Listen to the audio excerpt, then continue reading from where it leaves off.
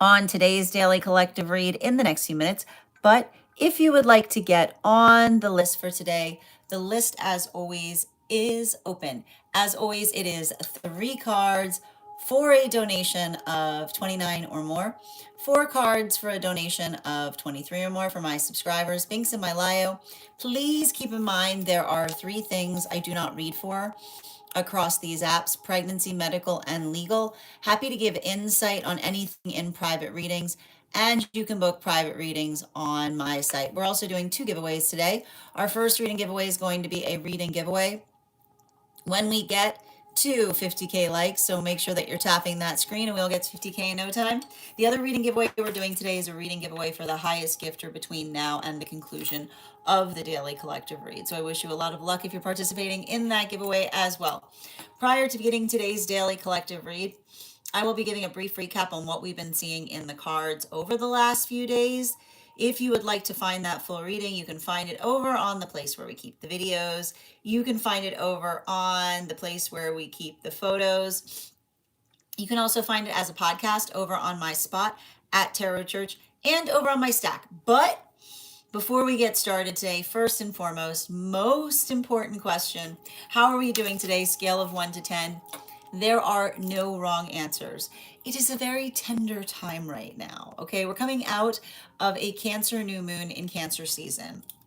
And the thing about Cancer new moons and Cancer season, huge opportunities to heal but only if, there's a big if there, only if you're ready to get real in terms of what you feel vulnerable about. Because the thing about it, and we kind of work through this, everything that we're trying to effectively work to heal within us exists in the space by which we're able to navigate our vulnerability. However, and we often learn this as we're going through cat-like Cancerian lessons, we recognize that it's very difficult because when we're feeling vulnerable, right, we have the places that we feel most vulnerable are often the spaces by which we feel the desire to lash out the most, right? And a lot of that has to do with overcoming, right? Overcoming overprotectiveness. Now, and this is what's difficult about it. We arrive overprotective, okay? And when you think about the quality, and when you understand the quality by which a mind is formed, then you understand that particularly, right, in our infancy, overprotectiveness is the body's most important defense mechanism, right? Because rather be overprotective than underprotective if you're super vulnerable. Now, what often happens is as we maturate, we start to build a relationship with our overprotectiveness, right? That observation, that ability to effectively understand or qualify upon what it is that we ourselves are identifying, right? Working into that focal point, then it builds into the knowledge of the self. And that changes your relationship to it to a certain extent, right? When you think about the idea of the intelligence of the self in being well informed upon what we may feel overprotective upon, then often you identify the fact that you're embodying and you're embracing the full shape of one's personhood, as it were. And here's the thing about it. It's not even the fact that the overprotectiveness needs to go away, because something really beautiful happens when we're able to observe our own overprotectiveness. The moment that you're able to observe your overprotectiveness, you're able to effectively calibrate for it, which is being able to apply direction and intention as it relates to how to effectively unify upon that even more or even further. And this is what we effectively identify as the development of the self. I say all of that because a Cancer new moon in Cancer season can make us feel very vulnerable. And to add to that, you have to remember that we're coming out of a Capricorn full moon, okay? And Capricorn full moons allow us to be able to observe old wounds. So you put those together and what do you have? You've got the ability to observe old wounds from the conscientious point of being able to understand and embrace one's vulnerability, that allows one the possibility and potentiality of being able to heal even further, right? The opportunity to heal is there. And the word that we effectively recognize as well, especially as we observe or we articulate upon opportunity, is understanding that opportunity is identified by how open we are to our own healing journey, right? That's why we've got the word that's why you've got that word inside of opportunity, right? You can't be on a healing journey if you're not open to it. So I'll tell you right now, this same energy, I wouldn't be surprised if there are things you're going through that are allowing you to be able to recognize what, right? The situations and circumstances in life right now that have the opportunity to heal, right? That have the possibility that's present versus potentially seeing or experiencing situations and circumstances by which you're able to effectively fully identify on the problem or limitation that's potentially preventing the possibility of a healing journey, right? But even in a lot of those observations, there may be fully healing. Like there may be more healing, right? Because healing is often found in the understanding, okay? The understanding, the quality of understanding that allows one to be able to expand upon it. So that's where we find all of the energy right now. Now we're heading into a pretty important full moon, right? Because we've got a full moon in Leo coming up. And a full moon, it's an Aquarius full moon in Leo. And I love an Aquarius full moon in Leo because an Aquarius full moon in Leo, the best thing I can describe about it is it's dreamy, right? It's a dreamy full moon. It's the ability to effectively articulate upon dreams. It's the ability to effectively expand upon them. It's the ability to effectively expound upon them. It takes time. It takes effort. It takes energy, but it also, and this is a continuation because especially I want to describe that what we've basically been seeing between that Cancer and new moon energy leading into the Aquarian Leo full moon. Like this is the stuff that dreams are made of, right? There's a lot of manifestation that's there. And even in the manifestation, there's something about like building into a point of stability there or finding stability.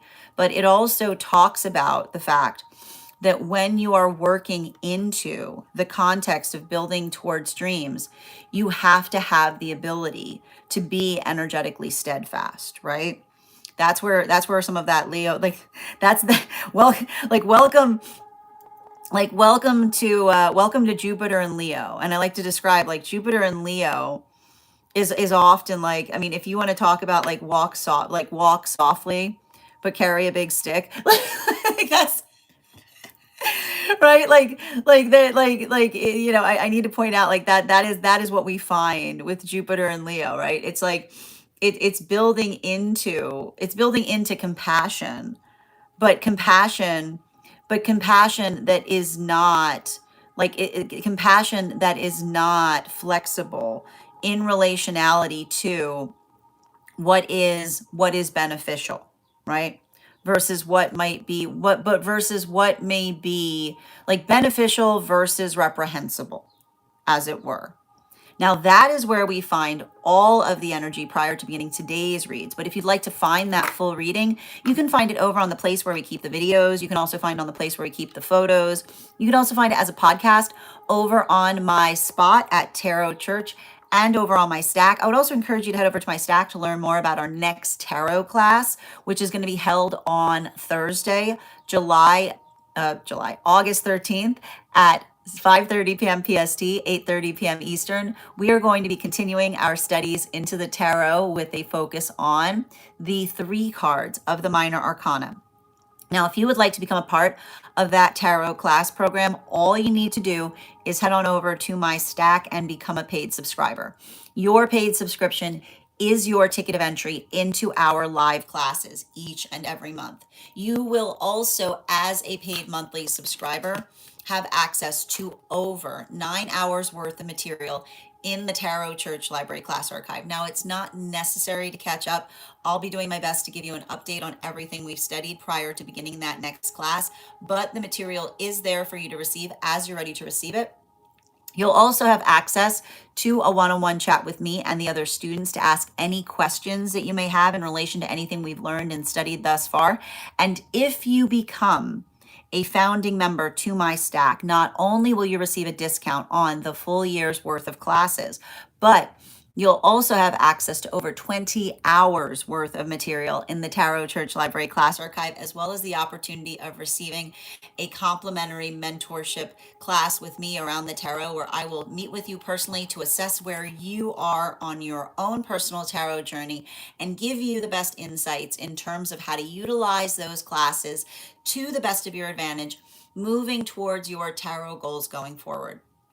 One of the things I tried to do in these classes was make them accessible to the absolute novice tarot reader as well as the seasoned reader. There's definitely something there for everyone. Don't let your lack of experience or your robust experience prevent you from joining us in these classes. And even if you don't become a paid subscriber to my stack, I would encourage you to follow me there to stay up to date on any new offerings or services. I also post my weekly newsletter there, which will let you know about my in-person events, as well as my online live schedule and my mystic meditation articles, which give you updates on everything we've been seeing energetically in the cards. Just wrote one recently on this new moon that we had. Going to have one out shortly on this full moon we've got coming up. Finally, I want to let you guys know that on top of my standard life path readings, I also offer mentorship classes. These are for any of my students seeking a more personalized educational experience with me. I take a very limited number of students for this reason, as those classes are focused on each individual's personal spiritual goals and journey work. Those classes can be purchased on an individual level or as a monthly class series, weekly or bi-weekly as your schedule permits. Also, for my students that are seeking more consistent weekly tarot support, I'm very happy to offer weekly tarot insight packages. That is a package of 4 30-minute reads, again, weekly or bi-weekly as your schedule permits, so that you can stay more consistent on your personal journey at a discounted rate, as well as my dream interpretation readings, which you can purchase per dream or as a series. Now, if you purchase a series, I would encourage you to start to keep a dream journal, as we will meet weekly or bi-weekly with that journal, and utilize the tarot to understand the key themes and messages coming towards you in the dream space. But let me know in the comments how this energy is impacting you personally, because it is going to hit everyone just a little bit differently. That said, if you would like to get on the list for a personal reading today, the list, as always, is open. As always, it is 3 cards for a donation of $29 or more, 4 cards for a donation of $23 or more for my subscribers. Links in my bio. Please keep in mind there are 3 things I do not read for across these apps: pregnancy, medical, and legal. Happy to give insight on anything in private readings, and you can book private readings on my site. We're also doing 2 giveaways today. Our first reading giveaway is going to be a reading giveaway when we get to 50K likes, so make sure you are tapping that screen, and we will get to 50K in no time. The other reading giveaway we're doing today is going to be a reading giveaway for the highest gifter between now and the conclusion of the daily collective read. If you are on the hold list and would like to be added back to the list, all I need to know is the date that you were added to the hold list. And if you're joining us over on the place where we keep the videos, welcome. You can also get on the list today via the same methods that I have articulated, as well as remembering that your paid membership entitles you to the same benefits as subscribers, meaning you get the discounted rate in terms of a reading, as well as a free 1 card each day. Dada, thank you so much for sharing the live. Always appreciate when you guys share the live. Absolutely. And thank you so much. Good to see you today, Yuhei. Hi there, Ivana. Good to see you, dear. Thank you for those gifts. I appreciate you. And thank you, TikTok, for the follow. Hi there. Thank you as well, Lero, for the follow as well. If I'm ever saying your name incorrectly, by all means, please feel free to correct me. Hi there from India. I hope you're having an absolutely beautiful day. You know, I need to point out what you're articulating, Urban, is prejudice. You have some shadow work that you might want to do there.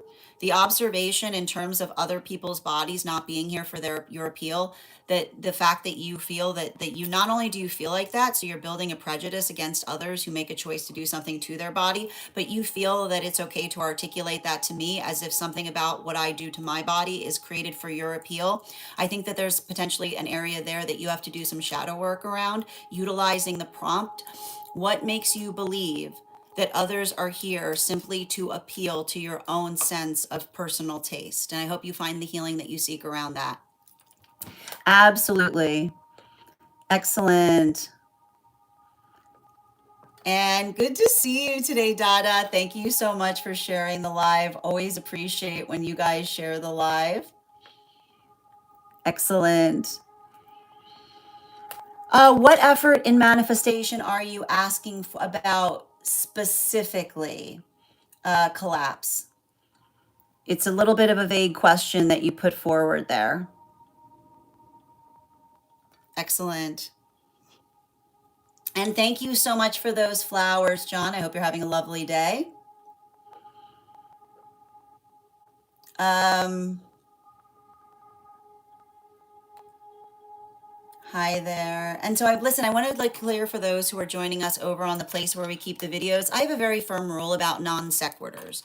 So when you're posting non sequiturs, it's something that's not related to anything that we're speaking about. It's something that effectively tries to generate attention to the self that can serve as a distraction point to those who are here for these messages. So if you post non sequiturs, which means things that are not full thought forms, it will be something that effectively creates the space by which you will be muted and blocked. And that's, again, a circumstance or situation by which we try to utilize the chat space to allow for the effective communication of those in the collective who are here to receive those messages. If you have questions related to anything that we're discussing here, I'm very happy to address them, but please be conscientious that you're not posting non sequiturs, because that's often indicative of areas that you need to effectively do shadow work around. Thank you so much, and I appreciate it.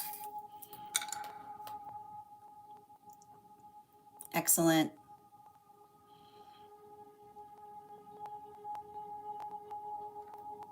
And good to see you, Melissa. You're the first person on the list today. I hope you're having an absolutely beautiful day. And Per, thank you for those heart me's. Good to see you as well. Welcome from Australia, Izzy. I hope you're having an absolutely lovely day. And Grand Rising Dada. Mandy, thank you for sharing the live. Always appreciate when you guys are sharing the live. Excellent. And I need to point out, there's something very interesting that you bring up. So there's somebody over on the place where we keep the videos that is trying to articulate around cult dynamics. So let's be a little clear about what cult dynamics are. Cult dynamics are often formed by another person trying to articulate that they have a big secret, that if you do things for them, then you'll have the secret revealed to you. There's nothing here that is in any way cultish, because I believe in open source, the open information, which is the understanding that the major achievement that we try to prioritize here is healing collectively. So I just want to be clear upon that, because if there's and I also want to stress, if there's something here that's creating a cult, making you feel that in any way there's something frightening that makes you feel like that, I would encourage you to go to another page. The most important thing that you have to understand when it comes to things that are healing is it's only healing if it creates something that feels nourishing and supportive to you.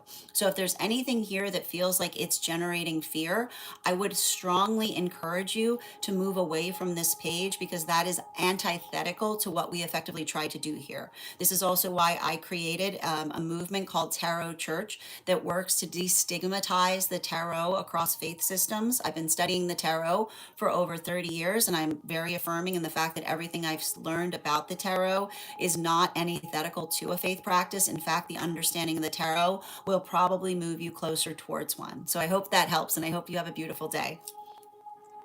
Absolutely. Good to see you. And thank you so much, Melissa. Good to see you as well. Hi there, Nikki. Excellent. It's very true, Per.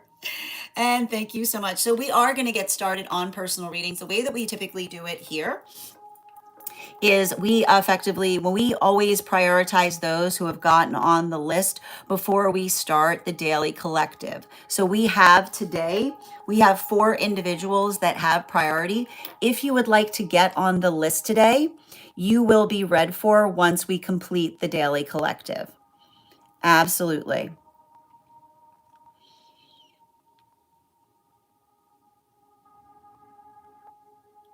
Okay, just bear with me one moment.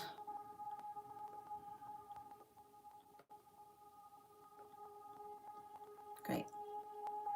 And how you doing today, Prava? I hope you're having an absolutely beautiful day. Welcome, Reyes. Hope you're having a beautiful day as well. And thank you so much, Ivana, for those gifts. I appreciate you. Well, that's what I hope we do here, Ao. We try to explain the tarot to understand that it's something that I believe is very universal and important. I think that the understanding and connection to a tarot practice can be extremely can be extremely restorative to one's own faith and purpose. Excellent. All right. And how you doing today, Mighty? Thank you for sharing the live. Always appreciate when you guys share the live. And Janaya, thank you for the follow as well. Grand Rising Minnie, good to see you today. Excellent. I consider myself a mystic, Hopu. There's something very important to be learned in terms of being able to understand the virtues across many different faith practices. All right, we're going to continue. The first person that we're reading for today is going to be Melissa. Melissa, if you're here, can you respond in all caps? Let me know if you would like a general reading or if you have a specific question you'd like me to answer. And if anybody else would like to get on the list today, you will be the fifth person read for. You'll also be read for once we complete the daily collective. And AO, we're very aware that Yeshua loves us. And again, the assumption by which you're making assumptions in terms of the identification of thinking that in some way, shape, or form I wouldn't love myself. My ability to love the ability that we have to love others is only calibrated by how much we love ourselves. That's what the teachings of Yahshua was effectively teaching us. So I actually make it my business to love myself a great deal. So I appreciate that. And I hope that you understand that if you're trying to articulate or cast judgment utilizing the name of Yahshua, you're actually doing what is antithetical to the teachings of Yahshua. Yahshua literally articulated upon not using the name of the higher power to effectively cast judgment upon others. That's you moving into an adversarial dynamic. So I hope you find the healing that you seek. And I hope that you understand and embrace the love and compassion by which that person was trying to articulate that you should be able to face and experience the world. How you doing today, Heather? Mercury is still in retrograde. Yes, Minnie. The 23rd is when it'll be coming out again. And thank you, Dreamcatcher, for the follow. All right. I need to point out if there are in the space by which I need to point out here, Io, you're looking clearly for something that is adversarial and combative. I'm not here to effectively argue or to help you feel more reaffirmed in your own faith construct by you feeling that you're effectively proving something. And I need to ask you, do you hold on to faith so that you can feel good trying to prove something to others? Or do you hold on to something because it empowers and reaffirms you to bring good into the context of the world around you? Thank you, dear. Because that's basically what Yahshua was teaching. How you doing today, Melissa? So good to see you. Can you let me know if we're doing a general reading or if you have a specific question you'd like me to answer?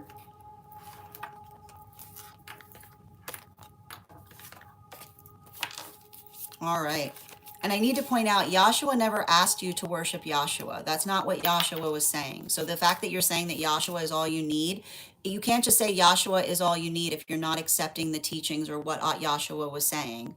That's you just Yahshua. That's just you invoking Yahshua's name to feel empowered upon something that you're trying to do. So I would just encourage you to return back to that book and actually make sure that you're reading what they were saying. And I hope you find healing on that journey. And again, I need to point out the fact that you're trying to call humans little sheep is a perfect example of the fact that you're looking at something that makes you feel better than others. That is antithetical to the teachings of Yahshua, right?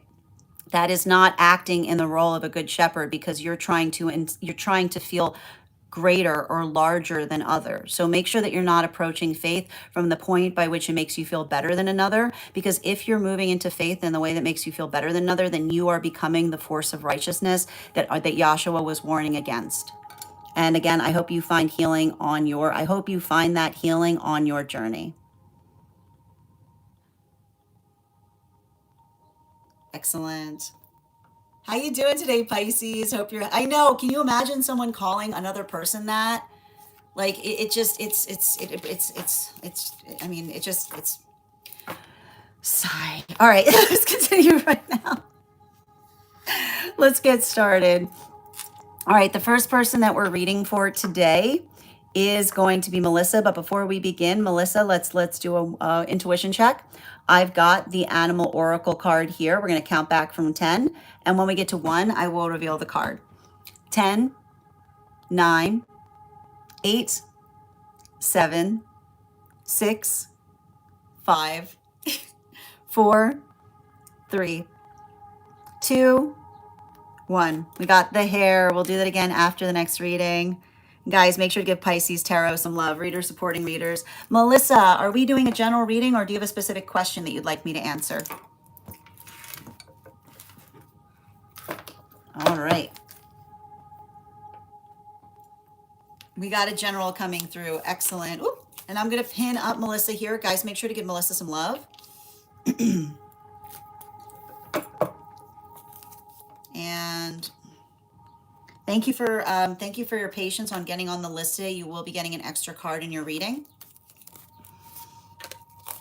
And one more, please. Oh, thank you for those gifts, Yvonne. I appreciate you. You know, it's interesting because it feels like it's a message coming through from someone in spirit. I don't know what your dreams have been telling you, but the thing about it is I feel like you're letting go of some immature energy. And the thing I'm identifying with immature energy, the thing you have to recognize is immature energy will often try to articulate that one is abandoning them by not being constantly energetically available to them. Okay?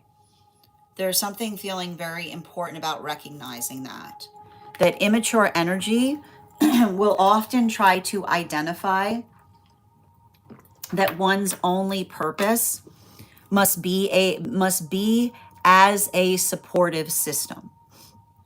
And the thing you have to recognize about that is when we are energetic supportive systems, we are often identifying and articulating to another. When we are being actually supportive, what we are doing the most important way is we are equipping each other as well as possible. All right. There's something really important about navigating that, because it has to do with the context of when we are energetically supportive, right?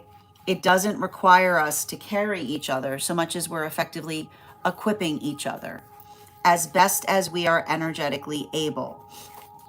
So I want you to be very conscientious about this right now, because I feel like I've got at least 2 energies around you.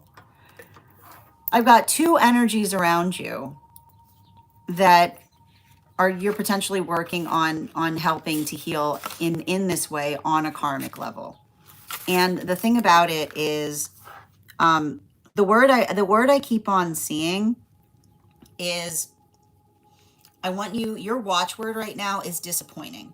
Nobody is allowed to say disappointing to you unless they can talk to you about what they would prefer. Okay? Because unhealed energy likes to navigate things in ubiquitous disappointment, right? And what do we mean by ubiquitous disappointment?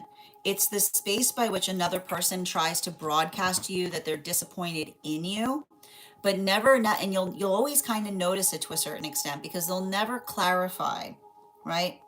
They'll never clarify what it is they would actually prefer you do, because they feel embarrassed, right? They feel embarrassed to state it. They feel embarrassed to energetically articulate it. And this is what I keep on getting right now, because I feel like I actually see, I feel like you've done some kind of work to like heal something in a major way. And because this is where I see you right now. I see you with a Queen of Pentacles, right? A Devil card in its reversal, as well as a Knight of Cups in its reversal. And when you look at those together, what we effectively identify is what it takes, right? What it actually takes to make something in a way, right? This is a type of energy, right? This is a type of energy we see that you need around you at this time, right? Which is not somebody creating problems where problems don't exist, or potentially trying to only come towards you when they need consoling, is what I keep on getting. No more energy coming towards you when they need consoling. You are no one's consolation, is what I keep on seeing. You're someone's celebration. And that's coming through from a divine counterpart. No consolation, just celebration. So not somebody who comes towards you when something isn't going right in their life, right? You're not like, or when things effectively slow down. But somebody who effectively wants to do things with you is what I keep on seeing. And I feel like that's hard because like I've got two energies. And I think that you just have to recognize this. Like there's something very, and this is coming from an ancestral, there's something very warm and nourishing about your energy, right? But I think that as a result of your energy being so warm and nourishing, it feels to me like too often others come to you for caretaking,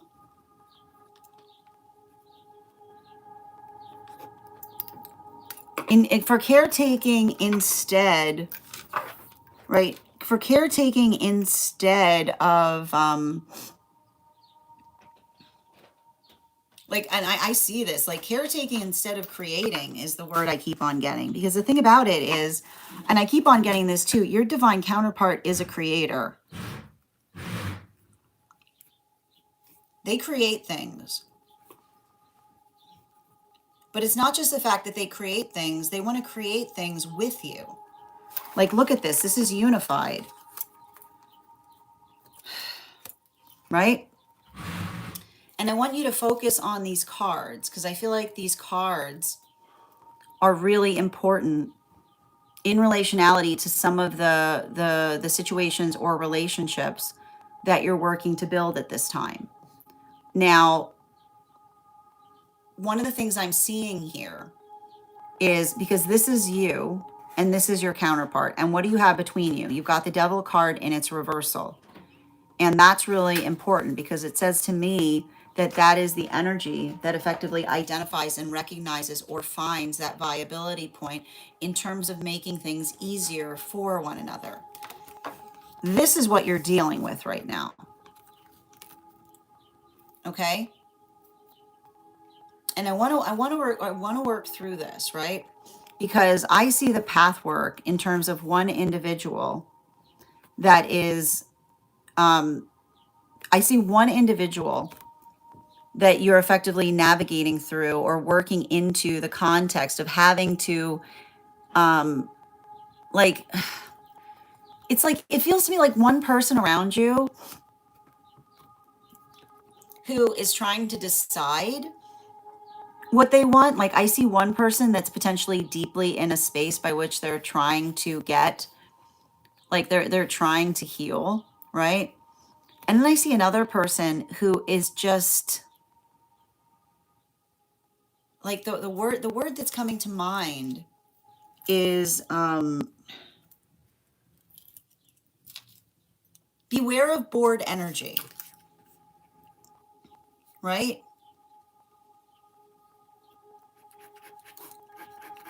Because it's interesting too, because I've got like an ancestral around you saying, how can you be bored? How can anyone be bored? Is what I'm getting. And the thing about it is,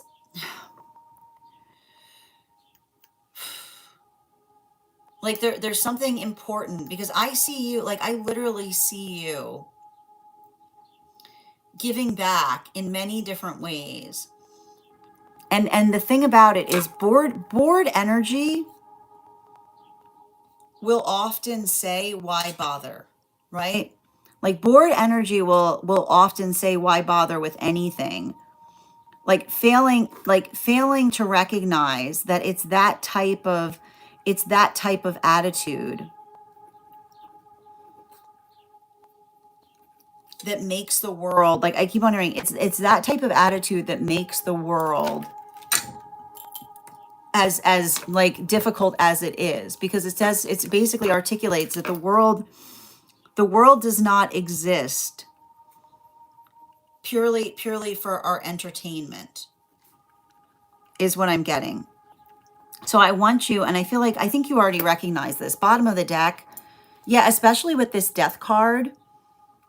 Like I feel like the hard part about it is,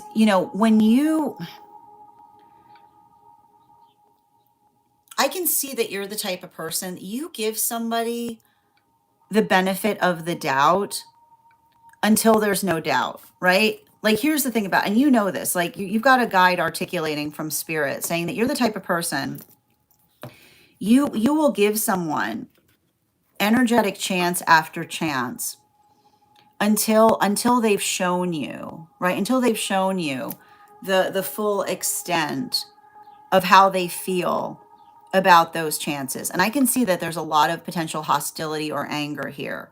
But and you know what? The best thing I can describe to you is I feel like you've understood the full shape of another person's self-involved karma, right? And here's the thing about it being, and you know, like, and you know what I'm going to say here, because, and it's interesting too, because you've got a maternal energy and spirit that just articulating, on this. Like when another person is overly focused on the self, right? The sound you will hear around that person is selfish, selfish, selfish, selfish, selfish, right? That the self-involved person can usually be found because they're the ones that are screaming that everyone else is being selfish, because, and in the space by which they articulate that another person is being selfish, they're telling on themselves, right? Because it's the observation, right? It's the observation of them saying that you're not giving them enough energetic attention. So remember, if somebody keeps on using the word selfish, return that, say, what would you prefer? Right? Make them state it. Because in the observation of making them state it, right? If they can't, if they're just saying selfish to you, but then they won't answer when you say, what would you prefer I do? Right? The answer is make it more about them, right?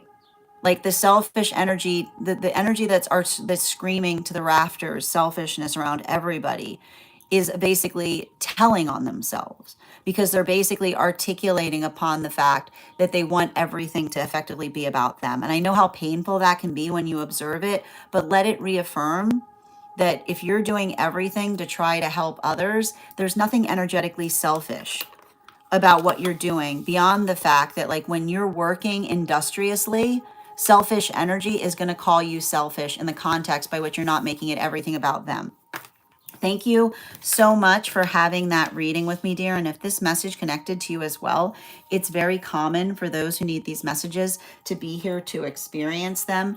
We are doing personal readings right now. If you would like to get on the list. The list is open. It is 3 cards for a donation of 29 or more, 4 cards for a donation of 23 or more for my subscribers. Links in my bio. Please keep in mind there are 3 things I do not read for across these apps: pregnancy, medical, and legal. Happy to give insight on anything in private readings, and you can book private readings on my site. I'm going to take a moment to read over some of the comments that came through as I was reading.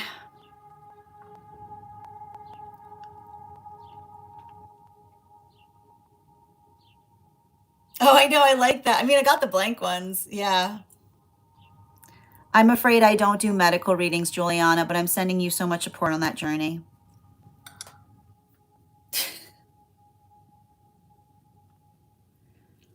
All right.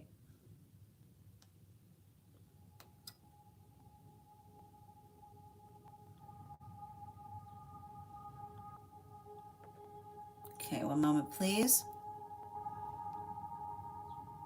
Thank you for the help, Pisces. Appreciate that. Yeah, good. My system at work. Ugh. Mercury is retrograding for you, Minnie, huh? I'm doing well today. How you doing today, Minnie? Mm-hmm.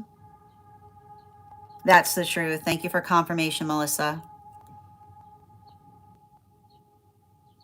Yeah, the clapping. Yeah, embracing it. Mm-hmm.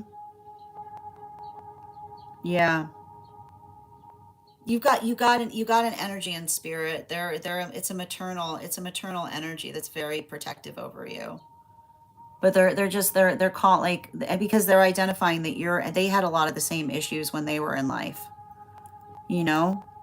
It's like I hear somebody in spirit saying like you can't be a mother to everyone.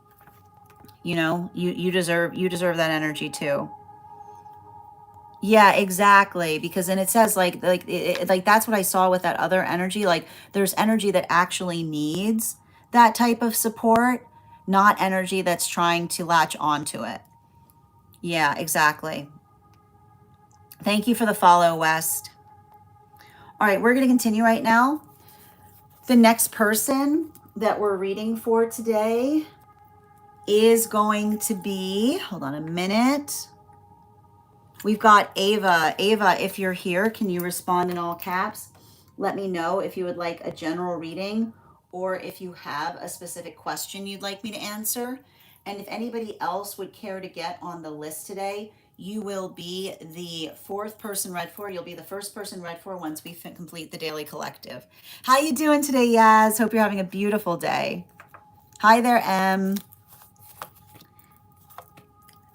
Hi there, Ava. And while we wait for Ava's question to come through, let's warm up those intuition muscles with an intuition check. I've got the animal oracle cards here. We're going to count back from 10. And when we get to 1, I will reveal the card. I can read for people in spirit, Howie. Okay.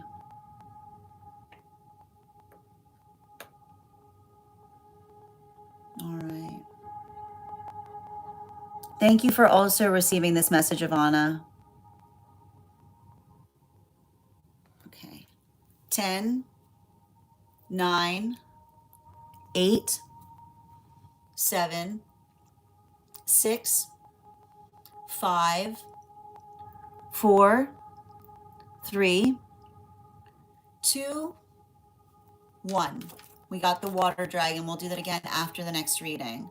Hi there, Deo. If you'd like to get on the list today, the list is open. You will be the 4th person read for. It's 3 cards for a donation of 29 or more. 4 cards for a donation of 23 or more for my subscribers. And if you guys can do me a favor, hold on, I just need to put the offer up here.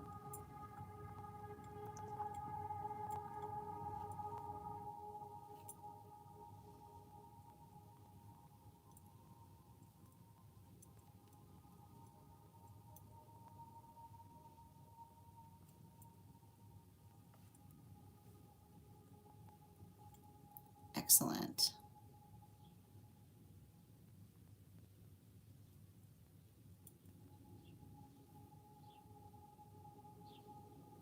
All right. And thank you, Alice, for those gifts. And thank you for those rainbows. Oh, that's so cool, Pisces. You have got that tattoo. That's dope. Oh, I like that, purr. Okay. Yes, we can definitely do that. Hold on a minute, Yaz. You can definitely get on the list. From last Thursday, you said? Hold on a minute. Let me just find you.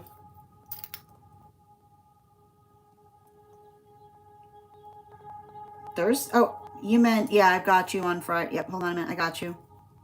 Yaz, you've been added to the list and you'll be read for once we complete the daily collective. If anybody else wants to get on the list today, we've got 5 spots available before the list will be closed. All right. Riss, happy to read for you. These are donation-based reads. So if you'd like to get on the list, you just need to send the donation. It's 3 cards for a donation of $29 or more for non-paid members.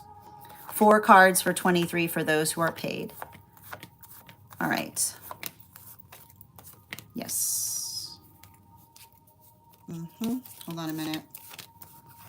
Your guides want me to do this before I get started. That's why. Okay, thank you.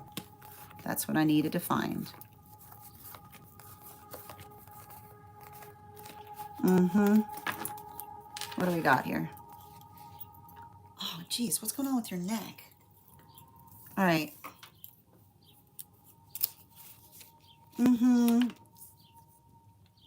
You know, the word that I see that you're navigating right now is I feel like I see some kind of situations by which there's over insularity.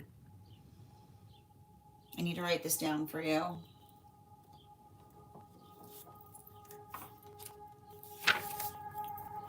Over insularity. And the thing about over insularity is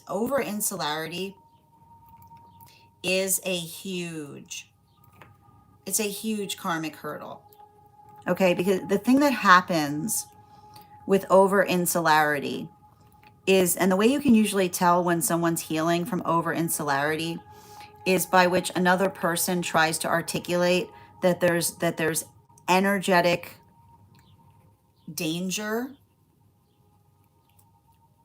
outside of a framework, right? Because and here's the thing about it. Often that type of work occurs when there's been some type of history of violence that occurs within a group dynamic.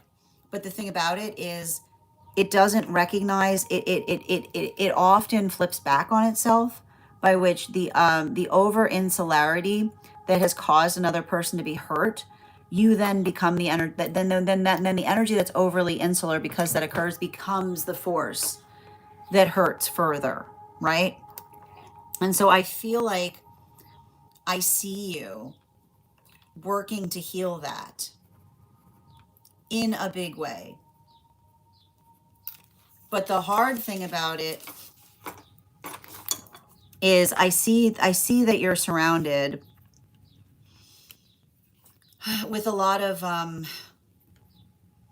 with a heavy fear-based mentality, as it were.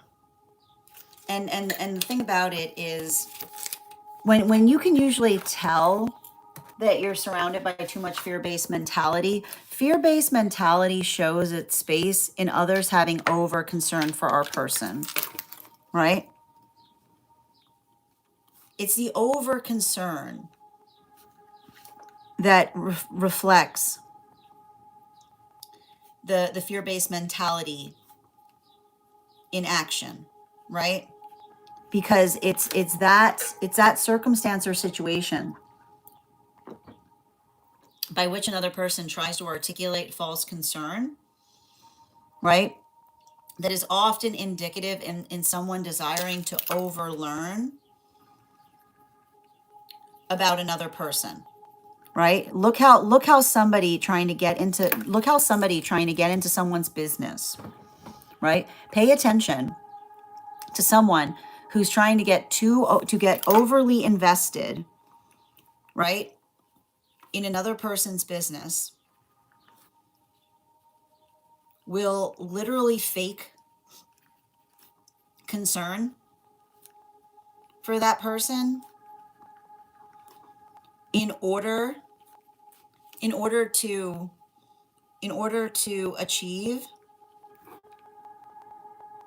information clarification, right? So, and I feel like that's either something that you've experienced firsthand or something that you've been helping another person through. And the worst part about it, and the thing you kind of have to recognize is it's the over attention in another person's life path. Like the guides, I have to stress this, when guides see that,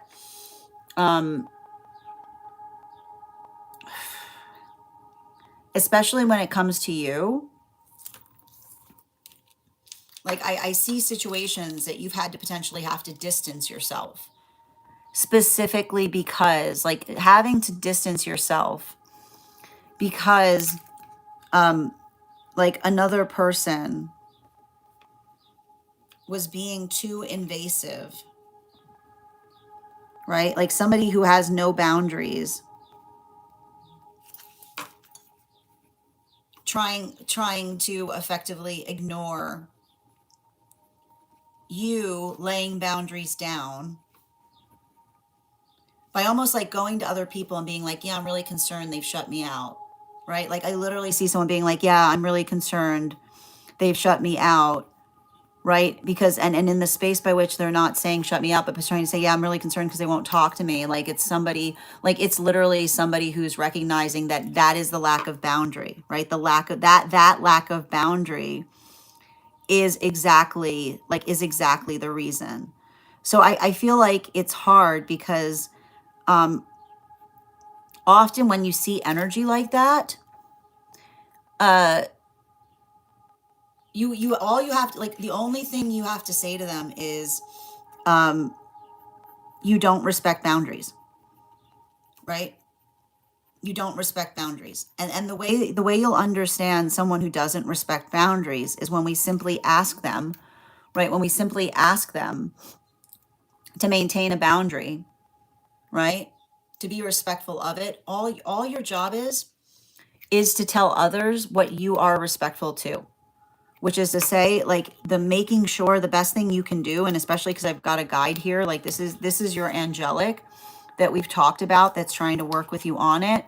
Make sure that you're being absolutely clear on what those boundaries are, is what I'm seeing. As long as you are being absolutely clear on what those boundaries are, right? It's not a bridge too far, right? So, and I feel like to a certain extent, like the reason I'm seeing this here is because I feel like you're already effectively doing it. Okay. Bottom of the deck.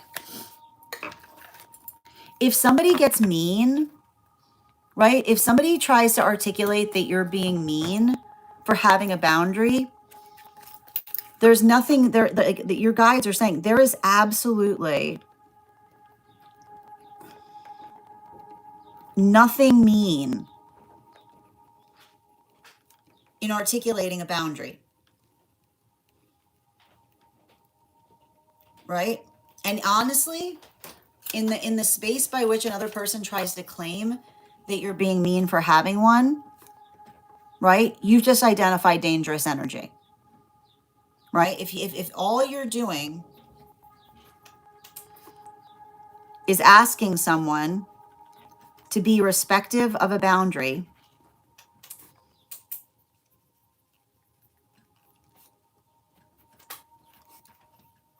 and they I keep on hearing, and they start if they start weeping, I keep wondering if they start weeping in the face of your boundary, right? And that's the thing about it, right? Like those tears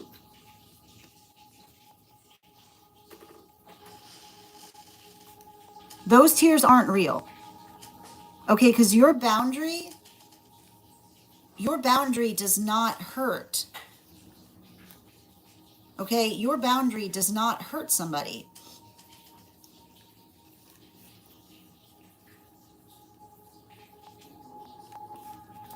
I just keep on hearing those tears. I just keep on hearing the same message from one of your guides. Those tears aren't real.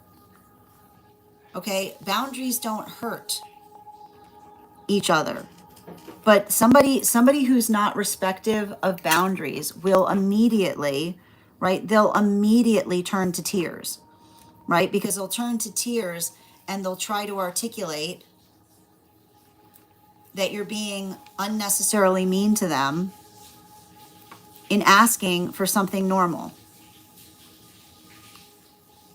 So just be conscientious about that.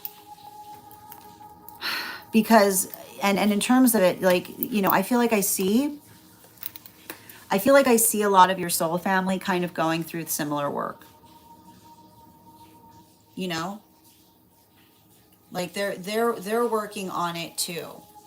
And I feel like it's interesting because the thing about it is I feel like a lot of that energy that I'm seeing is like it's working through the hard part. Like the best thing I can describe is often compassion. The first thing that compassionate energy needs to learn is that there are those that will take advantage, right? There are those that will take advantage of compassion,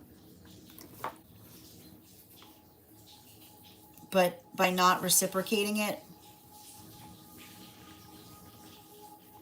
but always demanding it.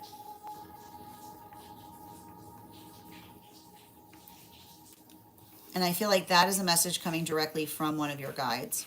Thank you so much for having that reading with me, Ava. And if this message connected to you as well, it's very common for those who need these messages to be here to experience them.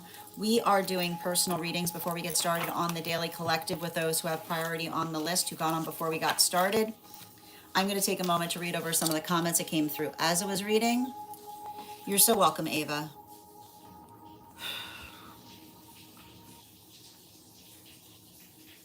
It's interesting too because I feel like one of your angelic guides is irate, which is very surprising to see. Because you know the thing I want to describe about it is like when like I think it's because you found your purpose. You know. So I feel like that might like I feel like there's something about that that's like they might be showing you things in a way like I feel like they might be showing you things in a way like to help you like clearly see what's happening without any kind of like settled and done kind of energy, if that makes sense. Mm-hmm. You're so welcome, Yaz. Thank you for confirming, Ava. Barbara, we are streaming across two platforms, so we're doing personal reads before we get started on the Daily Collective. So I'm reading for somebody right now who's over on the Clock app. GV, I'm happy to read for you. If you would like to get on the list, I mean, I would articulate that we don't look at the cards to make decisions. We don't look at the cards to make decisions for us. We look to the cards for advice in terms of navigating the decisions that we're working through. Excellent. How you doing today, Ruben? Absolutely. Thank you guys for support. I mean, look at that. I just want to point out, like, you got the answer to your question right in the comments, Ava. And Denise, thank you for those gifts as well. Let's continue right now. The next person we're reading for today is Alexandra. Alexandra, if you're here, can you respond in all caps? Let me know if you'd like a general reading or if you have a specific question you'd like me to answer. Hi there from Indonesia. How are you doing today? Excellent. And before we continue, how are you doing today, Manuel? All right, before we continue right now, I've got the animal oracle cards here. We're going to count back from 10. And when we get to 1, I will reveal the card. I'm doing well. 10, 9, 8, Thank you, Nicole, for those gifts. 7, 6, 5, 4, 3, 2, 1. We got the boar.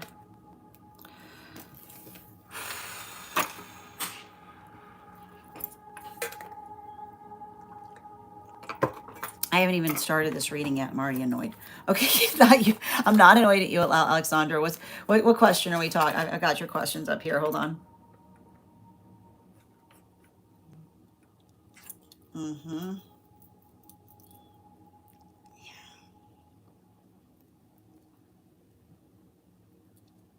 Mm-hmm.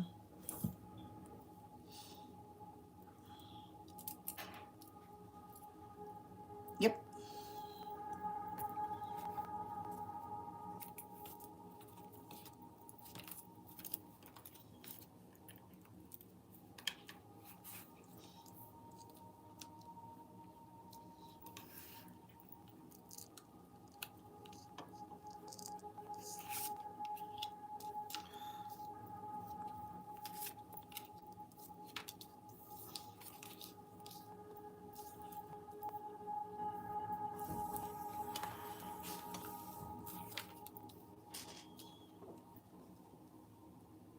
Dude, you need stronger energy around you.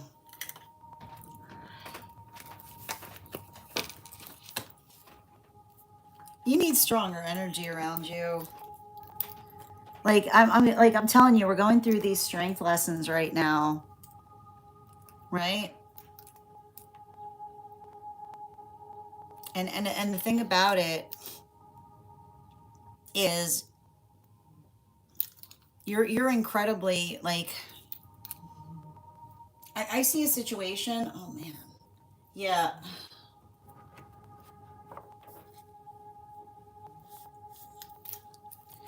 I see a situation or circumstance. Um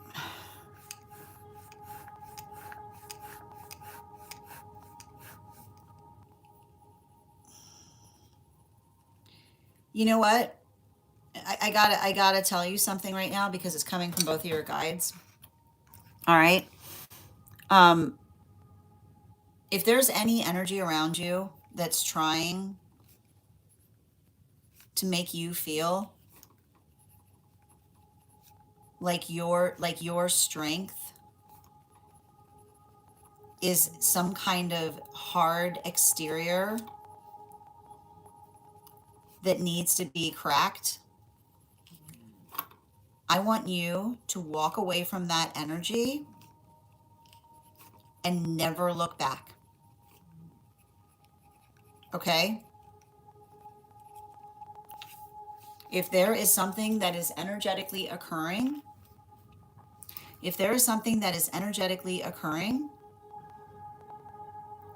in the space by which another person sees you in your strength, and the words that I want you to be conscientious about is crack that hard exterior. Okay? Because the thing about it is it's not an exterior for you. Right? You're just energetically strong. But energy that is inferior, okay, energy that is inferior to you, which means that they're too insecure, will look at you and try to articulate that they're trying to crack that hard exterior.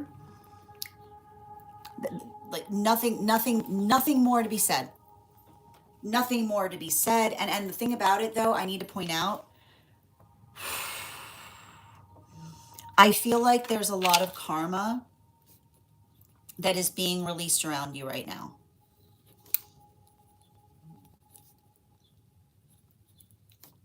And the reason I'm seeing that there's a lot of karma that is potentially being released around you right now is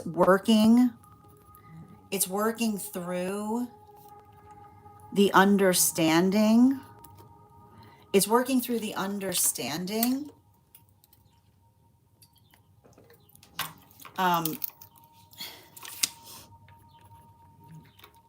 that you do not need to soften to fit a role. And if anybody is broadcasting to you that that is what is happening, they've failed. And the word I'm getting is like, what's interesting about it is like, I'm not one to articulate certain words. Like the energy, your guides are utilizing the word fail, which means they've failed their karmic lesson in terms of what it means to be respectful.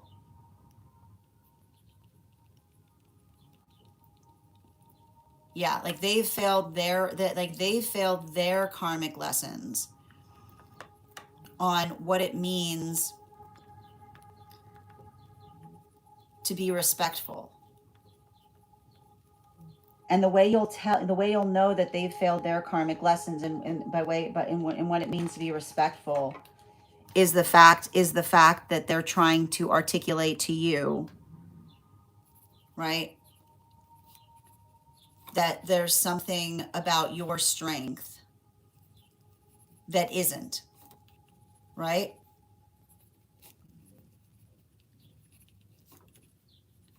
Because strength is powerful, and strength does not lack respect, right? As long as one is being mindful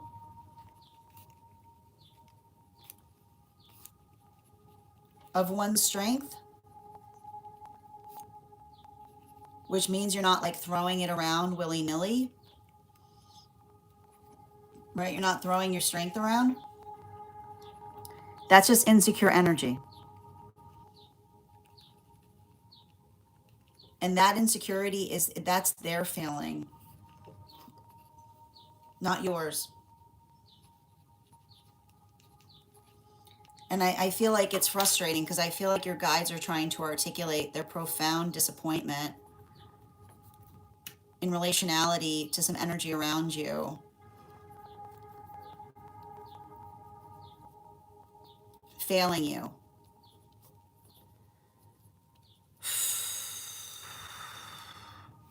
But that has nothing to do with you. And everything to do with them. So I want you to be conscientious about that right now. And I want you to make sure that you're writing out your manifestation goals at this time.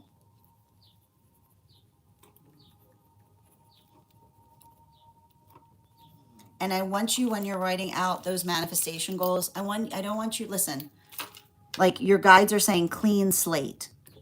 And when I say clean slate, it doesn't mean looking at the decisions around you to determine what's best for you. I want you to try to literally have a practice where you think about what the absolute ideal would be for you, and then look at the circumstances around you to ask yourself how to achieve it.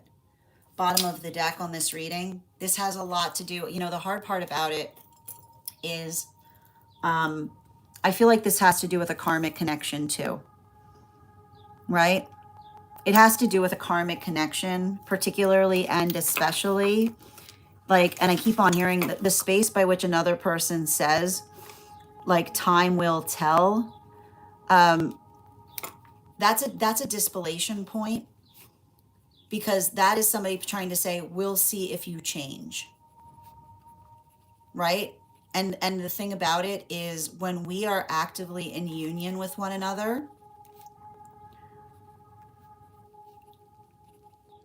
we're not waiting to see different qualities or characteristics within each other.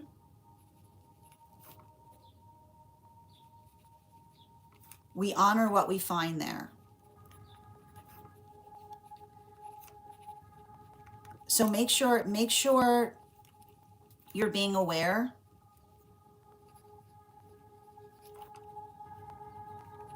of energy that is quietly broadcasting to you that they're trying to change you.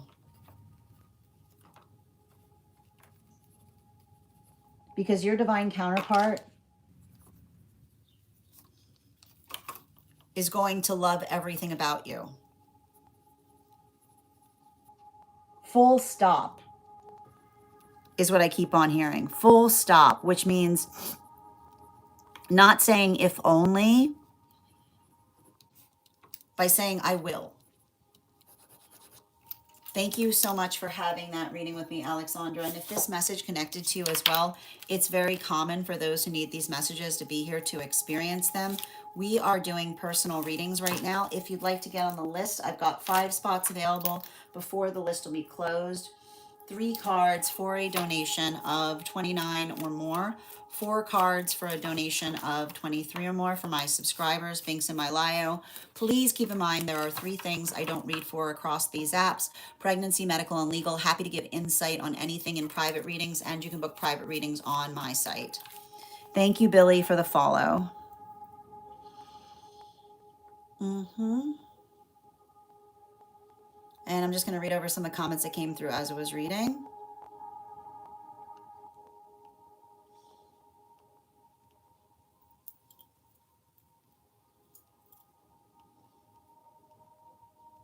I got you, Per.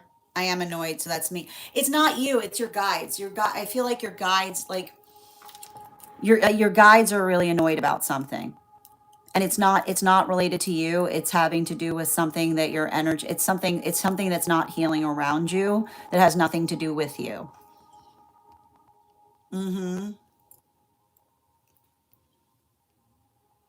Yeah, exactly. Yeah, that was coming through really strongly, as you don't have to soften to embody your role. Billy, thank you for the follow. How you doing today, Avatar?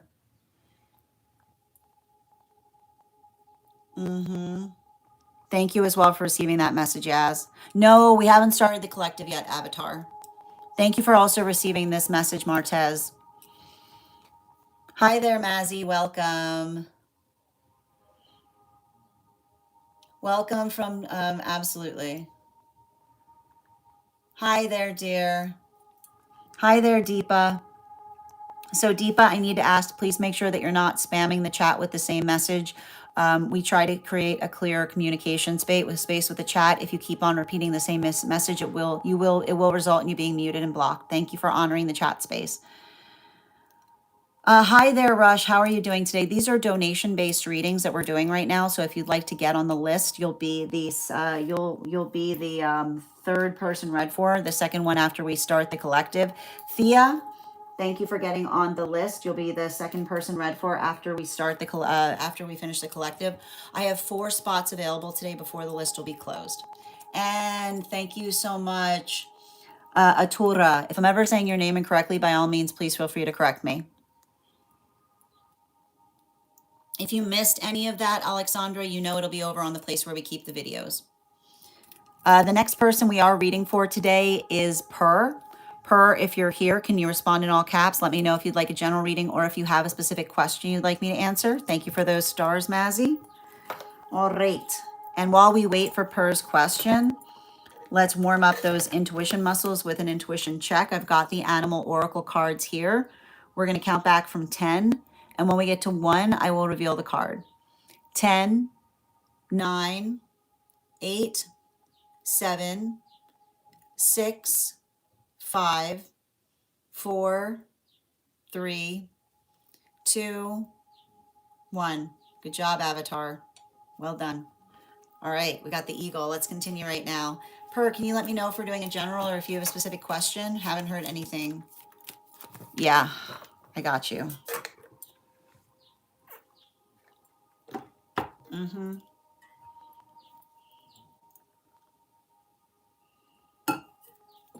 Yep. It's the same thing, isn't it? Yep. I got the answer to this in another person's reading yesterday. Same spot? Okay. That makes sense. Mm-hmm.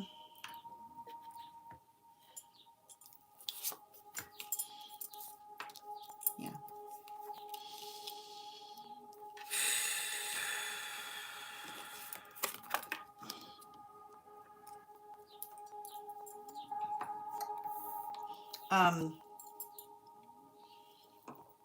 They've been firing on all cylinders. They do something. They do something that when they're doing it, they cannot be distracted. There's certain periods in terms of this person work, and it has to do. So you have to go back to one of the other members of the collective's reading that you saw. We saw the term angel chime, but it was coming through. So it was coming through in another reading I did that was also connected to you, which says angel time. Okay.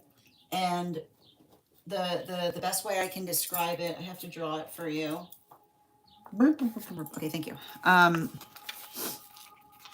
got so many diagrams to show you because every time I read for you now, it's all just coming through as diagrams. So and it was coming through for you and another person.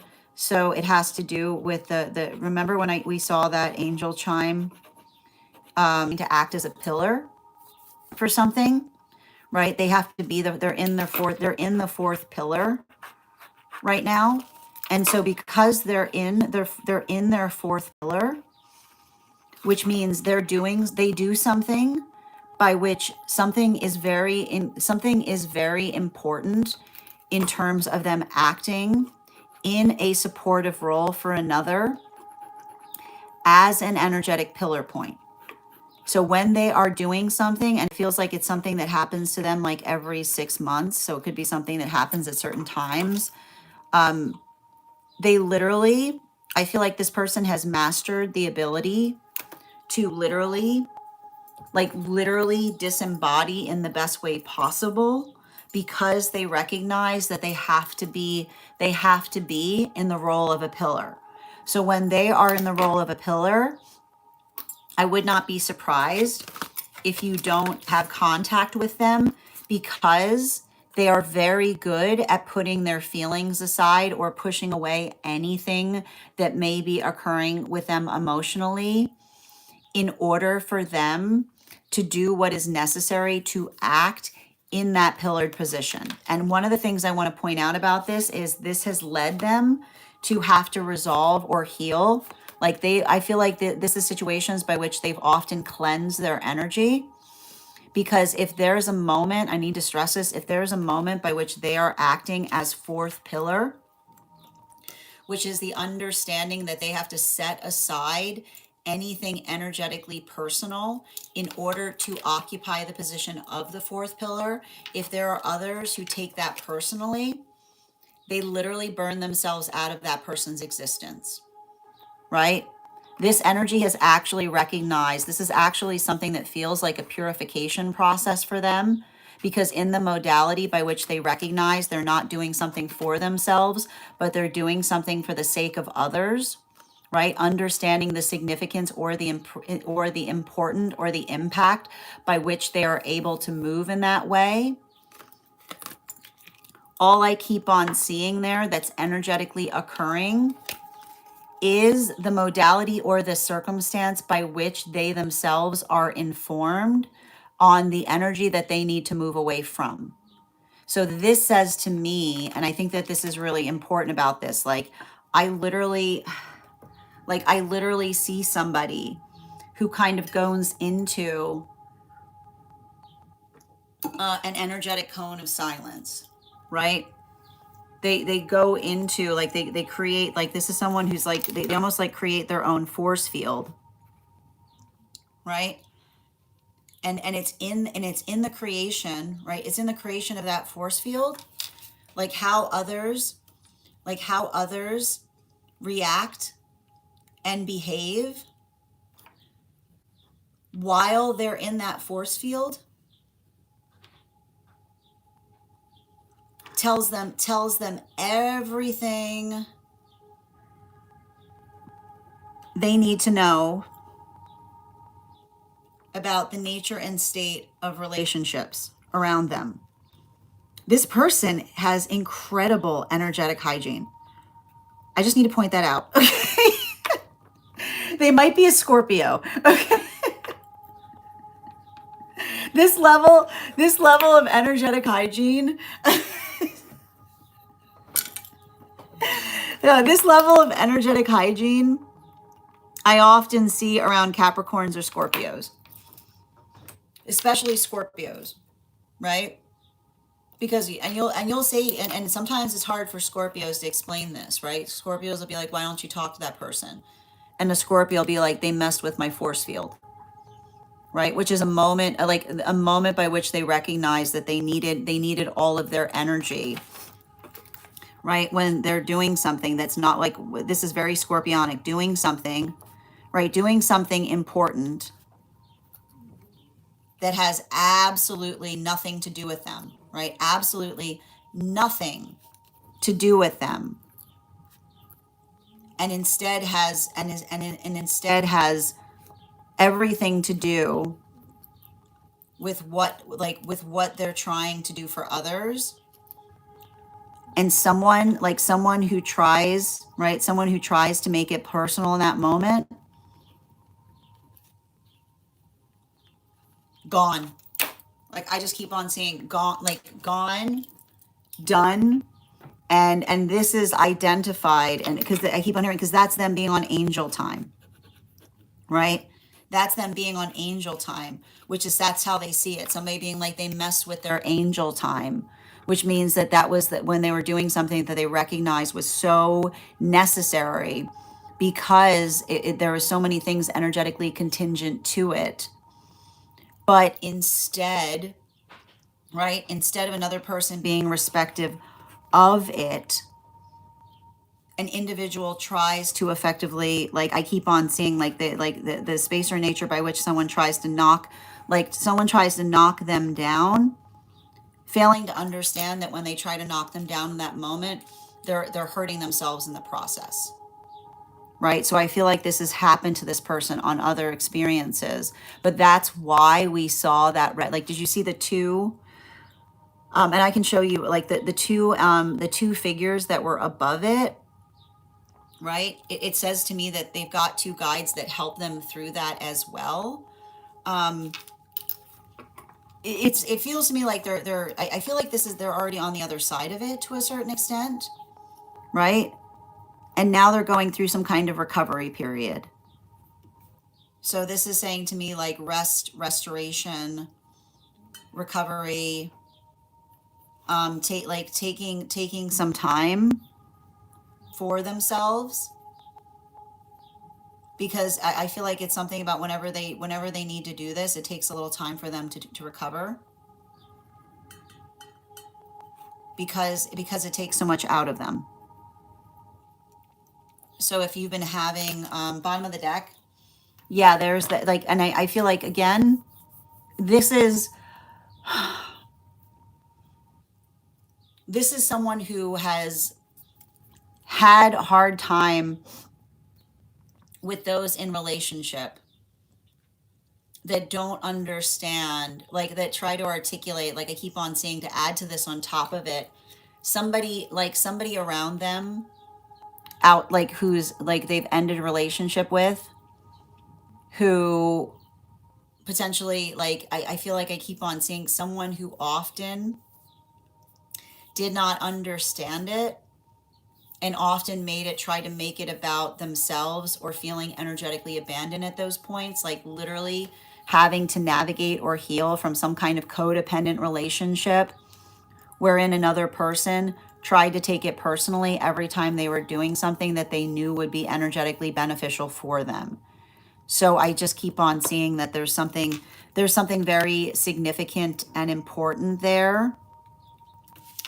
And I feel like even in the context, like it's interesting because I feel like they recognize the fact that they closed away from you for a moment during that time, but they also recognize that you're not the type of person that would take that personally, right? Like you understand. Um, and this is something that they always respected about you, even in a past life, is what I'm getting. Because I feel like you and them had a unified purpose in a past life in relationality to understanding this. Thank you so much for having that reading with me, dear. And if this message connected to you as well, it's very common for those who need these messages to be here to experience them. We are doing personal readings right now. If you would like to get on the list today, I've got 4 spots available before the list will be closed. It's 4 cards for a donation of 29 or more. 4 cards for a donation of 23 or more for my subscribers. Links in my bio. Please keep in mind there are 3 things I do not read for across these apps: pregnancy, medical, and legal. Happy to give insight on anything in private readings, and you can book private readings on my site. The next person that we are reading for, I'm going to take a moment to read over some of the comments that came through as I was reading. How you doing today, Meta? Excellent.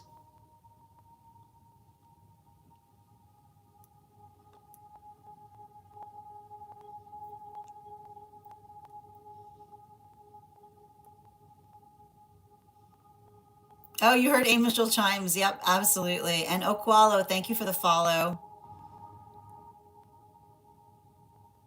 Mm-hmm. I totally understand, Alexandra.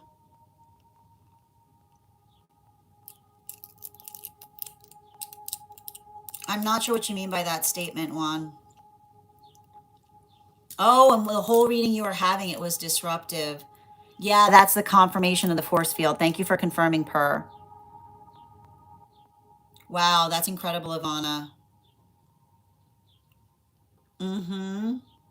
Fits my rising.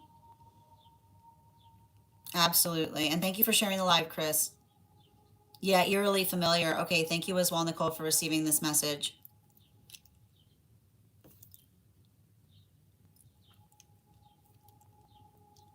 I'm not, again, I need you to be a little bit clearer in terms of what you're indicating, Quan. I don't understand anyone who would like to destroy things. All right, that's enough of that. Okay. It's very, I want to point out, did you see though the energy that came into the room when I was articulating that? Let that kind of act as confirmation in terms of what they feel like they often have to navigate in the space by which they're trying to do something fundamental and important. Yep. Okay. I mean, Shwania, if there's anything here that's making you like feel like that's necessary, I just want to encourage you, like, this is a supportive space. So I hope that that's, I mean, definitely don't, like, make sure that you're feeling supported and safe here if you're choosing to stay within this space. Yeah, this is the space I'm in right now, and could never explain it to someone. Thank you as well, Avatar. I'm so glad that helped. And thank you, Jazzy, for sharing the live. Always appreciate when you guys share the live. Eddie, thank you for the follow. You're so welcome, Per. Yeah, thank you for also confirming, Bridget. Mm-hmm. How you doing today, Anonymous? All right, let's continue right now. The next person I'm reading for. So we've reached the conclusion of those who had priority today. Anybody else on the list will be read for once we complete the daily collective. However, if you want to get on the list for today. The list is open. I've got 4 spots available today before the list will be closed. It is 3 cards for a donation of 29 or more, 4 cards for a donation of 23 or more for my subscribers. Binks in my bio, please keep in mind there are 3 things I do not read for across these apps: pregnancy, medical, and legal. Happy to give insight on anything in private readings, and you can book private readings on my site. Also, we're doing 2 giveaways today. Our first reading giveaway is going to be a reading giveaway when we get to 50K likes. So make sure that you are tapping that screen. If you're joining us on the clock app, we'll get to 50K in no time. The other reading giveaway we're doing today is a reading giveaway for the highest gifter between now and the conclusion of the daily collective read. To get on the list, Anonymous, all you need to do is send a donation and you can be added to the list. It's 3 cards for a donation of 29 or more for those who are non-paid members. If you guys could, before we get started on today's daily collective, we are going to warm up those intuition muscles with an intuition check. I've got the animal oracle cards here. We're going to count back from 10. And when we get to 1, I will reveal the card. 10, 9, 8, 7, 6, 5, 4, 3, 2, 1. We got the fox. It's interesting that you said water or something, Ryan, because the fox is standing on ice. So, all right, that said, no better time than the present. Why don't we get started? Welcome, everyone. Happy Tuesday. I'm the Grace Strega, and I'm here to give you your daily collective read for today, Tuesday, July 21st, 2026. We are going to be doing tarot astrology today for all of the signs. The first sign that we are going to be beginning with today are our Aries, sun, moon, and rising. What do we have coming up for you this week? The Death card in its reversal in combination with our 8 of Cups in its upright and the Tower card in its reversal. This is some very important energy right now for Aries. These cards, I need to point out, Aries have a very unique relationship to Tower energy. And the reason I describe the fact that Aries have a healthy relationship to Tower energy is there's just not a lot of Aries energy that's fearful of Tower moments. It's the observation or the understanding of what one is working through. Like, and I like to point this out. Others, like Aries, will have Tower energies around them, and everybody else will be throwing throwing their hands up and like running in fear. And Aries will just kind of like address something in the space by which like they're often having to be the most fearless energy in the room. And that's why, like, the one thing I want to point out is there is nothing like Aries, you know this, right? There's nothing sillier, right? There's nothing sillier than trying to have a conversation with an Aries by which you try to add fear as some kind of leverage. Okay?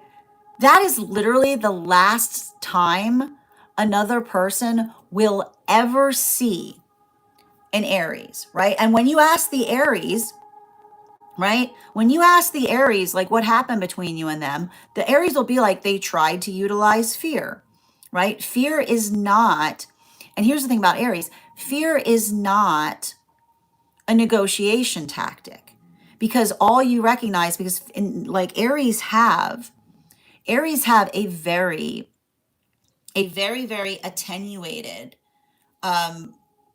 calibration point when it comes to bullies, right? Aries are literally the bully detector of the zodiac. Most you'll never see, and often it's because Aries when they're younger, navigate all the fear stuff, right? Aries will literally see a situation in the past by which they recognize that the fear got the best of them, and they will literally spend the rest of their life ensuring that that never occurs again, right?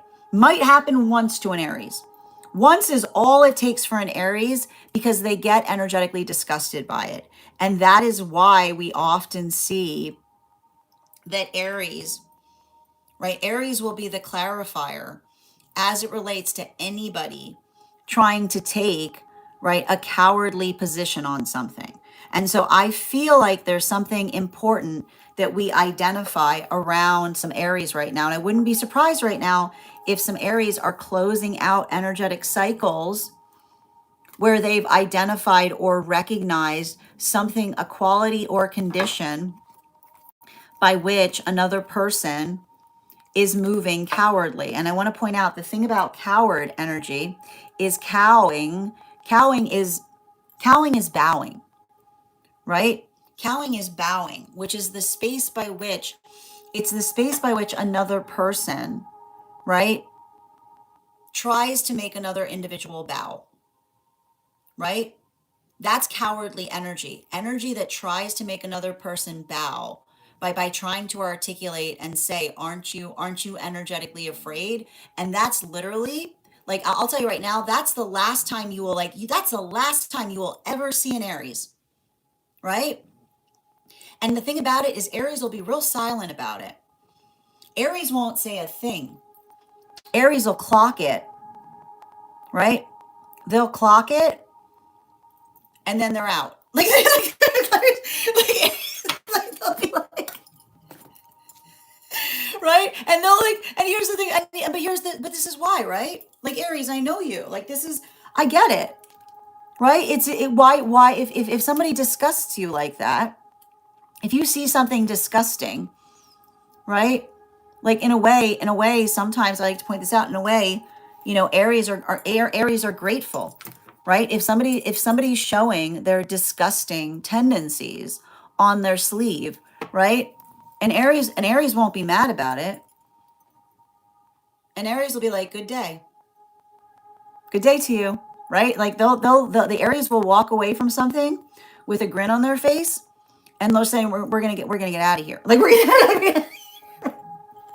Seen all I need to see. Why? Because Aries don't like disgusting energy, right? Aries don't like disgusting energy, and Aries consider cowardly energy disgusting. And the reason that I want to point out, I'm not saying disgusting euphemistically. I'm saying that for Aries, that often works into the space of being brave for those around them to see another person not embracing, right? For Aries, like Aries often feels the space by which we show our love by being fearless for one another. So this is why often, like when Aries are navigating revulsion, right? It's revulsion for the cowardliness that they potentially see in another in terms of not necessarily facing things. So there's a lot of emotionality there, but I feel like in a way, Aries is trying to find healthy ways in terms of energetically expressing it. Continuing right now through our signs, that's what we've got for Aries right now. And that's literally like Neptune and Aries. That makes a lot of sense. In retrograde. Continuing right now, the next sign we're reading for today is going to be our Taurus. Taurus, sun, moon, and rising. What do we have coming through right now for Taurus? 3 cards, please. We've got the 7 of Wands in its reversal, Page of Swords in its upright, Judgment card in its reversal. So, I good luck, like just good luck trying to find a Taurus right now. Like this is like the Taurus can't answer your call right now. They're focusing on their vacation. And the thing you have to understand is like Taurus Taurus work really hard. Okay? You have to understand Taurus work really, really hard on things. But the reason is because, and you often see this with Taurus energy, Scorpios can be like this too, Aries as well. It's like work hard, play hard energy, right? That when it's hard for Taurus to get into, relaxation mode, right? There's something really hard. You have to understand Taurus can't just relax. Okay. And that's why you'll see, like, if you ever want to make a Taurus irate, just say to them, relax, as if they could. And like Taurus look at others and be like, what, how dare you? Right? Like, how dare you? Like, it takes so much effort. It takes days. They got to cultivate a relaxed state. A relaxed state is one that needs to be cultivated. So I feel like I see some Taurus right now working on cultivating a relaxed state. And the thing about it is when Taurus are working to cultivate a relaxed state, don't get in the way. Don't get in the way. Don't get in the way of it, because then they got to start all over. Like, you'll see Taurus be like, now look what you've done. I was just about to get relaxed, and now here we are again, and now I'm back where I used to be. Like, so for a lot of Taurus right now, it may be feeling a little bit frustrating, because what we're effectively identifying that's potentially occurring right now with this energy, and it's a result, right? And I just want to point this out. This feels like a type of energy, especially with Neptune in retrograde, right? This is Taurus supposed to be on vacation, but what's happening right now? Mercury's in retrograde too, right? So it's like, here's a Taurus trying to relax, and here comes Mercury retrograde with like a bunch of compounded little things, right? That keep on potentially getting them back into a perturbed state. I'm not going to say bottom of the deck. I'm not going to say the R word. Okay.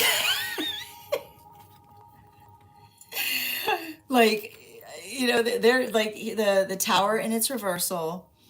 The best way, the thing about it is, and this is something I think will help some of the energy working through this, because, and I like to point this out, there's a little bit of this agitation quality to this energy.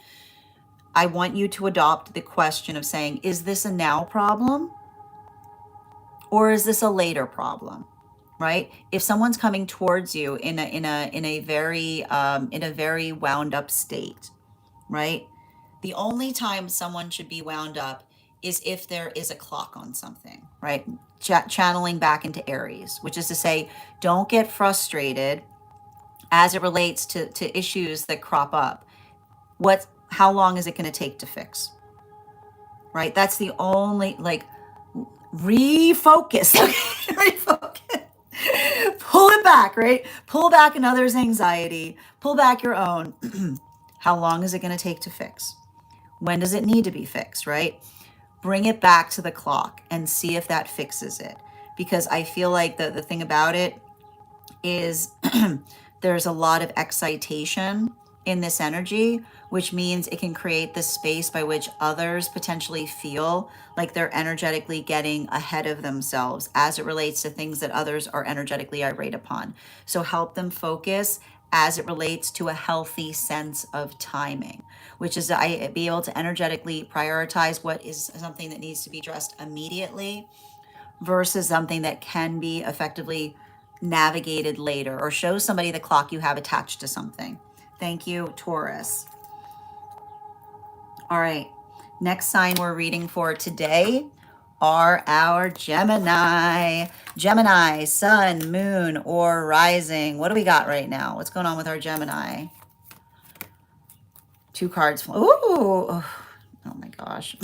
Who's making you decide about things? Here's the thing about it. Like, I gotta point this out. Geminis come here already having healed from duality, as it were. Like Geminis cannot stand, and you have to understand this. Geminis can't stand when another person is trying to create a fake illusion of choice. You will lose the best Gemini you have ever met when you try to say to a Gemini, I need you to decide, right? And the Gemini will literally say goodbye. And you'll be like, where are you going? And be like, no, just, I need you to decide. And the Gemini, right? Gemini will be like, bye. Why? Because it's a false choice, right? Gemini absolutely, you know, that gets so twisted up on how hard others make it, because what will somebody deep in their ego, right? What will somebody deep in their ego do? Somebody deep in their ego shows themselves by constantly making everything feel like it's a zero-sum game between themselves and everything else, right? You have to choose. Right? Like, and that's the thing about it. Like, and here's the thing about it. When somebody says to a Gemini, you have to choose, the only thing you're going to hear is choo, choo, choo, right? And the reason you hear choo, choo, choo, that is the sound of the train that is taking that Gemini away from the situation, because all they hear is somebody like getting up in their ego, right? And it's the engine, like somebody just pouring all of that emotionality into something, being like, you must decide. And Gemini will be like, this is it's like the Gemini will literally roll their eyes and be like, you are making complication where complication does not need to exist. And that is reprehensible, right? Because that is the space of somebody creating an energetic vortex around themselves. And you'll see somebody, right? You'll see somebody in the energetic vortex of themselves and being like, well, why don't you talk to that person? I made them choose.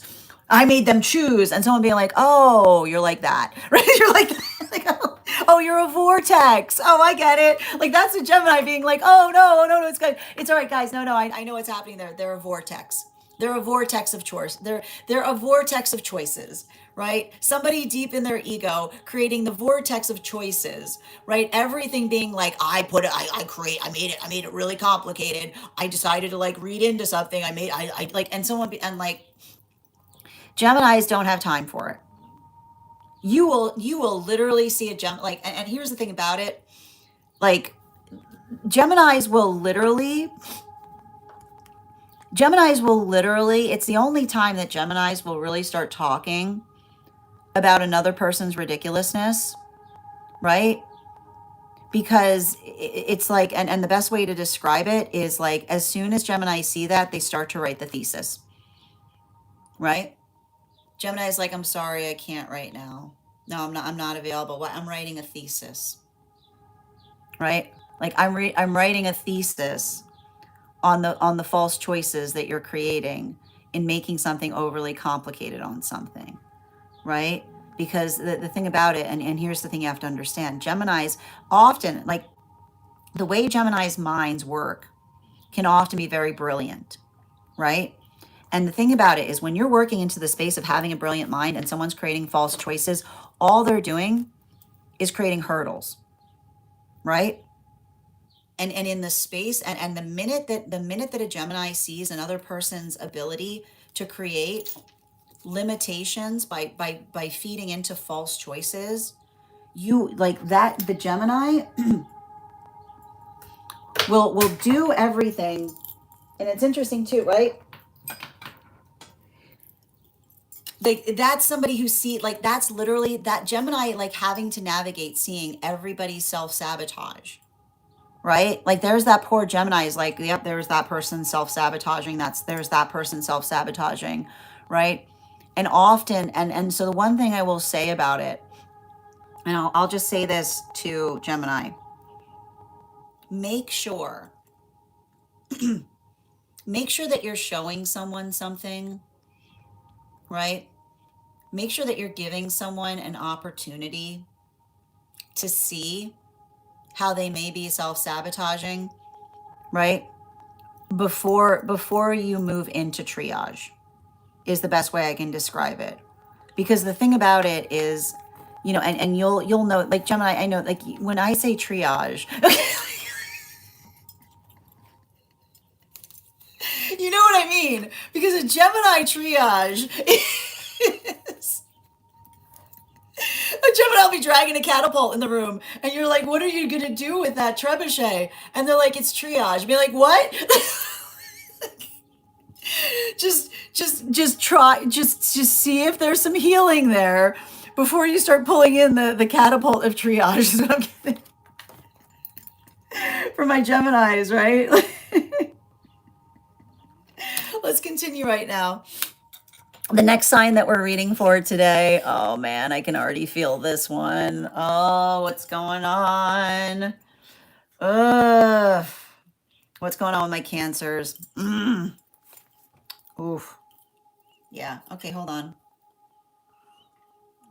All right, cancers, sun, moon, and rising. We're going to...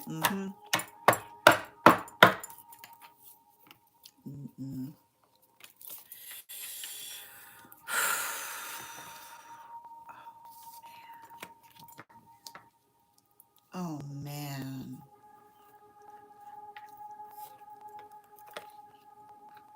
Oh, man. Yeah. It's like that, huh? It's like that for our cancers right now. You know, here's the thing, like, I got to point out, there's something really important that often happens with cancers. And the thing I need to point out with cancers are cancers, you are incredibly good social observers. Cancers, the thing about, there is the best, there is the most quiet cancer that you've got around you. And what are they doing? Right? And I like to point this out. You'll sometimes, a cancer will be in the corner reading a book, right? And I like this. You if you want to know what's going on in a room, you go up to a cancer and you say, "Tell me what you see." And the cancer will immediately tell you everything about every person in that room, right? They will tell you the emotional landscape of every single individual. And the thing about it, and I like to point this out, cancers sometimes do this in the space by which they have an ability to see what another person is going through that nobody else sees. Right? Like, that is what's wild about it. Like, cancers will often literally sit there and they will watch a tableau that is so energetically ghastly, right? That effectively hurts them to the core to see. Because it's not only the fact that they see it, but they understand and observe what another person is going through, right? The full observation of another person's quiet trauma, not the loud trauma, right? Not the trauma that they're articulating upon, the quiet trauma, the trauma of what another person is silently enduring, right? Cancers have this ability to observe those silent endurance moments. And the thing about it is the moment by which cancers, and this is why you'll sometimes see Cancerian energy being someone's champion, right? Like, that's the sound of a cancer becoming another person's champion, because they'll literally sit there and they'll be like, you don't know the half of it, right? Like, and the cancer will be like, you don't know the half of it, because cancers have been watching it, right? And cancers understand, and this is the thing with Cancerian energy, cancers understand we only see half the battles, right? Cancers understand, and cancers get very, right? This is why Cancerian energy, when another person tells, like, and this is why you see, like, cancers are often very cynical, right? Because when another person's like, oh, can you believe it? This is what's happening. Cancers will be like, sure, right? And the reason a cancer will say sure when another person says, can you see what's happening, is because cancers say sure, but they don't mean S-U-R-E. They mean S-H-O-R-E, which is saying, you're showing me the shore. You're showing me what you see that is energetically visible. And cancers make it their purpose to always go deeper, right? Cancers are always like, oh yeah, that's why when you tell us, that's why when cancers hear something, right, they want to say that word, they have to control themselves from saying sure, because they're not saying S-U-R-E, they're saying S-H-O-R-E, right? No, that's just a shore. Yeah, that's the shore of it. Mm-hmm. Surely. Yeah, that's shore. That's shore you're talking to me about. Tell me about the shore that you see, right? And then they'll go deeper into it. but they won't necessarily tell everyone about it. Bottom of the deck. Yeah, right? Because, and this is the thing about it, and I think that there's something important about this with Cancerian energy. This is often what happens when Cancer sees somebody going on and on and on about something is happening, because Cancerian energy is very good at telling the difference between someone in pain and someone broadcasting, right? And the thing about it is, when somebody is looking for an excuse for something, they'll try to cast a very broad net, right? They'll try to cast a very broad net. So, and that's often the space by which Cancerian energy can often attenuate. And this is the thing with Cancerian energy. Cancerian energy can tell the difference between someone who's actually going through it and somebody broadcasting, which is somebody trying to cast a large net to diminish or hide what they themselves are doing that is energetically nefarious or isn't up to standard. So I feel like this is very interesting, because I almost feel like this is like a silent week for Cancers, that not only do they see the full expanse or something, but they're paying very close attention to another person trying to articulate the exact opposite about it. Thank you so much to my Cancers. What do we got right now? And that's like again, that's where I was getting that pain, right? Because it's like, oh, it looks like, yeah, I got it here. It's like that's that pain in the neck, because it's the energy of another person that's trying to turn their neck, right? Like that's what it feels like to a Cancer. Like Cancer is sitting there watching what's happening, another person going, look at this instead. Next sign we're reading for today are our Leos. Leo, sun, moon, and rising. How are we doing today? What do we got here? 3 cards, please. 3 cards for our Leos.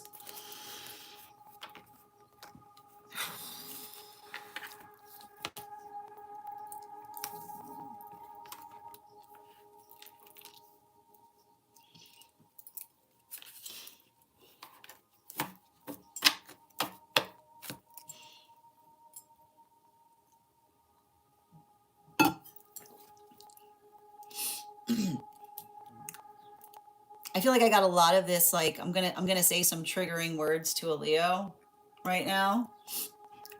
It's fine. It's it's fine, right? And the thing about it, you have to understand, when a Leo says it's fine, never have things been further from fine. But you have to understand that Leos work towards making things fine, right? Leos work towards finding, right? Leos are like, it's fine, because it's about to get much finer. Okay, it's about to get much finer. Right?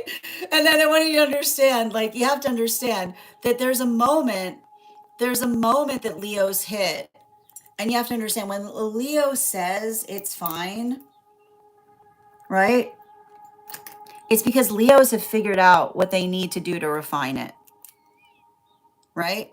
That's the thing with Leos. Like, Leos will sit there and say it's fine, right? Because Leos will often articulate and identify things and be like, and that is the space by which the Leo is able to effectively identify what needs, right? What needs to be adjusted, accommodated, changed, right?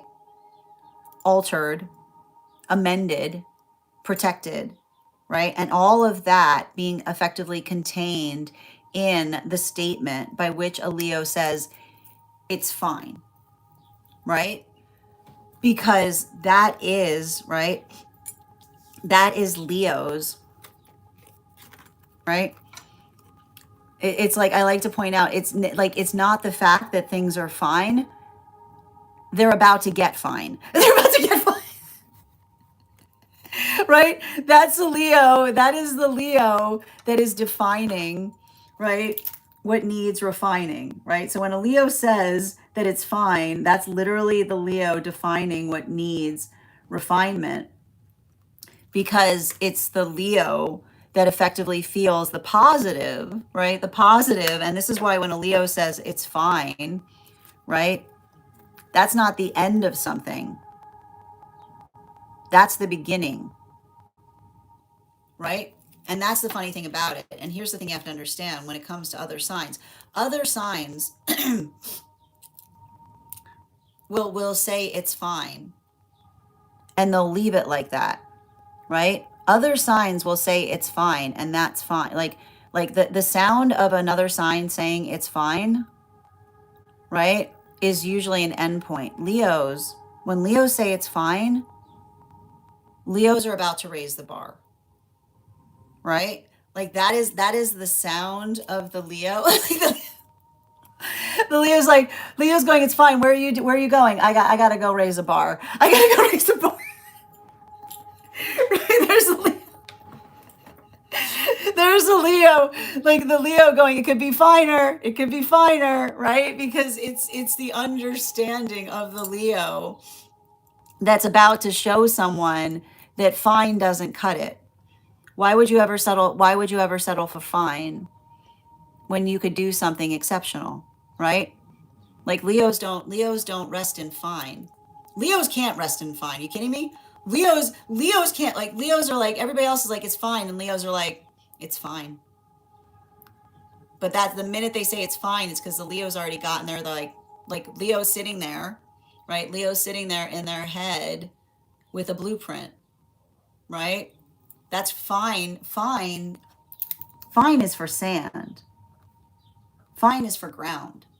Fine is the starting point, right? Fine isn't where it rests. Fine's where it begins. That's for our Leos right now. Next sign that we're reading on is, we've got our Virgos. Virgos, sun, moon, and rising. What do we got here? Woo! Virgo can't answer your call right now. Virgo is on, like Virgo is very similar to Taurus right now, is what I'm seeing. Like this is a little bit different, right? Because I feel like I keep on seeing there's something really important that I'm identifying for Virgos when it relates to being off the clock, right? Because when a Virgo is off the clock, Virgos consider that sacred, right? That's sacred energy that Virgos are often working into when Virgos are off the clock about something, right? Virgos will be like, this is a sacred time when Virgos are off the clock. So I feel like this is almost a lot of Virgo energy, not only being protective about their own, sense of being off the clock, but being protective of others, right? Because what you effectively identify, and Virgos understand this, right? You can't be exceptional, which is if another person is taking advantage of an individual's sacred time, right? It's only a matter of time between that same sense of energetic overstepping will be at Virgo's doorstep, as it were. Like Virgos are very good at recognizing this, right? And so that's why you'll often see, right? That's why you'll often see Virgos. They get very, very energetically overprotective in helping others articulate or be energetically protective of themselves, because it's the condition by which they articulate upon the fact that it's not about, right? And you see even how I'm like reading for this and like I started getting a lot of congestion here. It's not, if we don't speak up for others, right? If we don't speak up on behalf of others, there won't be anyone there to speak up on our behalf, right? when that same sense of audacity, effectively turns up to try to make us effectively feel that like it's saying to me, like, we lose things by energetic degrees. And so that's why I see that. Hold on a moment. Yes. That's why I see that for a lot of the Virgo energy, being very scrupulous, right? Holding scruples for another person feels very much in alignment to Virgos holding on to their own sense of purpose. And this is where I'm seeing a lot of that conversation springing from. It's basically the Virgos trying to articulate and potentially, like, I feel like there's something about that too, which is the observation or the understanding of what it means to be in a circumstance or situation of identifying unified purpose. So I feel like for a lot of the Virgos right now, not just unifying purpose, but being able to identify to another person that they energetically understand what they themselves are going through, or stepping in on behalf of another to energetically perfect and direct something. Bottom of the deck. Yeah, and it's hard too, because I got two bottoms of the deck here for Virgo energy. And I want to point out, it takes a lot for a Virgo energy to get in this state, right? Because Virgo energy often prefers not to make a fuss about things, right? There's the best Virgo you'll ever see, trying not to make a fuss. But I think that it's also the understanding, like, Virgo, you understand you could not make a fuss if you tried, right? Like, Virgos don't make fusses, they leave impressions, right? Like, and I think that that's really important, specifically and particularly. And I think that that's also interesting because I see that potentially occurring as it relates to someone speaking on behalf and behest of another, right? On behalf and behest of another. And the reason I keep on getting this with Virgo energy, and I have to tell you, when sometimes, I want to stress this because, and Virgos, you know this, sometimes Virgo energies sit on a fuss, right? Which is often the space by which a Virgo energy won't make a fuss at the moment that they see somebody taking an energetic liberty, right? Because, right, better, like I keep on hearing, better to see it, right? Better to energetically observe it. And then, right, in the state or nature by which they themselves are able to effectively identify it, right? Like, that's often, like I like to point this out, that's often the energy that doesn't make a fuss at the moment because they're getting ready to make a ruckus later, right? Like, right? Like you'll see a Virgo seeing somebody, like, just seeing another person, right? Throwing, I keep wondering, like a Virgo will literally see somebody like throwing their weight around, and they'll just wait so they can file that report, right? They'll just sit there, they'll just quietly wait, because what they're really doing is they're recognizing, right? They're recognizing when is the right time to articulate upon something is often not the state or nature by which something is happening, because there's a difference between doing something in a moment versus ensuring that it never happens again, is what I keep on seeing. So there's something very important about that I'm energetically seeing. And often it's hard because I feel like for a lot of Virgos, right?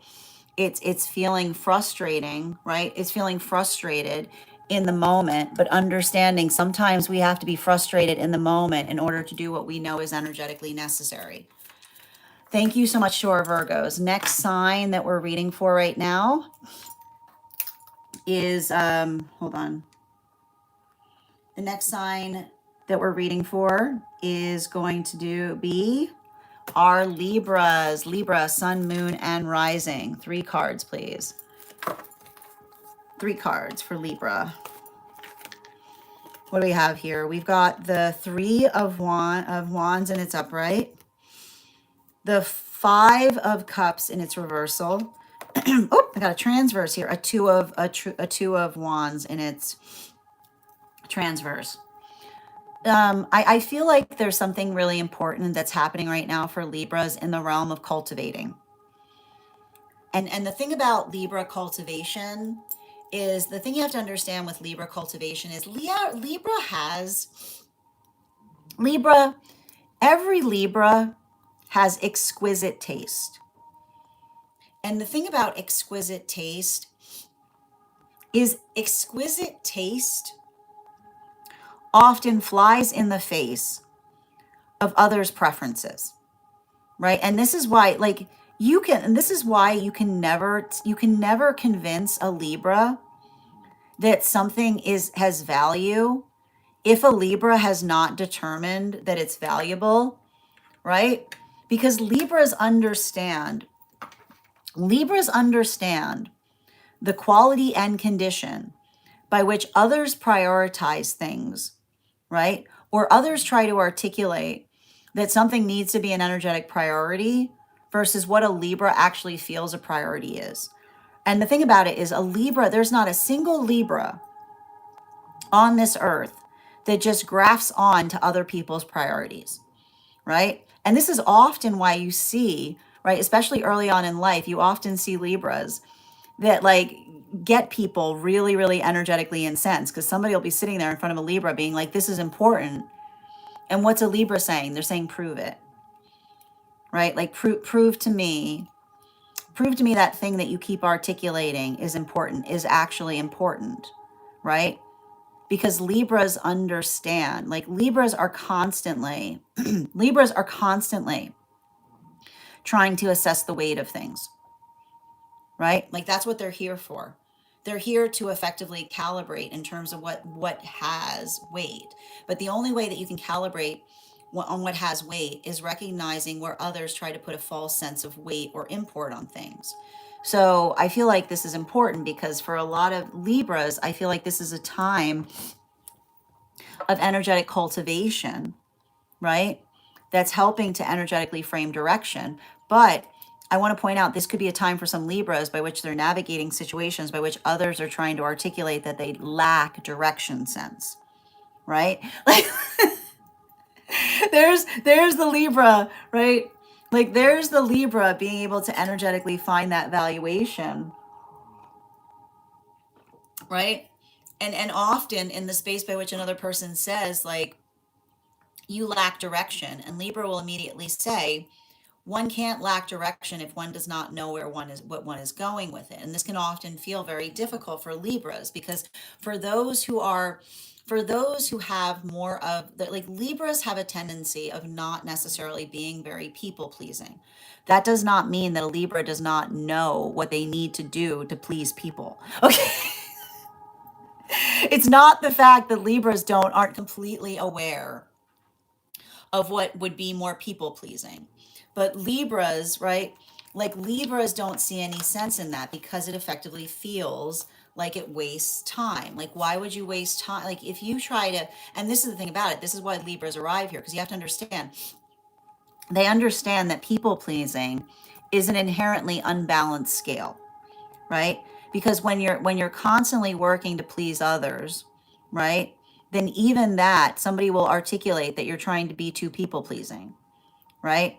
It's like it's impossible. There's nothing you can do that will save you from people-pleasing tendencies until you just recognize and move towards the space of identifying and recognizing what feels best for the self. And here's the thing about it: understanding and identifying that that's not selfish, so long as it's something that you would eagerly or willingly give another, right?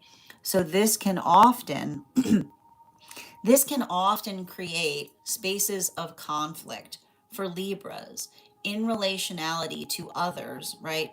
And this is the one thing I'll articulate to Libras going through this. Don't just say to somebody, I don't want to do that, I don't like doing that.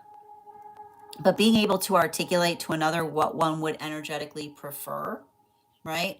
Because it says to me, focusing on a positive rather than a negative. So not saying, again, not going into a negate, like, and this is the thing about it, sometimes a lot of Libras have to work upon their like upon negating, because and here's the thing about it, like Libras don't necessarily to offend when they move into a negation space, because that's the Libra that's doing their best to energetically calibrate, and they're not affected by others' negation. So the ability of being able to instead articulate to another what one would prefer, right, can often help another understand what you yourself are energetically valuing, right? So make sure, if you're going through experiences like that right now, Libra, like think about preference instead of disinclination, right? Think about identifying what one is aspiring to do, or how one is aspiring to move into something, or making energetic suggestions. You know, I feel like that's the most important message for Libra, like suggestions instead of disinclinations this week, right?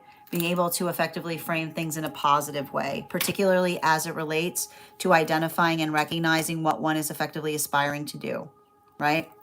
Thank you so much to our Libras. Next sign we're reading for today are our Scorpios. Scorpio, sun, moon, and rising. What do we got here?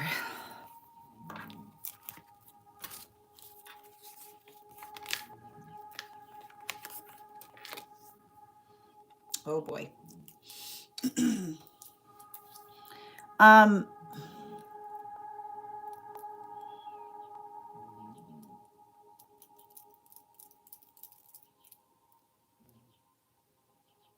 I feel, I don't know. I feel like there's some scorpionic energy that's got a detective hat on something.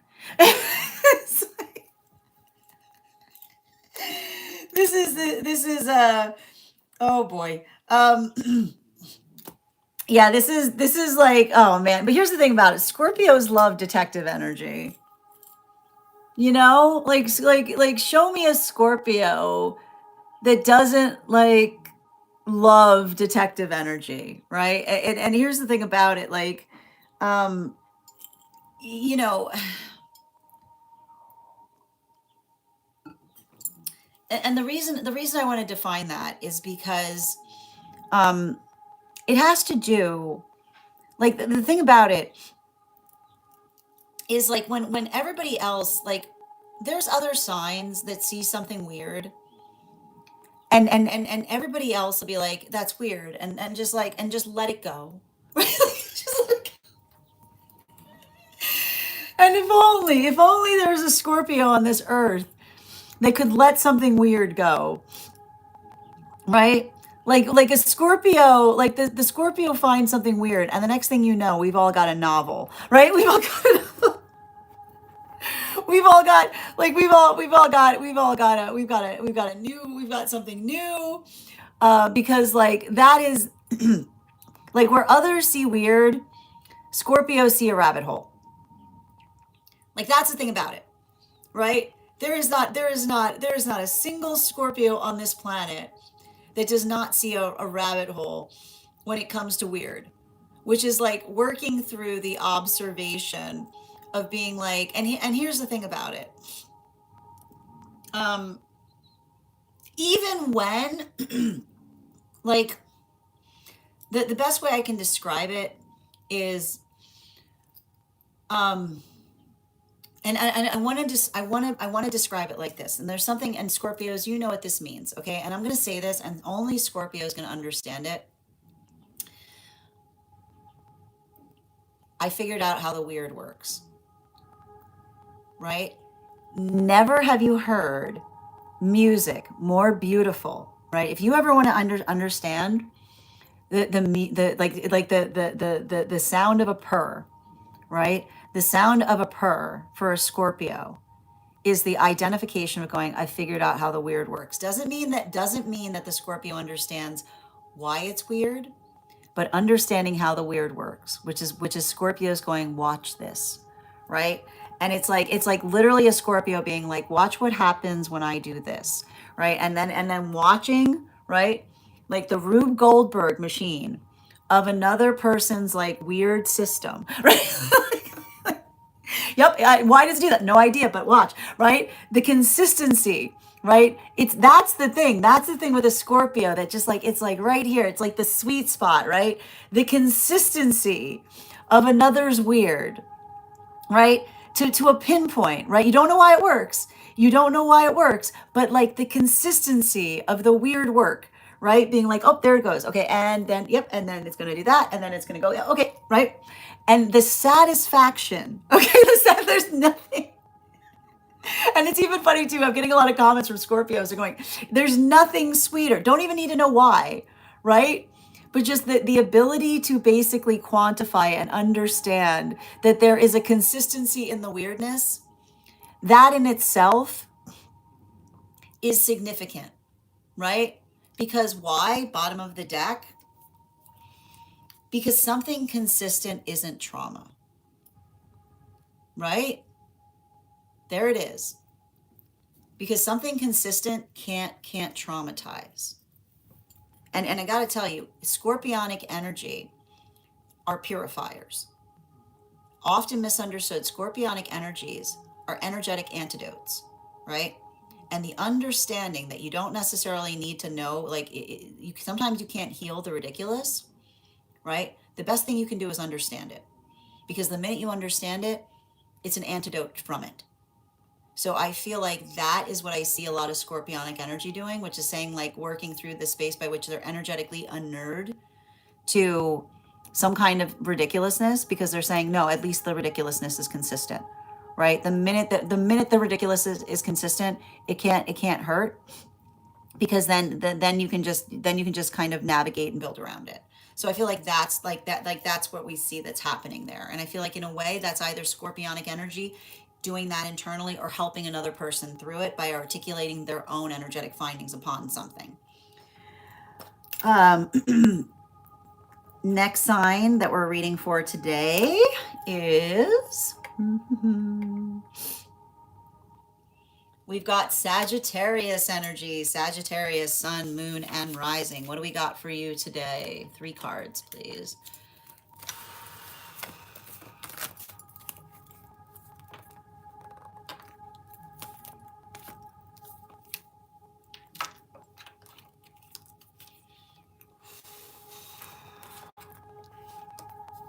Wow.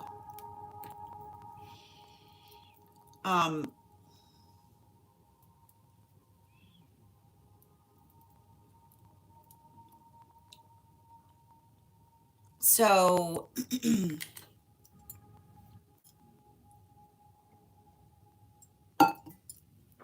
this is some like heavy, stable energy for Sagittarian. And the thing you have to recognize,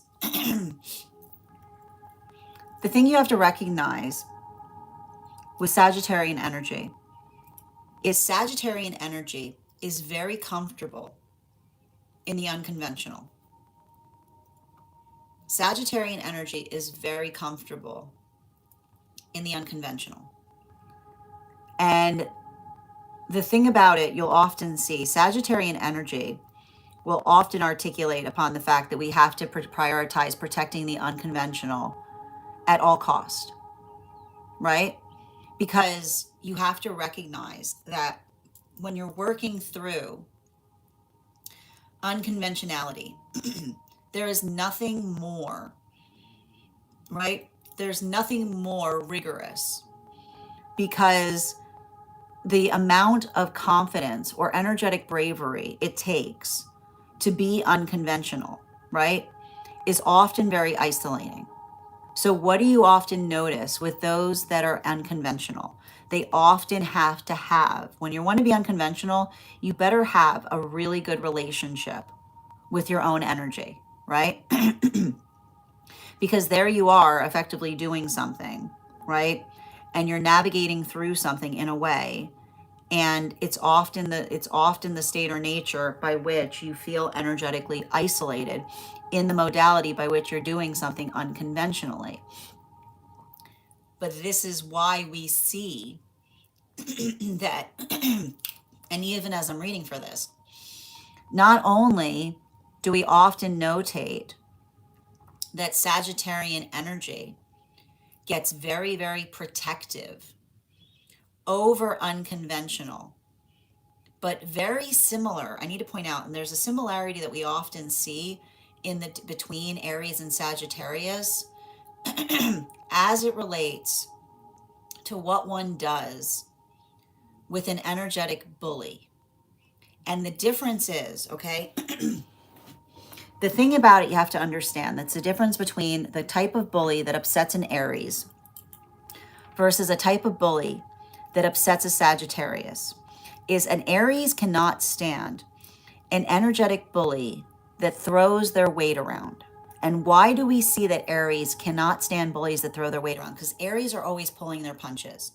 So there's the energy of an Aries who knows without a shadow of a doubt that they are the most dangerous, strong energy in the room, constantly pulling their punch and having to see and observe another person trying to throw false weight around. That gets under the skin of an Aries.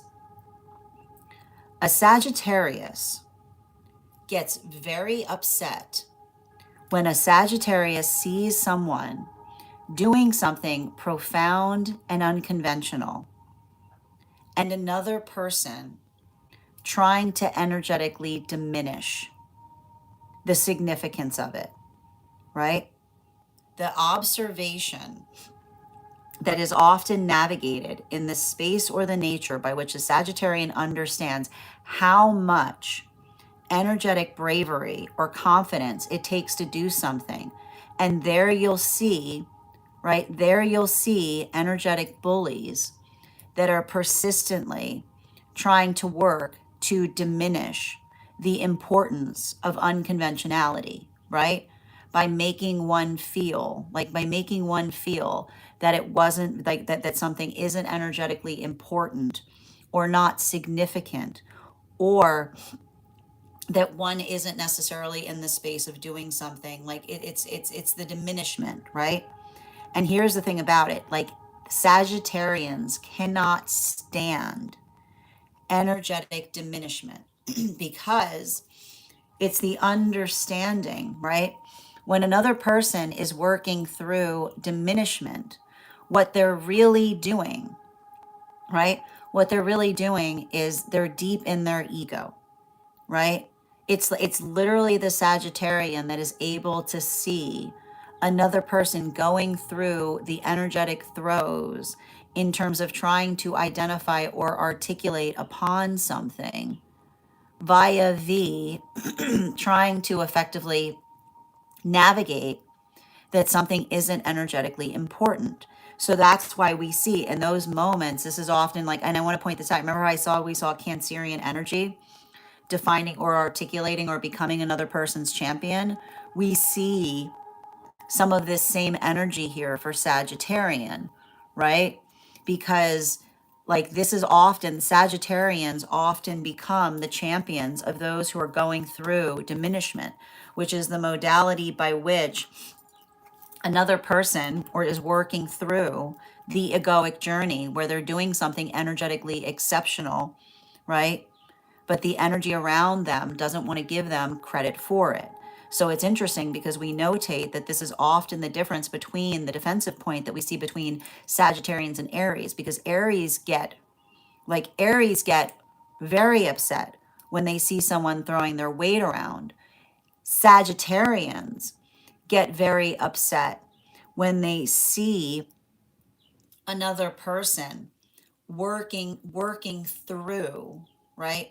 Having another person project their egoic journey on them by trying to effectively identify or recognize that, like, it's giving me like the space by which another person tries to identify that something is not a big deal, by trying to make another person feel less important, or that something that they're doing isn't energetically valuable. So I feel like that's a lot of the energy kind of working through that via the observation. And often though, and I feel like that's the thing about it, right? You'll often see Sagittarians that will say to another person in those moments, well, what like what's your metric? Like, where what do you quantify? Like, there you go. Like, where's like where's your quality, right? Where's your quality and condition? Because those who are deep in their ego don't have the ability to give compliments, right? Like that's basically what the Sagittarian points out. Like, those deep in the ego lack the ability to give compliments because they're just seeing everything from point of insecurity. Continuing to get clarification. Hold on a minute. Next sign we're reading for today is, what do we have here? Capricorn, sun, moon, and rising. What do we got coming through right now? All right. We've got the Death card in its reversal. A lot of Death card in its reversal right now. The High Priestess in its upright. And the Eight of Pentacles in its upright. I like this energy here. These are very good. This is the best reading right now. These cards are lovely for Capricorn.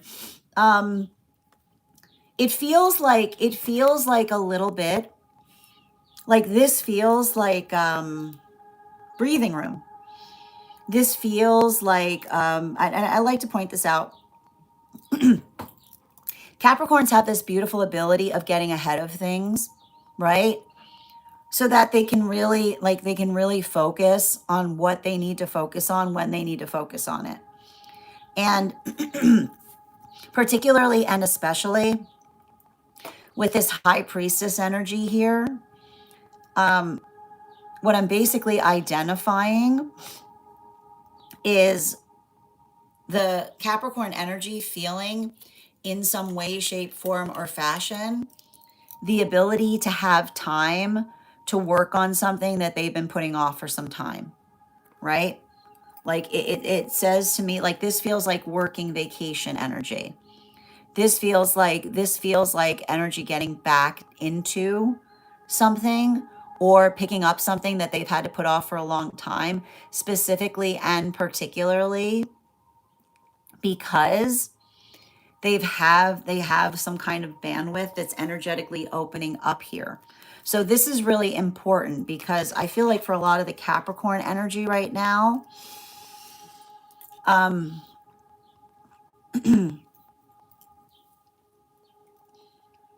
like to point out Capricorns often thrive when it comes into guidance and advisement. Okay?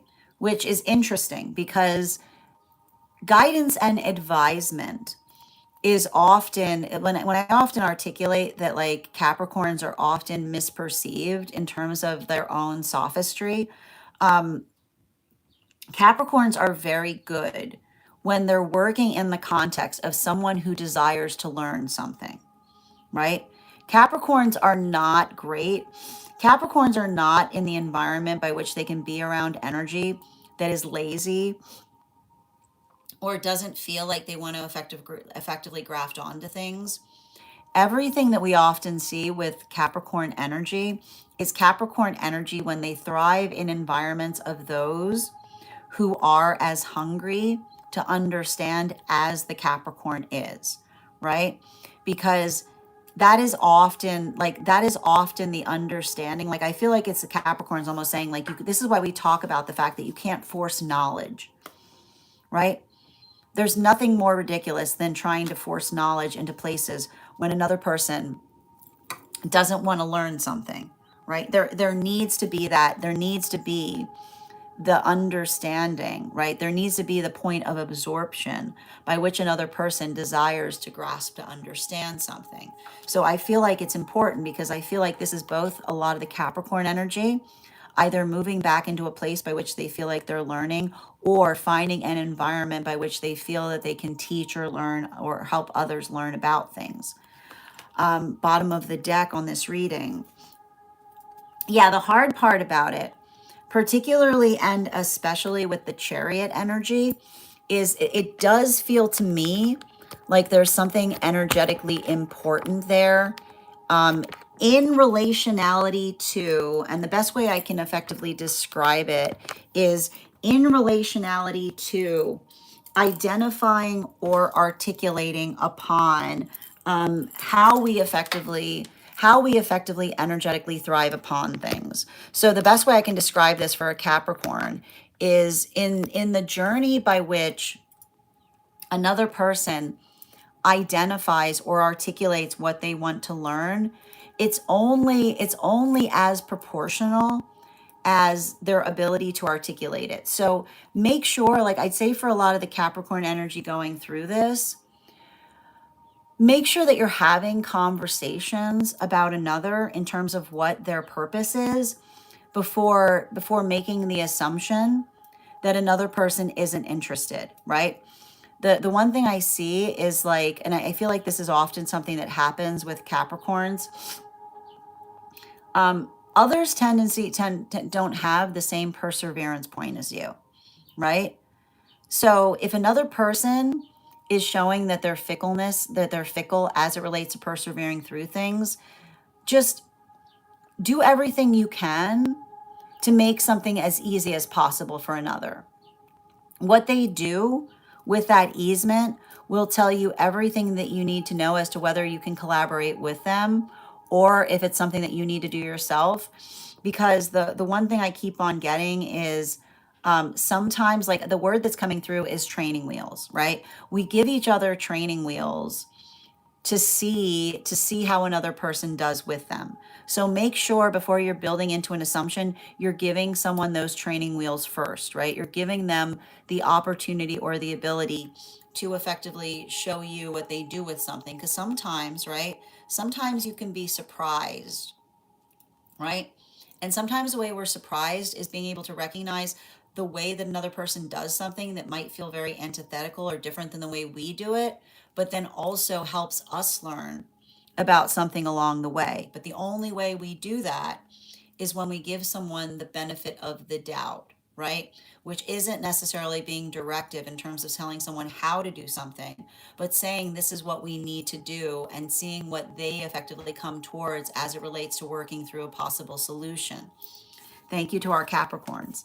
Next sign that we're reading for today is going to be our next sign is going to be, let's see, I'm being very solutions. The next sign we're reading for today is Aquarius. All right, one moment. Aquarius, sun, moon, and rising. What do we have coming through for you today? Oh, one card out already. Two more, please. All right, we've got the Magician card in its upright, the Page of Wands in its reversal, and the Nine of Cups in its upright. Aquarius, make sure that you're not getting too far ahead of yourself this week. And when I say not getting ahead of the self, I mean just recognize and identify what needs to be done when it needs to be done, right? Make sure that you're prioritizing, not just doing everything, because it feels to me, and again, I have to point this out, we've got an Aquarius full moon coming up in Leo season. So others can help, right? Others can help you do things so long as they know they're going to energetically happen, right? Like the ability by which we effectively help each other is by effectively helping people see what's happening long term. And this is why we identify the fact that Aquarians are not necessarily very keen on surprises, right? But understanding that this is also why we plan, because if you don't like surprises, right? Then understanding that even something nice happening without preparation can almost feel like it's energetically devastating, because whether something is a surprise or not is not, you can surprise someone ahead of time by articulating that there's something nice happening without effectively traumatizing them, by being able to articulate and define what they can effectively look forward and look ahead to. So making sure, like, make sure that you're laying that timeline out, or make sure that you're taking some kind of big project and moving it into smaller pieces. Because the thing about it is, especially with this Magician card, as well as the Nine of Cups, this can often articulate to experiences by which there's a lot to do, right? This can feel like a very fertile time for a lot of Aquarian energy, but this is often why sometimes for those with Aquarian placements, when there's a lot of opportunities, it can feel very much like juggling. I want you to recognize that, like, if you feel like you're going through a moment by which the opportunities are coming so quickly that you don't necessarily have time to grasp onto all of them, please remember that's a sign of you moving towards your manifestation goals. That's a good thing, right? That it's not the space of feeling like you have to effectively hit every mark, but doing everything you need to do in the most prioritized way in order to effectively move towards things. So I feel like it's interesting, because while I see a lot of the other signs right now kind of coming into a restive state, this could be identifying to a lot of Aquarians right now some kind of feeling of moving into a lot of hyperactivity, or moving into a space of trying to move very quickly, that for other signs might be navigated from a point of excitation or delight, but sometimes for Aquarians can feel a little bit more stressful or panic inducing. Bottom of the deck on this reading. Yeah, if something, everything is achievable with the right plan, right? If something feels, if somebody's coming towards you asking you to do something and you don't feel like something is allowing you to do it in the best way, identify, reposition what is attainable, right? You don't necessarily need to say no, but being able to help another person know what you can do instead can often create the space by which you're building solid ground. So make sure that you're setting reasonable expectations in terms of what you are effectively delivering, or what another person can expect, because that is how, right, when we talk about surprises, there's no context by which we should ever feel surprised, because it just is like, as long as we're keeping each other apprised, right? So no surprises, just apprisements, which is being able to help and identify and recognize to another, like, what feels achievable and reasonable versus what might not necessarily be navigable or possible. So just make sure that you're doing a lot of work this week in terms of communicating to others, in terms of what your calendar is or what you're effectively planning to do, to avoid anything energetically confounded, especially and particularly with the fact that we've got that Neptune retrograde on top of the Mercury retrograde, and we're moving into an Aquarius full moon in Leo season, which is understanding that the way that we effectively allow dreams to come true is by being able to articulate and identify what, like, how things can become possible.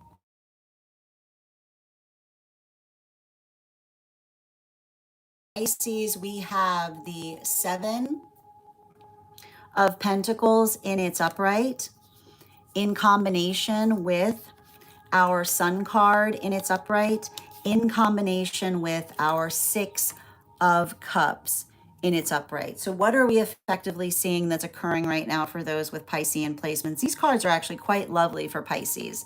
And the thing I'm identifying right now, these are actually probably the nicest cards that we've pulled all day.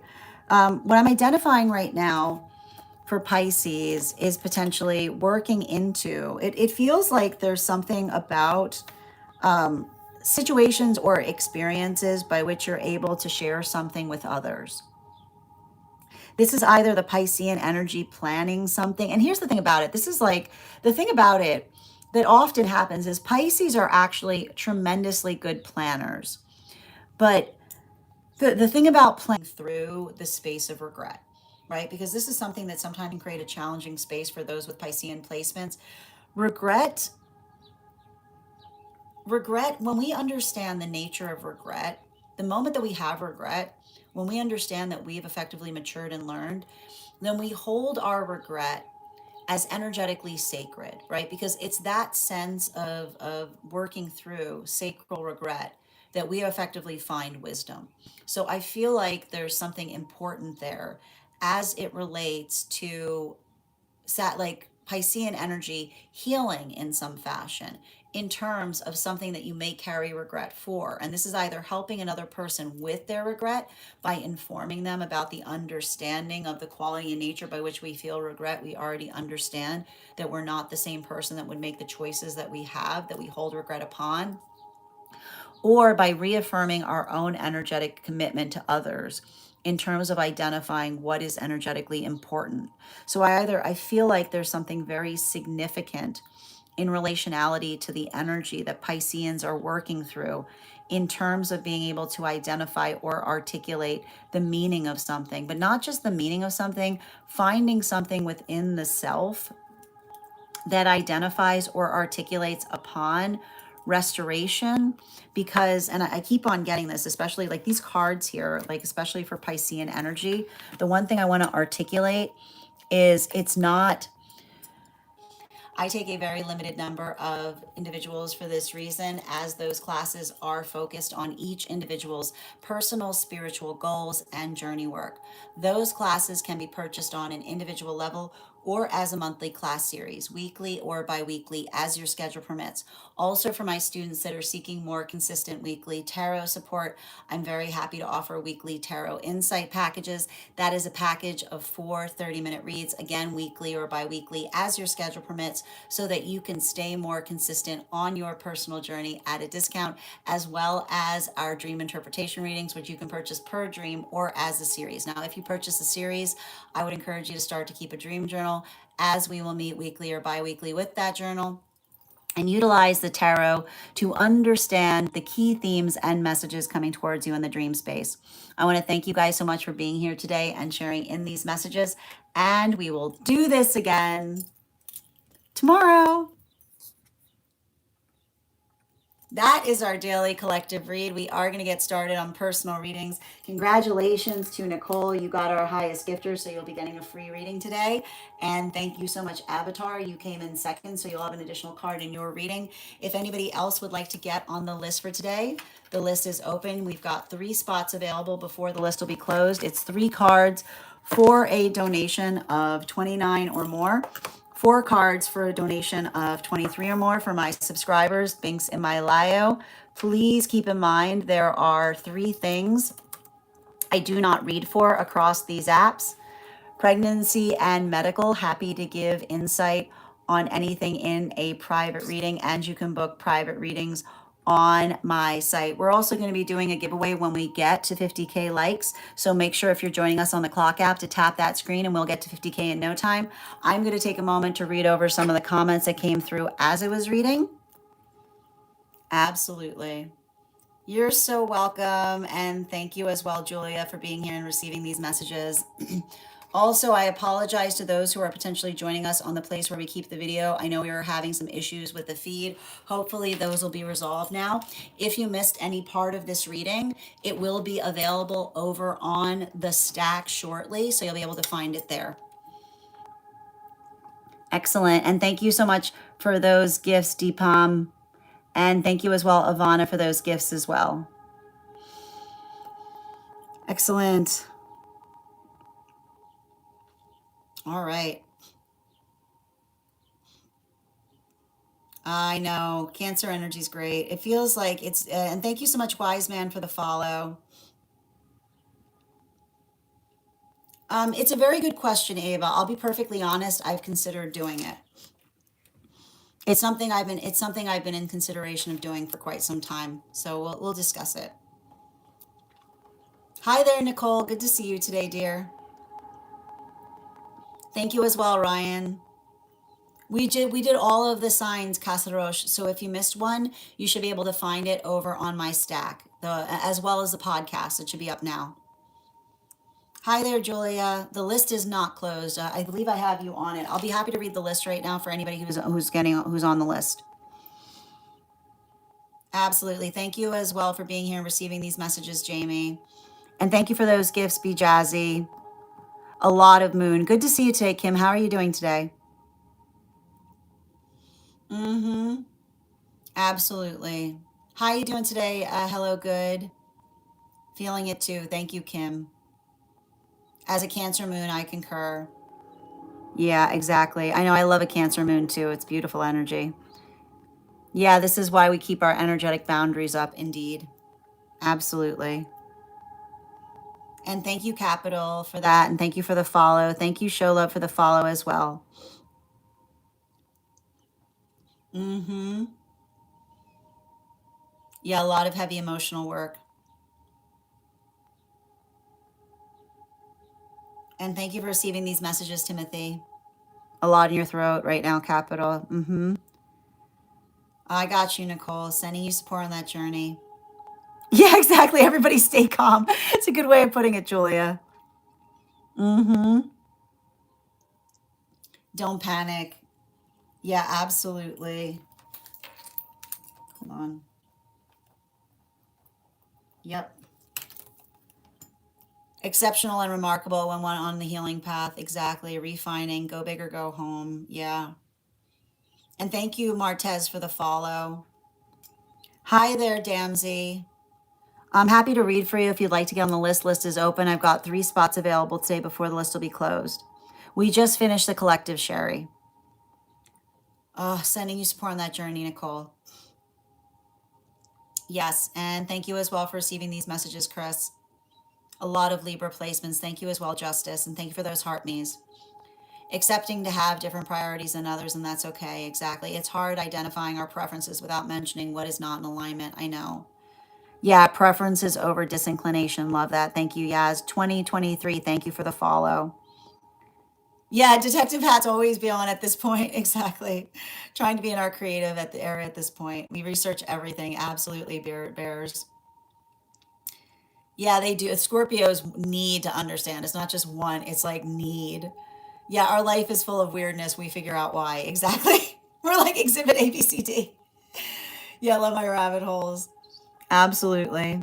Mm-hmm. Yep, wading through the mess. I can stand by. Oh, that's wild bears. Mm-hmm. Yep. Yeah, it is quiet. I mean, it is quiet today. Hi there, Day. Yeah, you've been witnessing that too with your Sag. Thank you for confirming, Day. And Princess, thank you for sharing the live. Vicky, thank you for reposting. You're so welcome, Ella. You're so welcome, Day. Thank you for those hashtags, Nicole. And looking forward, thank you for the gifts. Looking forward to our reading. Mm-hmm. Absolutely. As soon as I saw the sun card for Pisces, I knew it was inner child healing. It feels like it's a long time coming, though. Like what I'm identifying there with Pisces is like it's either Pisces helping another person through their inner child healing, which is healing their inner child, right? It's like it's the feeling of something having a purpose that's reaffirming something to Piscean energy.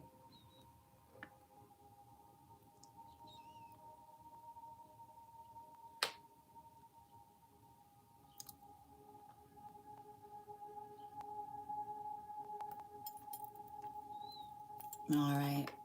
And I need to point out, so Zefenoth, I need to point out, like, I've got a very strict rule here in relationality to not creating a fear-based mentality. And I need to point out there should be nothing that makes you feel that you need to suffer, right? Like the if you're working like even in terms of like you're articulating upon Yahshua never said to suffer. Yahshua said to be the source of each other's healing, right? Which says that we work in the service of creating joy, not just for ourselves but for those around us through acts of kindness and generosity, right? So I want you to kind of make sure that you're staying firmly grounded in that, not feeling in some way, shape, or form that you have to effectively torture yourself, right?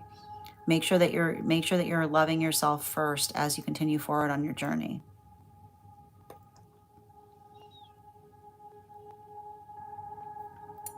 Mm-hmm.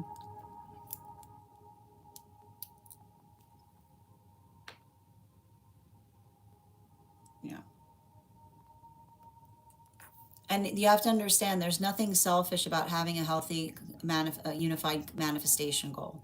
Like that's effectively what Joshua was teaching us. So long as you're moving in a space by which you identify purpose that is energetically shared, then that is moving into the space of virtue. So I hope that that helps you find healing, especially if you're in some kind of state or space of pain right now. Make sure that you're prioritizing taking care of yourself so that you can be beneficial not only to yourself but to those around the self. How you doing today? What's up, Escape? Hi there from Scotland. You're a Capricorn. Oh, welcome. Well, we had a really good reading for Capricorns today, Bon. How you doing, Kay? You don't even like fine point pens. That's hilarious. You're so welcome, Escape. And welcome, Shane from the UK. How you doing today, Drake? Yep, absolutely. Yeah, Virgo moons always need to find out. I mean, it happens like Virgo moons are like, the thing with Virgo moons is like, it's understanding that like when like it can always be more perfect, right? Like we have to allow for the context by which perfect is a destination, it's not a location. Mm-hmm. Absolutely. Oh, thank you for subscribing, Nito. I appreciate you. Absolutely. I'll stop believing it when it stops proving to be true, 25. Absolutely. Good to see you today, Daniela. How are you doing today? Thoughts and character, Baba? Thoughts are ideas we have in our head. Character is what we do with those thoughts. I think that's pretty easy. It's pretty easy to define. How are you doing today, Peter? All right. We are going to continue right now. How are you doing? Thank you so much for those hashtags, Nicole.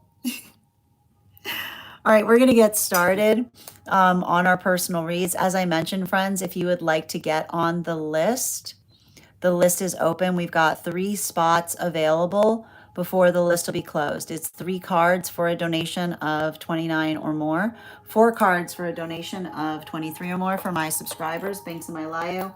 Please keep in mind there are 3 things I don't read for across these apps: pregnancy, medical, and legal. Happy to give insight on anything in private readings, and you can book private readings on my site. The first person we're reading for right now is going to be Yaz. Yaz, if you're here, can you respond in all caps? Let me know if we're doing a general reading or if you have a specific question you would like me to answer. Excellent. All right. Dream on the disco, starting right up with a dream interpretation. Love it. Yep, absolutely. And before we continue with our dream interpretation, let's warm up those intuition muscles with an intuition check. I've got the animal oracle cards here. We're going to count back from 10, and when we get to 1, I will reveal the card. 10, 9, 8, 7, 6, 5, 4, 3, 2, 1. We got the blackbird. We will do that again after the next reading. Okay, one moment, please. All right. And I'm just pulling up your question here.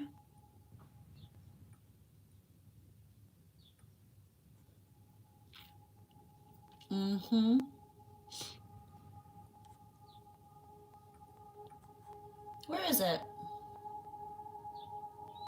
1 second.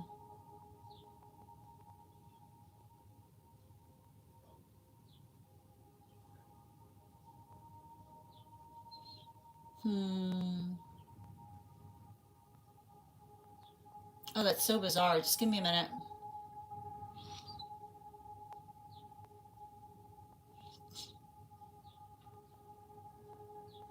There we go. Okay, got it.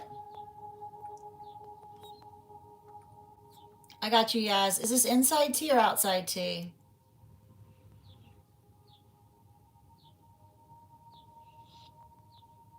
Okay, thank you for confirming. It looks like it's outside tea. Yep, I got it here.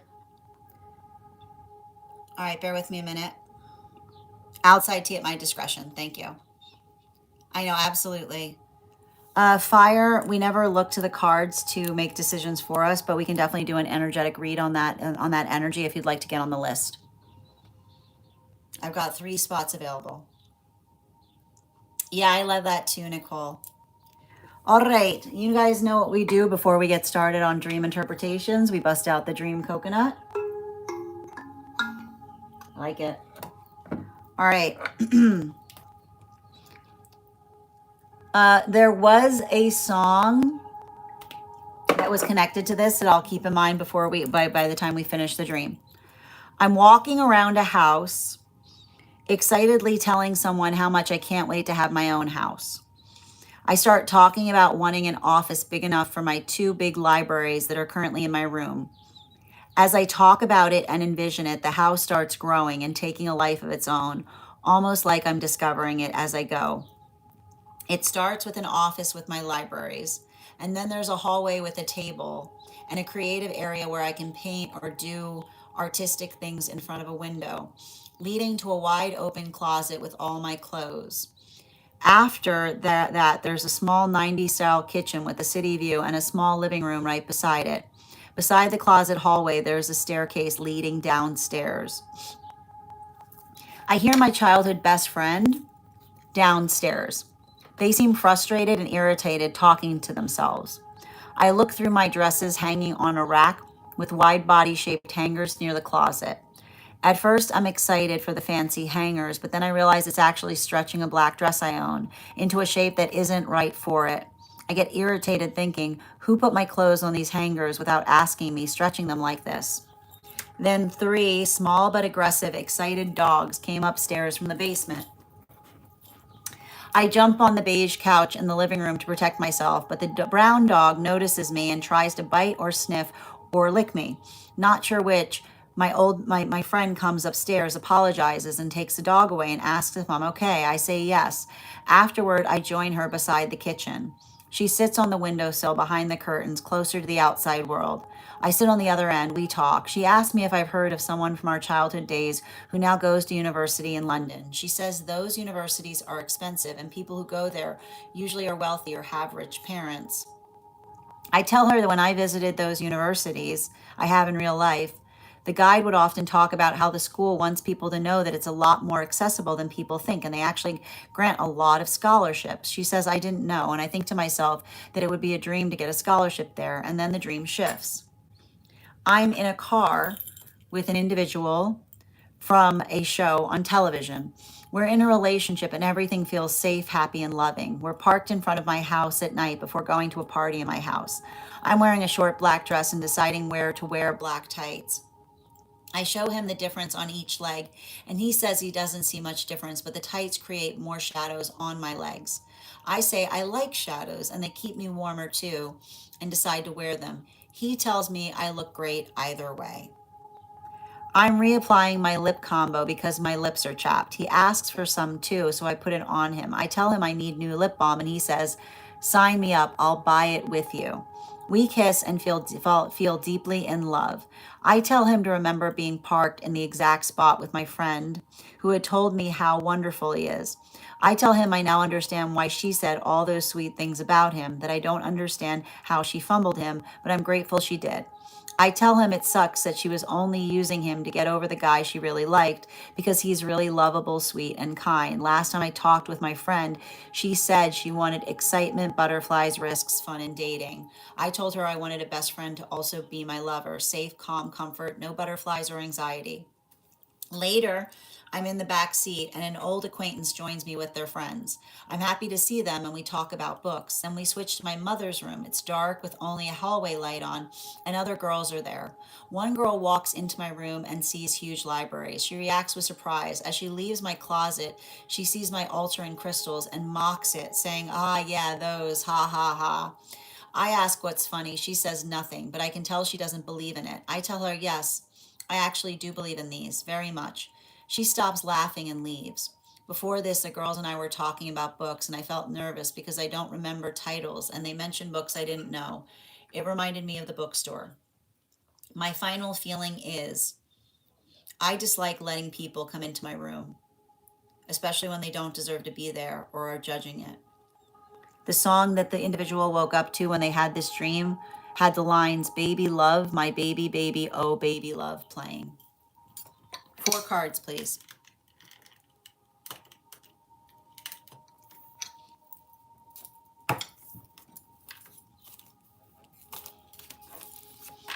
All right, the dream is about manifestation goals.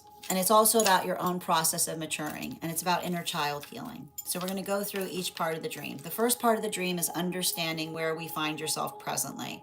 And it's understanding what potentially happened in terms of understanding the difference between the fact that you said a childhood friend versus a friend you have presently, right? Because if the clearly the clarification point is you're not as close to them as you used to be, and the dream gives us indications as to what was happening that caused that rift between you. You're basically in the space by which you're working on manifesting, you're working towards your manifestation goals tenaciously, right? Which is the fact that you're walking around your house and you're excitedly telling someone how much you can't wait to have your own. But even as you're talking and walking through that office, you see the house is changing, right? So it's the understanding that you have the point by which you're not afraid to tell others what it is that you aspire for. Because not only do you have the confidence in stating it, but you recognize and identify that by talking through manifestation goals, you basically are able to refine the manifestation goals, or the manifestation goal is able to refine even further. So, this is why we see that you're much more easily accommodating in terms of telling others about your manifestation goal, because you notice the quality by which, as you describe the manifestation goal, you're comfortable with the fact that the manifestation goal may change, right? And so as you talk about it and envision it, you literally see things changing around it. So you're talking your manifestation goals into existence. You understand that the way that we effectively identify and articulate something is the confidence by which we're working to bring it about. And so having manifestation goals, the first thing you need to do is have the confidence to articulate that there's something that you aspire to do. Now, this starts, and in terms of you identifying the fact that you said, and we even see here like the aspiration of what you see your future to be, which is a space that holds a lot of library, right? So this is you effectively really prioritizing the attainment of knowledge and also being able to pursue creativity. So we've got a simple manifestation goal here. You identify through the articulation of your manifestation goal that your priorities for attaining it, and a good manifestation goal has a good purpose to it, right? It's not just the fact that you want a library. You want a library because it shows you in the desire of having a library, it shows you the fact that you prioritize knowledge, and the space by which you say that you want to create and do things at your window, right? The fact that you want to draw at your window is understanding that creativity leads to new possibilities, right? The things that you might see as you're pursuing something creatively that you could not see before, leading to a wide open closet with all of your clothes. Now, you identified that there was a small 90s style kitchen with a city view and a small living room beside it, which is meaning, right? You understand and recognize that in order to pursue some things, other things might need to be put, right, less important, right? So there we see, right? That is you identifying the recognition of understanding what it means in terms of striking a healthy balance, which is you saying there's still a kitchen there, but you don't need a big kitchen, right? You're almost able to accommodate for the fact that the kitchen might get smaller if you're putting more room to the library, right? So this is you being able to identify the fact that you understand what's rational and reasonable as it relates to a manifestation goal in the space by which it's not you navigating grandiosity, right? You're not being over grand, because you're qualifying the fact that you understand that the kitchen might need to be smaller to accommodate for all of the space that you want to prioritize with the library. So this is you actually understanding that there's something very realistic about your manifestation goals, because you understand that what you're prioritizing, but also what effectively might need to be scaled down to offer more of those possibilities. And then you said that beside the closet hallway there was a staircase leading downwards, because the closet is the self. The closet is how you perceive the self. So the closet that is related to the staircase going downwards is the understanding of all the shadow work it's taken you in order to reach that point of personal attainment. And what do we find in the shadow work? We find this friend. And what do we see that you identified with this friend? They were irritated and frustrated, talking to themselves, right? Now, this is what you noticed. Remember how you're upstairs, right? And you're talking aspirationally, right? There you are talking aspirationally. And this is potentially showing where you and them had the rift, because you can't talk aspirationally with someone that's persistently putting too much doubt on their self and their own capabilities, right? And they were irritated. They were frustrated and irritated as they were talking to themselves. So you recognize the quality by which something that they were communicating to you, right? We can only love in accordance to how much we ourselves love ourselves. So the space by which you identified that they would talk frustrated and irritated to themselves, you may have felt those situations by which they tried to project that upon you. And what did you see there? You said you looked through your dresses, which was the space between you and them, and you saw that there were these large shaped hangers near the closet. And first you were excited about them, but then you realized they were stretching. They were stretching the black dress you owned, right? Which is potentially situations and circumstances that were coincidental, right? Things that were happening that you could not necessarily control. And another person potentially tried to read malintent into them, right? So somebody who had a tendency of taking something that was incidental and trying to articulate that you did something on purpose. And the fact that that shape wasn't right was potentially seeing some kind of quality or characteristic by which another person wasn't necessarily giving you the benefit of the doubt.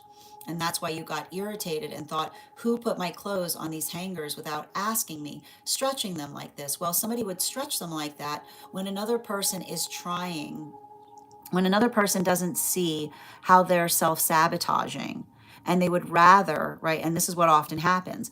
Somebody who is often self-sabotaging can often be the space by which they try to articulate that if everything isn't directed towards them, it's because another person is energetically keeping them out of things. I want to point out there was a ladder there. There was nothing stopping that person from coming upstairs. But instead of them coming upstairs with you, right? What were they doing? They were reshaping your black dresses, which is the space by which, again, things were happening potentially coincidentally or incidentally, but they were always reading into, right? They were always reading into nefarious intention where there wasn't any intention occurring. And in that way, they were self-sabotaging, which is why they couldn't necessarily have access to the top floor where you are. Now, this brings us to, you then identified, right? And then we're going to build further into this. So what effectively happens in the quality and condition by which another person isn't prioritizing their energy? They potentially allow those around them that aren't being necessarily respective of it. And this is reflected by the fact that you notice that there were these 3 excited or agitated dogs that came upstairs from the basement, right? And that is the state or nature by which you identified that you said you jumped on the beige couch in the living room to protect yourself. But one of those dogs noticed you and tried to bite or sniff or lick you, because it's understanding, right? And this is what we effectively identify when we are not being energetically respective of ourselves, right? When we are not being energetically respective of ourselves, then the state or nature by which we sometimes allow those to us who lack boundaries. So you saw potentially a tendency where the individual themselves used to have a low self-esteem And in the space by which they were having a low self-esteem, they were allowing those around them that lacked all boundaries. And that's why the difference of the fact that they felt like those were their, right? Those were their energies. But when the energies were coming towards you, it felt like they weren't being respective, right? And you saw that that person came over to you and apologized and tried to take those dogs away and asked if you were okay. And you said yes, but yes, you're okay. But you observed that tendency, right? Because what often happens, and we talk a little bit about, like we have to talk about this, is one of the things that we talk about when we're being respective of our energy is what we identify as energetic hygiene. And energetic hygiene is best articulated by energy that is respective and receptive of the fact that they are energetically connected to us. So this may have been situations or circumstances by which not only did you see a tendency of another person not being respective of themselves, but others that were taking liberty in those energetic connections and potentially coming towards you in ways that you yourself did not find energetically appropriate, specifically because you have worked towards, right, your respect of yourself identifies what you effectively tolerate and navigate as it relates to the way that another person is energetically treating you. And this is the thing about it. It's not our place, right? It's not our place to look at someone and say, why are you allowing someone near you that treats you like that? But the space by which it becomes our issue can often create situations by which we have to energetically separate ourselves. And this is often the frustrating situation. Why, right? Because it's the fact that they lack boundaries that brings energy to them that isn't respective or receptive, that you yourself potentially felt like you had to distance yourself from. And then going further, you identified that you went to join them in the kitchen and they sat by the windowsill beside the curtains closer to the outside world.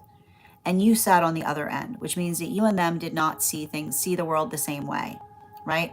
And you're talking. And what do they ask you? They ask you if you've heard from someone from your childhood days who now goes to university in London, right? And immediately, right, they put self-sabotage there. And why do they put self-sabotage there? Because they identify and articulate the fact that there was something about that energy doing something that was energetically inaccessible to them.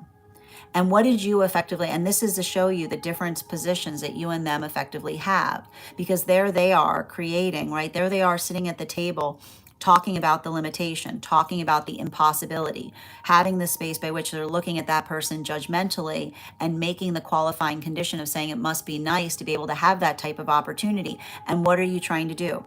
You're trying to clear their energy. You're trying to clear their energy by saying, actually, your assumption is incorrect, that you actually have the information that by which it is accessible to them, right? That there's something there that could be a possibility. But what do you see is happening in the space by which you're trying to clarify to them? You're recognizing or identifying the fact that they're limiting their perspective, right? Because they're lacking the energetic confidence. And when we're working through, when we lack confidence, it's very easy, if we're not recognizing the fact that we have to heal our self-esteem, to move into a space of bitterness in terms of feeling like something isn't available to us, failing to recognize that that everything is available to us. We just need to clear the self-esteem that tells us that it's not necessarily possible. And it's not to say that everything's possible, but we work towards possibility. We don't stop ourselves, right? We don't stop ourselves before we effectively understand or investigate what is potentially available. Now, this is the shape, and this is why you potentially had to move away from someone, because their limited perspective may have felt like it was detrimentally impacting you, right? Because it's the detriment of their limited perspective that wasn't allowing you to see eye to eye with them, which is why you were sitting across from them from the table. This then brings you into the space by which we see that was you working towards the ideal life, right? And so this is you working towards the ideal life with it while having distance from someone who's ruminating upon the life that they wish they could have had, but that they often articulated upon a shortcoming instead of effectively trying towards it. We now move into the relationship perspective because we see an individual that you identify as what would be identified as the manifestation goal of an ideal relationship, right?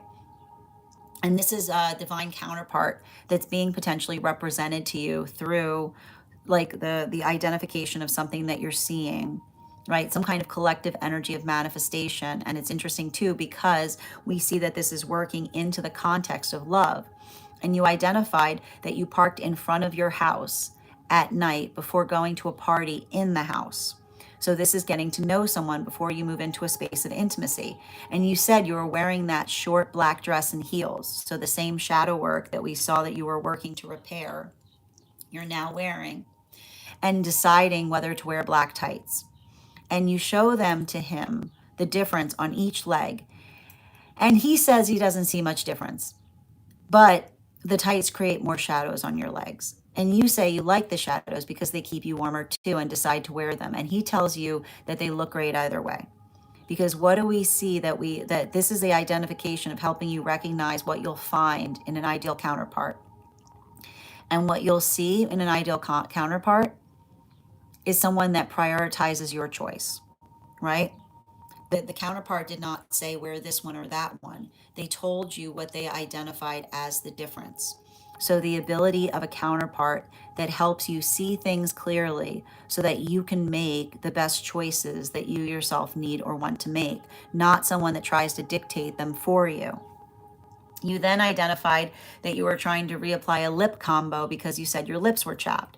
And they asked for some too, and you put it on them. And so again, this is somebody who is confident enough that they can navigate you trying to care for them. Because when we're too insecure, right? When we're navigating, when energy is too insecure, then it doesn't allow for the amplification of care, because another person often feels that being cared for is effectively being feminized. So we see that this is a counterpart that's very comfortable in their feminine energy, in the space by which they've healed, because they're willing to receive care for you and not feel energetically insecure by receiving it.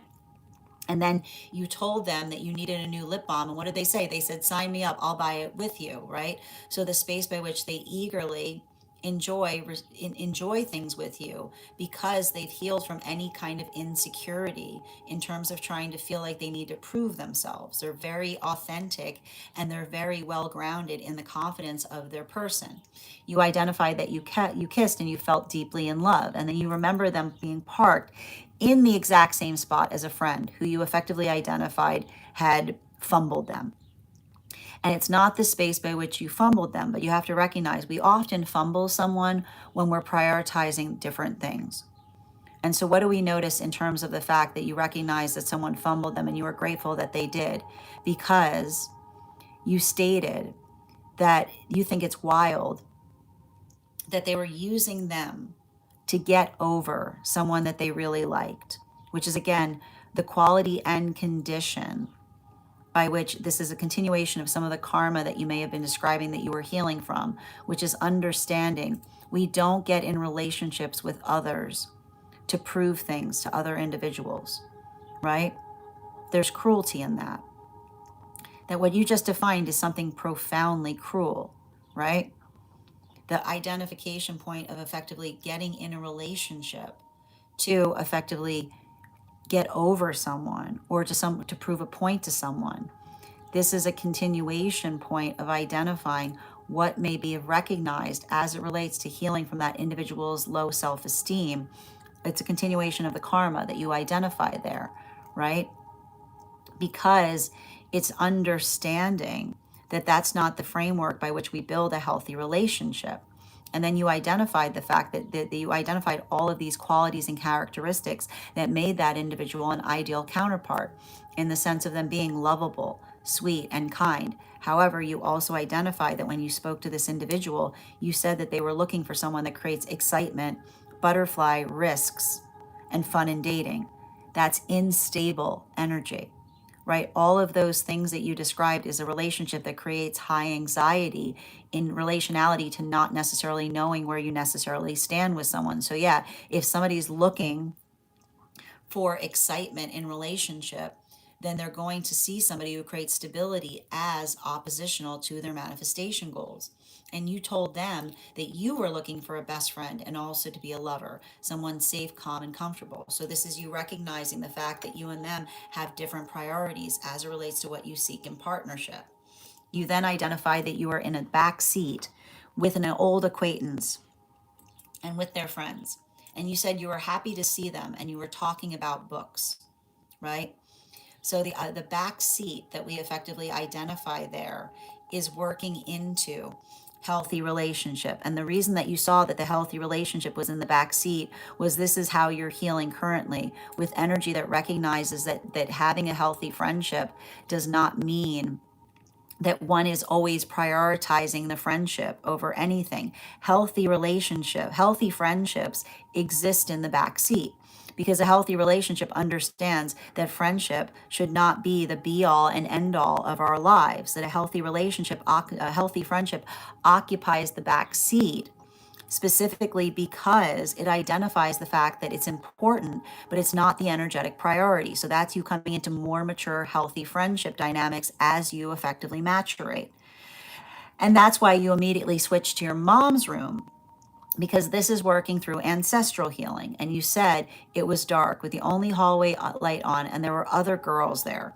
And you identify that one girl walked into the room and saw huge libraries, and they reacted with surprise. Now, this is where we see some energetic shadow work occurring. Because and I want to point out, when we see shadow work, sometimes the energy by which the shadow work is revealed isn't necessarily what we're receiving from that person, but it's being shown to us because we can understand the full capacity of what we're healing from. This entire dream was about navigating healthy priorities, and we don't need to have the same priorities in order to respect them. So what do we see this person do? They come in, they see all of this library, and they react with surprise. And as they leave the closet, they see your altering crystals and they mock it, right? They say, ah, yeah, those, ha, ha, ha. And you ask them what's funny, and they said nothing because you can tell that she doesn't believe in it. You say to her, I actually do believe in these things very much. And they stop laughing and leave. Now, this is also understanding and recognizing that those who fear things will often try to mock them.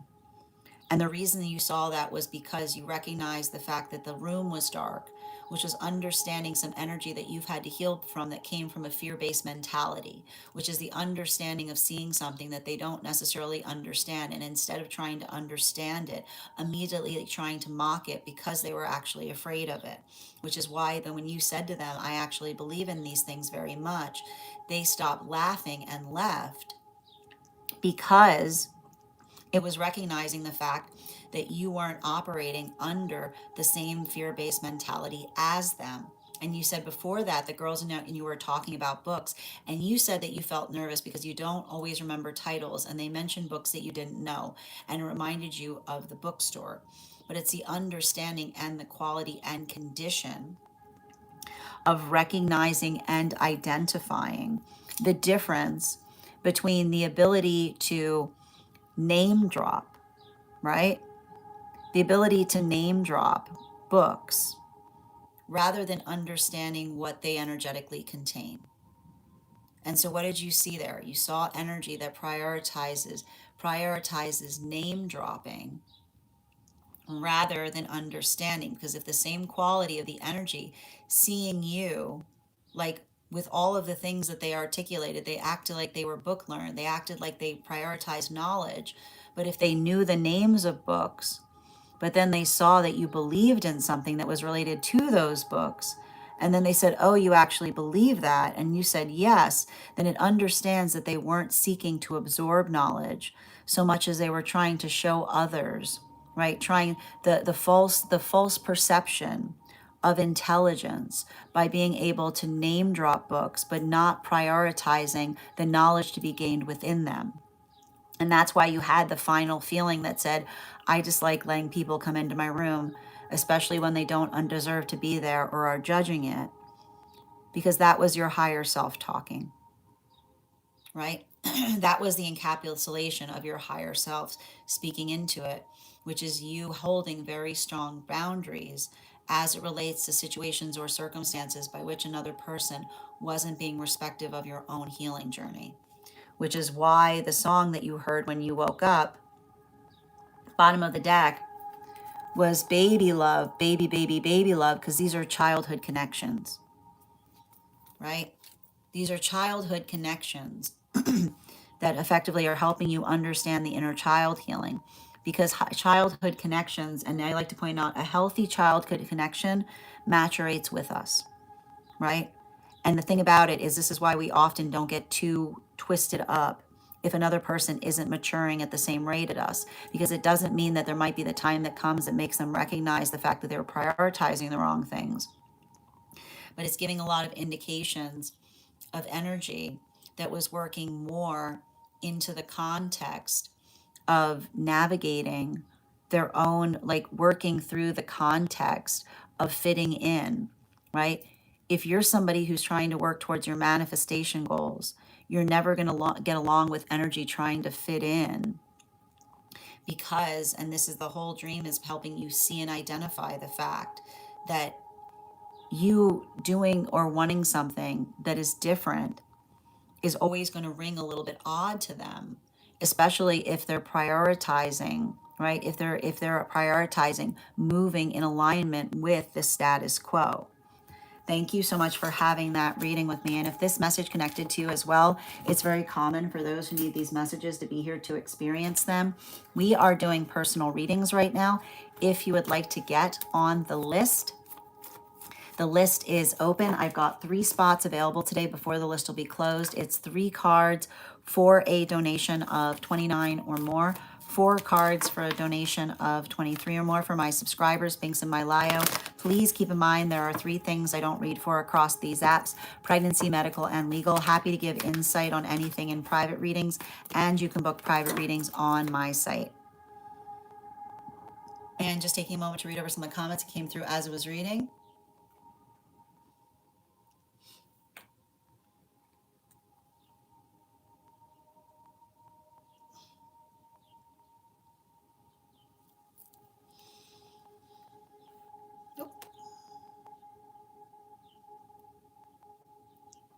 It screams moon card energy. Exactly, Nicole. Mm-hmm. Yes. That makes so much sense. Yes, similar kitchens, living area are for big office space, closet, art area. So like your dreams are reasonable because you're recognizing that you're making one thing bigger and you're making another thing smaller. Yeah. Resonates so much. They definitely projected a lot of their internal limits or frustrations. We drifted because they assumed the worst of a situation that was out of my hands. Spot on. So again, reshaping your black dress, right? Something that was out of your hands, but trying to see malevolence in it. Yeah, the window interpretation resonates so much. We definitely didn't see the world similarly. Everything is accessible to us once we clear the insecurity. Yes. Yeah, wearing the shadow work, marvelous. Mm-hmm. Oh, thank you for sending 100 comments to my live flame work. I love that, because being in touch with their feminine side and enjoying things with me. Yes, absolutely. Tap to claim. This relates so well to the Libra collective reading. Oh, completely. Absolutely. Yes. Love that. Yeah, definitely manifesting healthier, fulfilling, balanced relationships. I got you, Julia. The list right now is Thea and Julia. And anyone else who wants to get on the list right now, you'll be the 3rd person read for. Yes, this is reflecting such a big lesson for me right now, to not let my manifestation goals sway in the face of social norms. Well, and it's just understanding, right? If you're not like, if you're not prioritizing the same things as status quo, right? It's gonna, like, there's gonna be those who are like gonna try to identify it's weird, but it's not. It's weird because it's not for everybody. Thank you for getting on the list, Stella. We've got 2 more spots today before the list is closed. Excellent. You're so welcome, Yaz. And the next person we're reading for today. How you doing today, Daniela? Thank you for that heart. All right.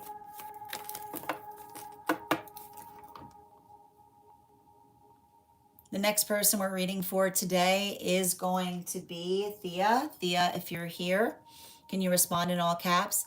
Let me know if you would like a general reading or if you have a specific question that you would like me to answer. And as I mentioned, if anybody else would like to get on the list today, you will be the fourth person read for.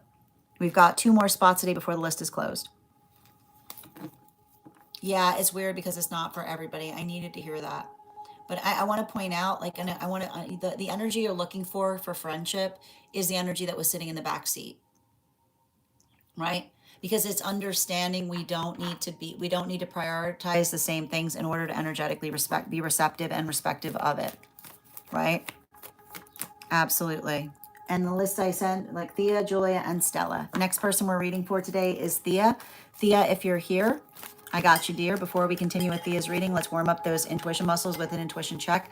I've got the Animal Oracle card here. We're going to count back from 10, and when we get to 1, I'll reveal the card. 10, 9, 8, 7, 6, 5, 4, 3, 2, 1. We got the fox. We'll do that again after the next reading. All right. How you doing, Rainbow? Good to see you. All right. And I'm going to pin up Thea here. Guys, make sure you give Thea some love.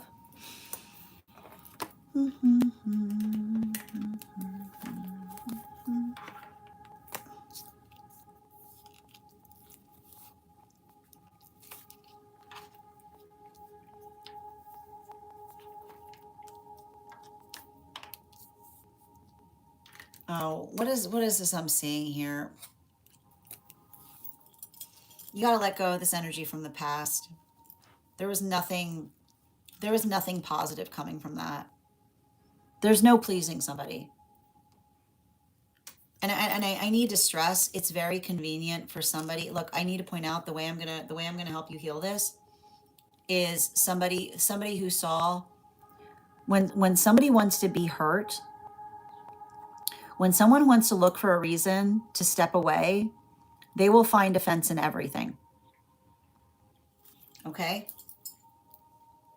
I gotta write this down for you. It's really important. You've got a guide screaming it, okay? When someone is looking for a reason to pull back, they will find offense in everything. You need to write it down, okay? When somebody is looking for a reason to pull back, they will find offense in everything. And the way and it can do a real number on you until you recognize they're doing it, which says like the most non-offensive thing, right? It's like the dance of eggshells. When it's very convenient. It's very convenient for someone to be perpetually incensed about things, right? It's very convenient for someone to be perpetually incensed about things. It's very convenient. It's very convenient to them creating distance between you and them. You stay away from perpetual incense. You have got to stay away from perpetual incense. Okay, and you know how, and here's the thing about it, because perpetual incense will always come back to you. Okay, and you know the song that perpetual incense will sing when they come back to you, right? I'm ready to forgive you for the imaginary thing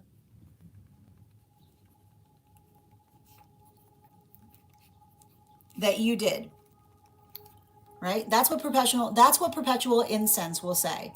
I'm finally ready to forgive you for the imaginary thing that you did. I'm finally ready to forgive you for the imaginary thing you did. So somebody literally fabricating something, right? Someone just fabricating something in their own head. And that's what's so great. Like pay attention to the reappearing, disappearing offense. Pay attention to the reappearing, disappearing offense, because it's offense that someone puts around themselves. Wow, isn't it like, look at it. Watch the disappearing, reappearing offense, right? Somebody getting all twisted up and offended over something that you didn't do, right? And then you having to try to like convince them, right? So now you're giving them all that energy because you're trying to convince them that you didn't do it. But they're never going to listen to you because they're creating the perpetual offense, right? That then allows them to put distance so that they can do whatever they feel like doing in the space of distance. It's very convenient now because now they've got a reason for the distance, the self-created distance. And then they try to come back to you and they try to say, I'm ready to forgive you, right? I'm ready to forgive you. I'm ready to forgive you for the imaginary thing you did. You stay away from that energy. And I say that because I guarantee you they're going to come back towards you. You don't need to chase after energy like that. And in fact, right, I give it, if this is happening right now, it's giving me 2. So this is saying 2 weeks, 2 months, right? They're probably trying to extend the distance on it. It usually starts with a couple of days, right? They'll first start doing it with a couple of days, right? They'll be upset at you for a couple of days. I guarantee you the way you'll know that this is happening is the next time it'll be 2 weeks, right? They're trying to extend their leash, right? They're trying to extend their leash. This is not someone you want to be around. When you see somebody doing that, you break away and you never go back to them. And I can see how painful this is. And I guarantee you, if you can tell the fact that everything was fine, right? Everything was fine. And now all of a sudden, right, I keep on hearing the slightest move, you get away from this energy and you don't let them come back to you. And I guarantee you they're going to come back and here we go. I'm ready to forgive you. Okay. Those are your words, especially if you know that you didn't do anything and they're trying to make like, I'm ready to forgive you. You're not ready to forgive them. Okay. It will never end. They will only try, it will never end. They will only try to extend the distance. Okay. It will never end. They will only try to extend the distance. You didn't do anything wrong. This is what they do. All right. This is what they do. And especially with energy like this, ask them how their last relationship ended. It didn't end. They're probably doing it with more people. Individuals like this, they never end. They never cleanly end relationship. Everything is a matter of distance, right? Because often when I see energy like this, they've got a lot of different energies around them like this, which is often the energy that by which they'll probably say that this person is obsessed with them. They're not obsessed. They never ended it.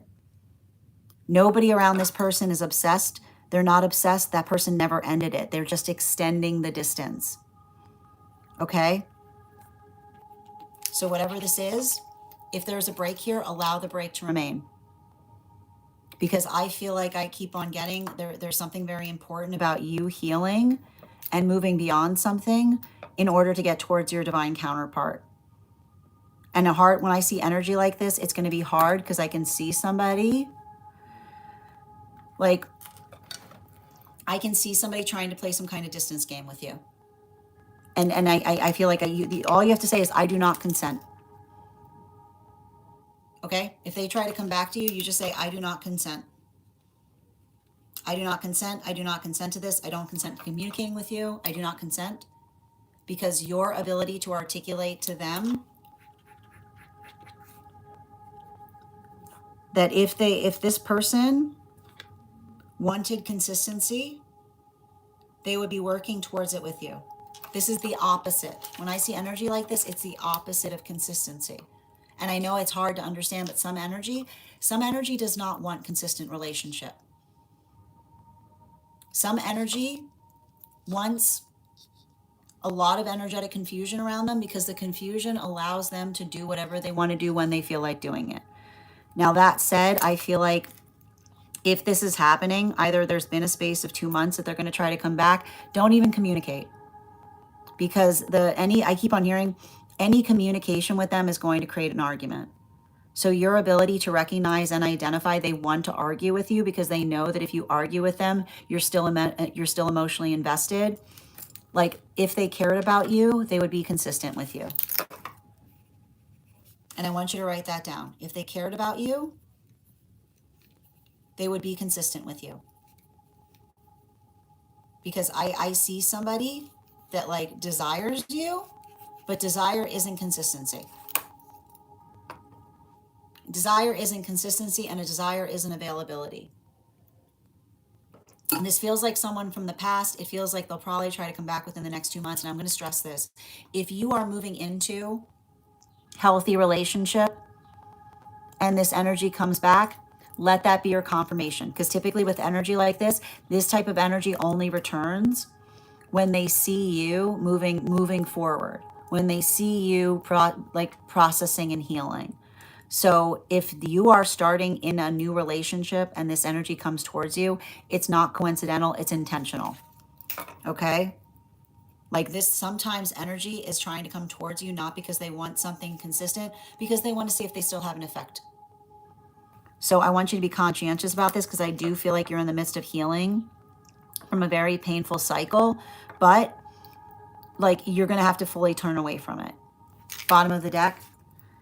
Yeah, you've got healthy energy on the other side of this. And I keep on seeing the person on the other side of it. It feels like an Aries. And I got to point out, a healed Aries energy knows what they want and does not leave room for another person to take their place.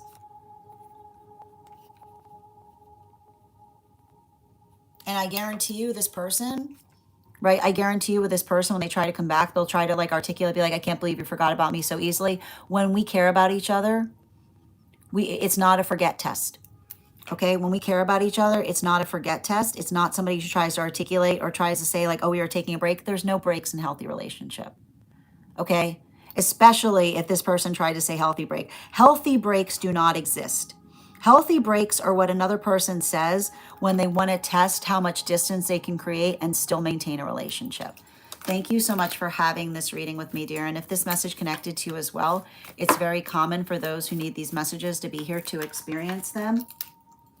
We are doing personal readings today. If you'd like to get on the list is open. It's 3 cards for a donation of $29 or more. Yeah, you've got a guide on the other side of this too. You've got a guide energetically projecting you on this. And I feel like there's something about this time in terms of you coming into connection with this guide. This guide is articulating upon the fact that like they don't want to see you playing with someone playing with you like that. Thank you so much for having that reading with me, dear. And if this message connected to you as well, it's very common for those who need these messages to be here to experience them. We are doing personal readings right now. If you'd like to get on the list, I've got 2 spots available before the list will be closed today. It's 3 cards for a donation of $29 or more. 4 cards for a donation of $23 or more for my subscribers. Thanks to my Lio. Please keep in mind there are 3 things I don't read for across these apps: pregnancy, medical, and legal. Happy to give insight on anything in private readings, and you can book private readings on my site. Also, when we get to 50K likes, I'll be gifting a reading back to the collective, so make sure you're tapping that screen, and we'll get to 50K in no time. Excellent. How are you doing today, Kay? It's so good to see you, dear. I hope you've been well. Thank you for also receiving this message, Ivana. Absolutely. Thank you guys for supporting each other, and thank you, Thea. Yeah, it feels like somebody, it's like, I mean, I feel like you're kind of on the other side of it, but just be conscientious if they come back, especially if you're in the midst of creating something with someone new. Yeah, inconsistent energy will never become consistent through talking with them, unfortunately. Exactly. Hi there, Kristen. I'm happy to read for you on that. If you'd like to get on the list is open. I've got 2 spots available for today before the list is closed. Hi there. How you doing, Kay? It's so good to see you. And thank you guys for supporting each other in the comments. Yeah, Kay, do you have a held reading? Absolutely. Just bear with me a moment.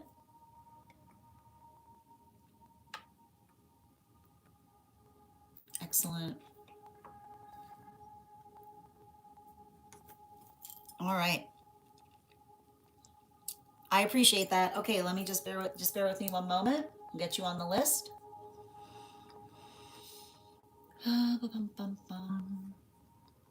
Okay, perfect. And we've got 1 reading left today before the list is closed. If anybody else would like to secure that spot. Excellent. Perfect. And let's continue right now. Hi there. So Cal, over on the place where we keep the videos, we will be starting one cards once we complete the personal readings, or if you become a paid member, you immediately get a one card, but one card readings are reserved for those who are paid members. Hi there from Lawrence. How are you doing today, Lawrence? And welcome, Tim. And Mano, I'm happy to read for you if you'd like to get on the list. List is open. It's 3 cards for 29. I will ask that you don't repeat the same question over and over in the chat space. It's not conducive to those who would like to communicate through the chat space. And whoever's next, I've already got your cards out. I've been well. How are you been, dear? Missed you. Excellent. All right, let's get to it. Yep, Stella, I've got you on the list right now. And the next person we're reading for today is Julia. Julia, if you're here, can you respond in all caps? Let me know if you'd like a general reading or if you have a specific question you'd like me to answer.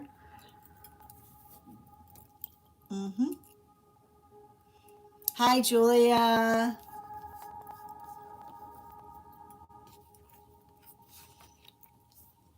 Wow. Good Lord.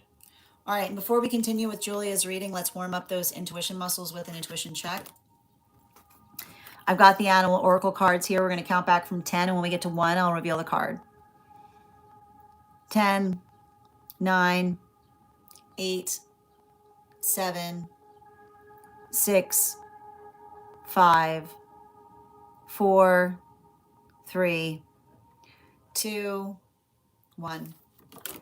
Water Dragon. We'll do that again after the next reading. I'm going to pin up Julia here. Make sure to give Julia some love.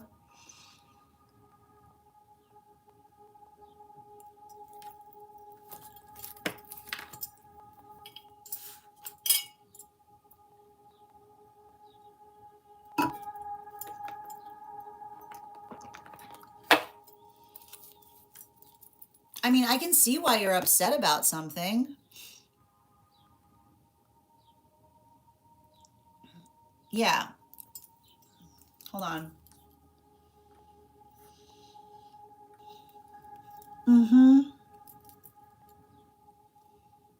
Yep.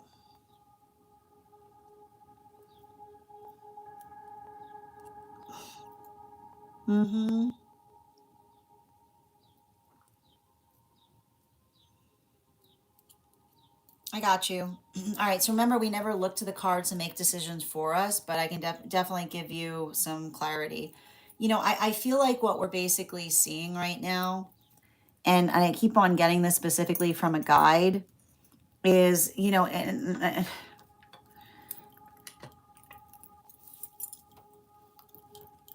the sound of somebody fumbling your energy is identified by play silly games, win silly prizes. You know, I literally got 2 different energies around you. Like, and it says to me, I want to point out,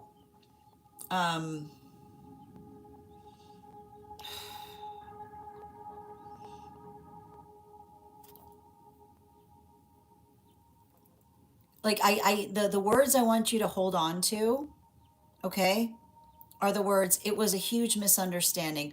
There's no misunderstanding, right?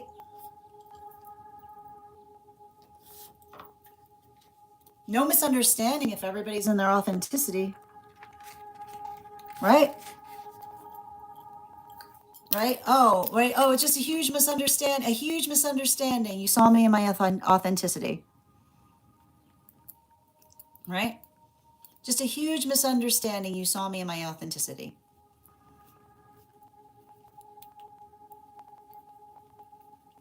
Right? I just keep on hearing huge misunderstanding. No. Right? And here's the thing about it. You can say to someone, be like, yeah. Right? When somebody says a huge misunderstanding, you can just sit there and be like, absolutely. It's a pity. Right? All you need to say is, it's a pity. It's not your pity. Right? It's not your pity.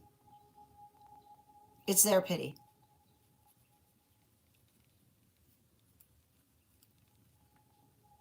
because it really does feel like, and I got to tell you, like when I read for your guide,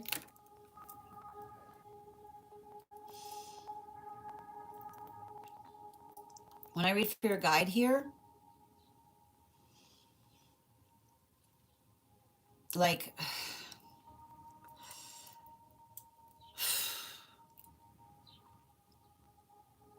there's something really important that is identified in relationality to when somebody shows you who they are, right? When someone shows you who they are, believe them, right? When someone shows you who they are, you don't have to try to change them, right? You just need to believe them. That's all that's all the responsibility that you need to bring to a circumstance or situation. So if you're feeling, right? If you're feeling a little sad about it, right? How do you think their guides must feel about it? Right? If you're feeling a little sad about it, how do you think their guides must feel?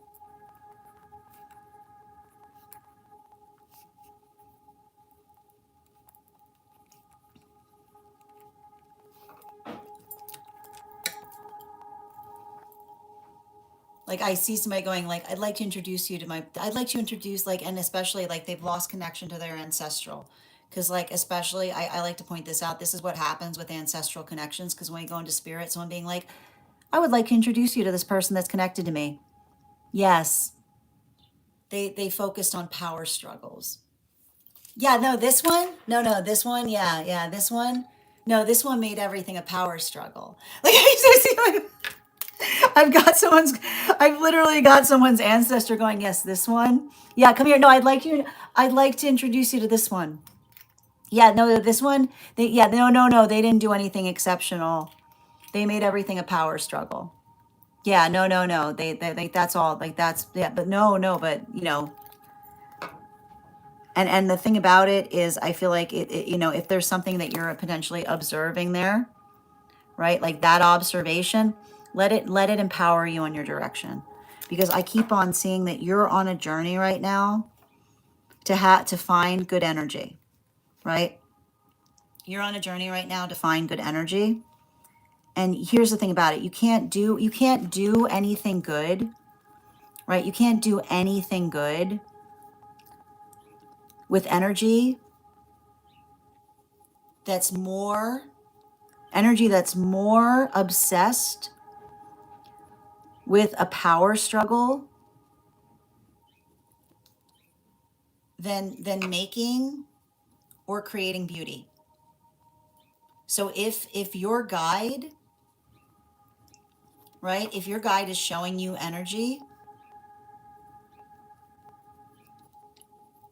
that is obsessed with power struggles, even in that, a blessing.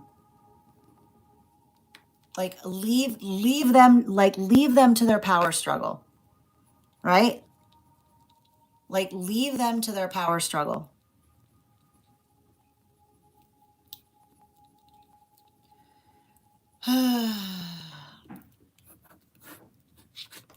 And in relationality to that,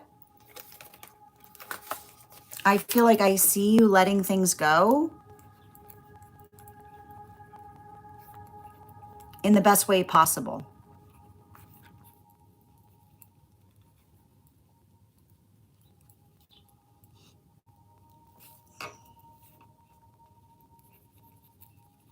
Because the only energy for you is going to be energy that empowers you.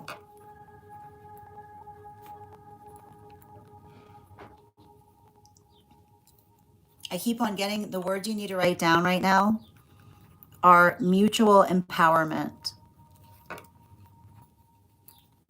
And it has something to do with that dream that you had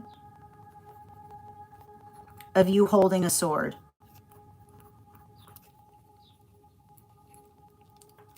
because I keep on getting, you understand what that sword's for, right? You understand what that sword's for.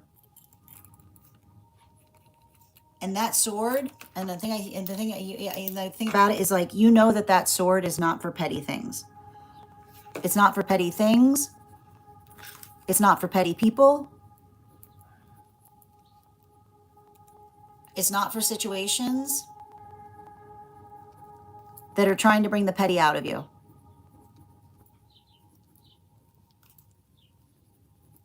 It's for you observing, right? It's for you observing another's capacity to be petty, and letting that shape your direction, right? Because you are not, I keep on hearing, you are not a pettiness purifier. You are not a pettiness purifier.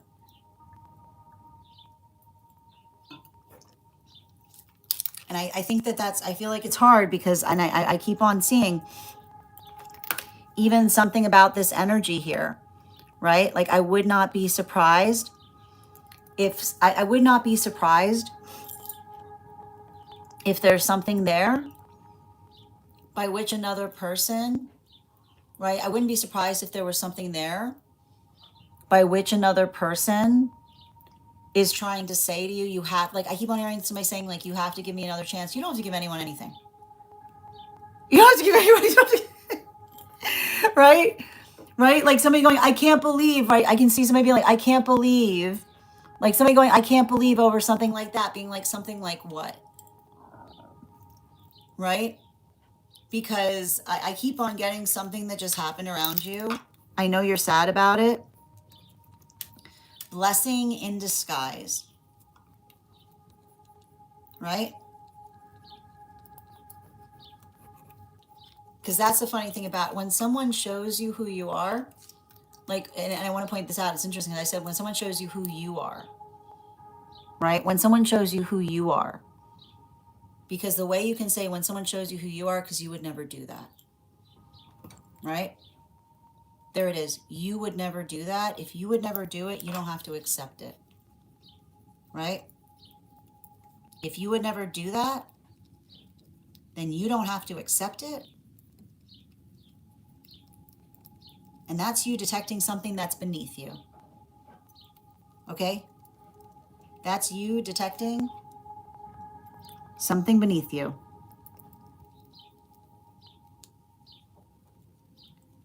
So remember, any decision that you make right now, like I keep on seeing,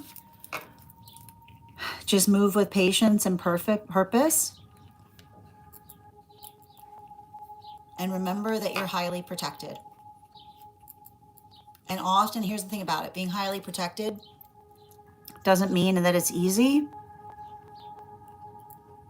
It means you're highly informed. It means you're highly informed. All right? So continue to trust that intuition, right? And I know we're going to talk more about it too. We're going to get into it because, like, listen, the guides see, like, I keep on hearing purpose accepted, right?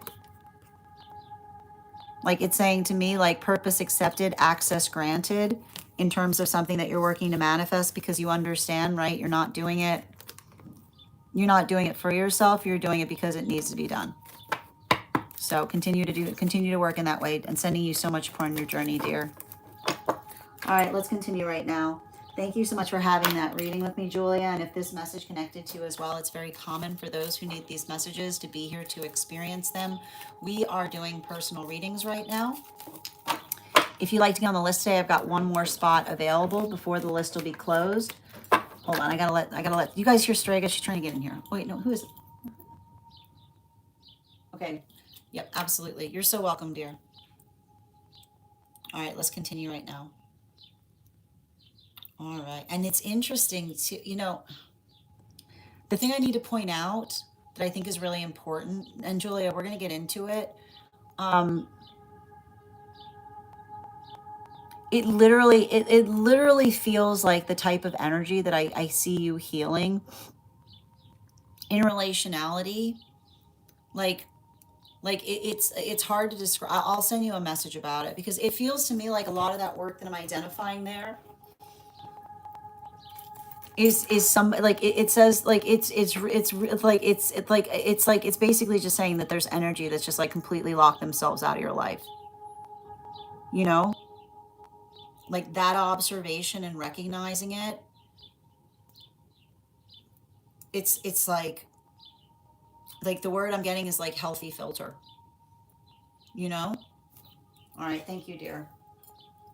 All right, let's continue right now. Mm-hmm. I've got one spot available, Bella, if you'd like to secure it.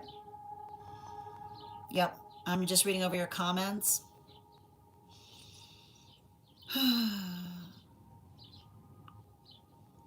Oh, I got you, dear. You have a peaceful, blessed day as well, Kay. Thank you for the compliment, Igris. Yep. And thank you so much, Mai, for those gifts. How you doing today, Serafina, Sarifa? If I ever say your name incorrectly, by all means, please feel free to correct me. And you're so welcome, Daniela. All right, let's get to it. Okay. Yeah, the past, you've been feeling their energy. I get you, dear. And thank you, Marcy, for the follow. I know, but here's the thing about it. Like, you can, if you can observe it, then you're already healed from it. Absolutely. Yeah, sword's not a toy. Exactly. I would have never. Exactly. Yeah, exactly. Sending you so much support on that journey, Julia. Hi there, Nikki. Good to see you today. Excellent. Thank you, Nicole. And thank you for those hearts, user 588. Thank you for the follow. All right, let's continue right now. The next person we're reading for today is Stella. And for anybody waiting, we've got one more spot available today before the list will be closed. And we should be getting started on one card readings for superfans and paid members in about 30 minutes. Oh, did you get, hold on a minute. Yep.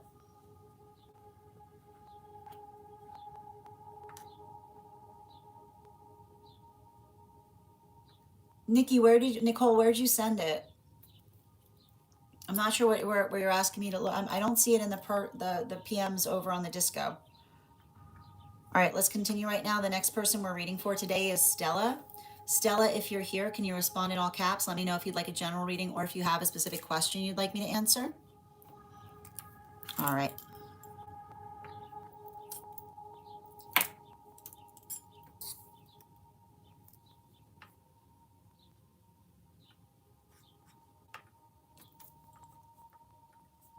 All right, let's get to it.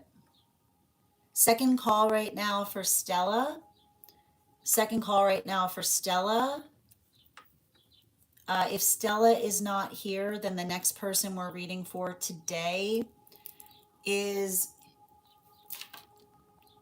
Oh, correction, Dandy. I apologize. Yes, Dandy. Thank you. Can you let me know if we're doing a general reading or if you have a specific question you'd like me to answer? Thank you, Dandy. Yep, I got you. No problem. Can you let me know if we're doing a general or if you have a specific question, dear? And before we continue right now with Dandy's reading, let's warm up those intuition muscles with an intuition check. I've got the animal oracle cards here. We're going to count back from 10. And when we get to 1, I will reveal the card. I've got you. No, Nikki, Nicole, I've got you on the list today. So you're going to be read for. Yep, you're after Dandy. If you want to have the reading today, it's entirely up to you. Absolutely. All right, 10, 9, 8, 7, 6, 5, 4, 3, 2, 1. Well done, Nicole. All right. Yeah, I've got the list here. So the list we have right now is Dandy, Nicole, and K Megan. Yep. So if anybody else wants to get on the list right now, we've got one more spot available. Yeah, absolutely.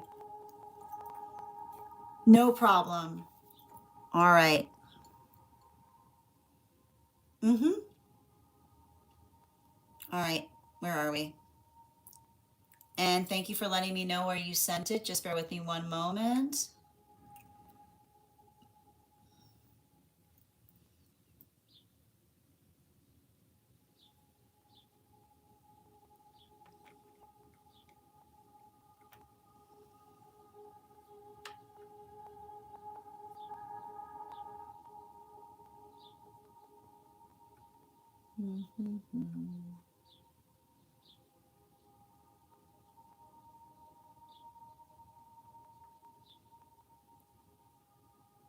All right.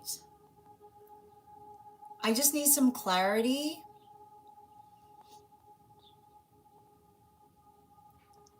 I just need some clarity on where you sent your question, dear.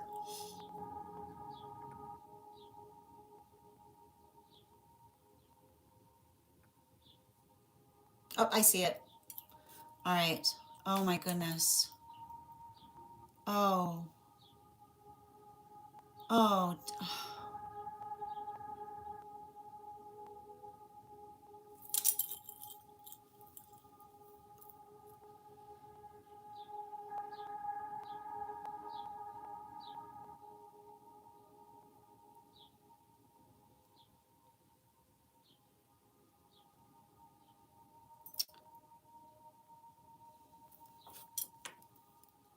I'm sending you so much support, dear.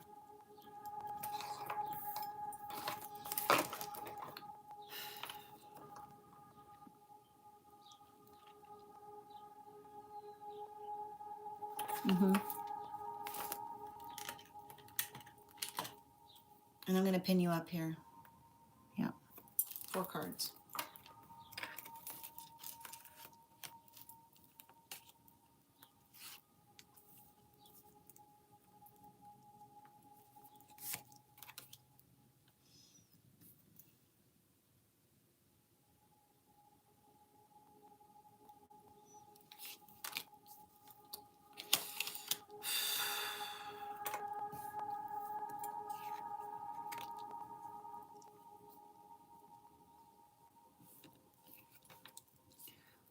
First things first is there is nothing that you did wrong here.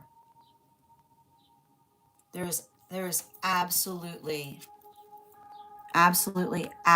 nothing that you did wrong here.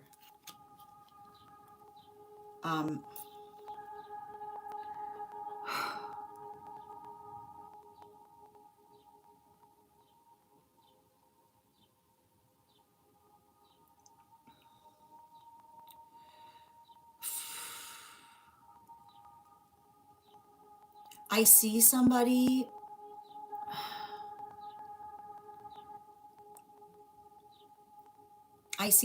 who had this tendency of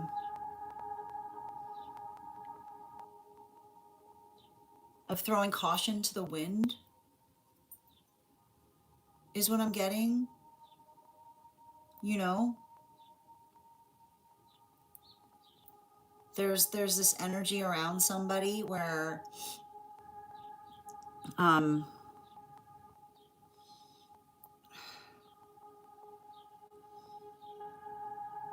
keep on seeing someone identifying something that they've done a million times before.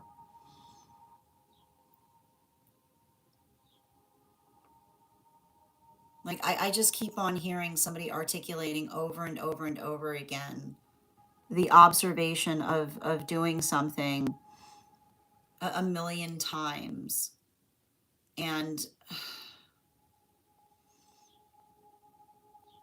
there's and the condition by which there's absolutely nothing that could have energetically prevented something. Like they keep on putting their hand to their chest, which is them identifying or articulating upon the fact. Like I keep on hearing them trying to articulate upon the fact that the only person that they feel is energetically responsible for something was them not taking some kind of point of caution, is what I keep on getting. Um,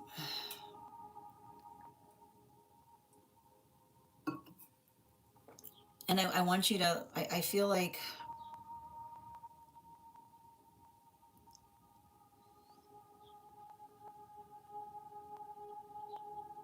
I feel like there's something important. Like I feel like the frustration.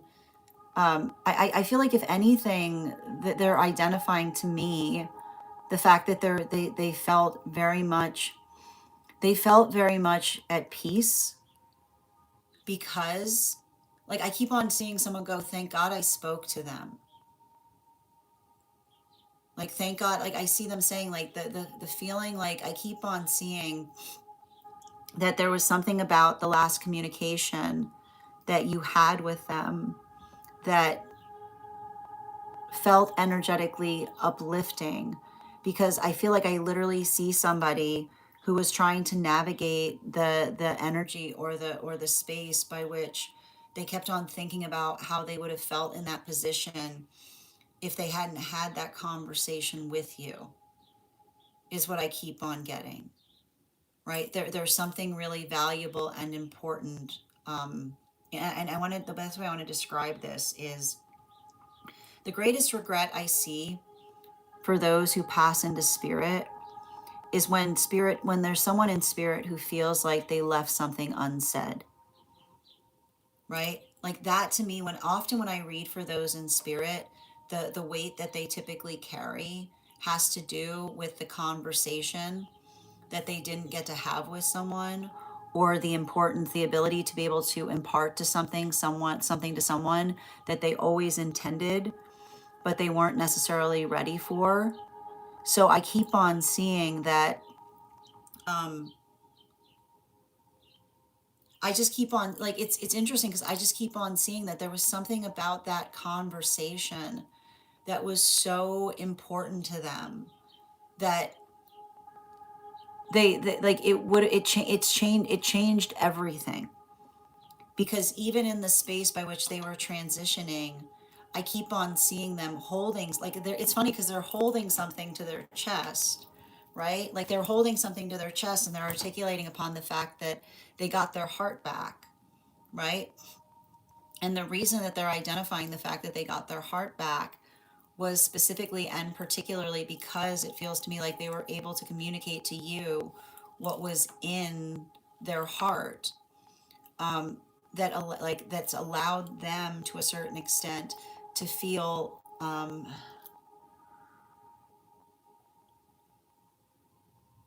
I think that you kind of feel like this bit, like it would have changed the way that they could be effectively with you in spirit, because it feels to me like they're keep on articulating, and I feel like they're trying to bring your energy to you. Like I'm sure that you've identified the fact that you can feel them, because they keep on saying, like they keep on saying to me that they're putting their hand like here on you to articulate to you that it's okay.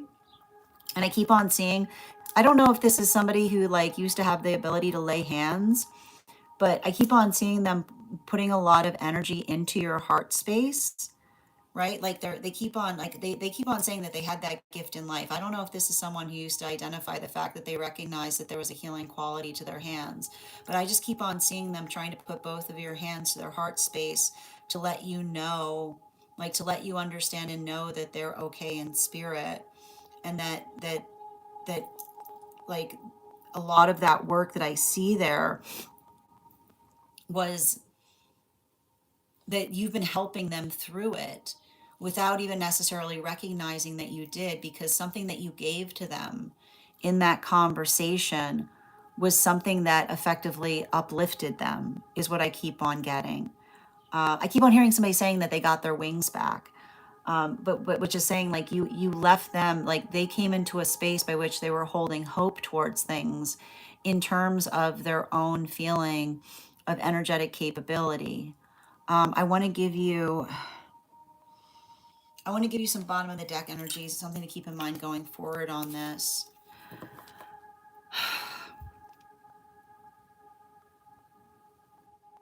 It's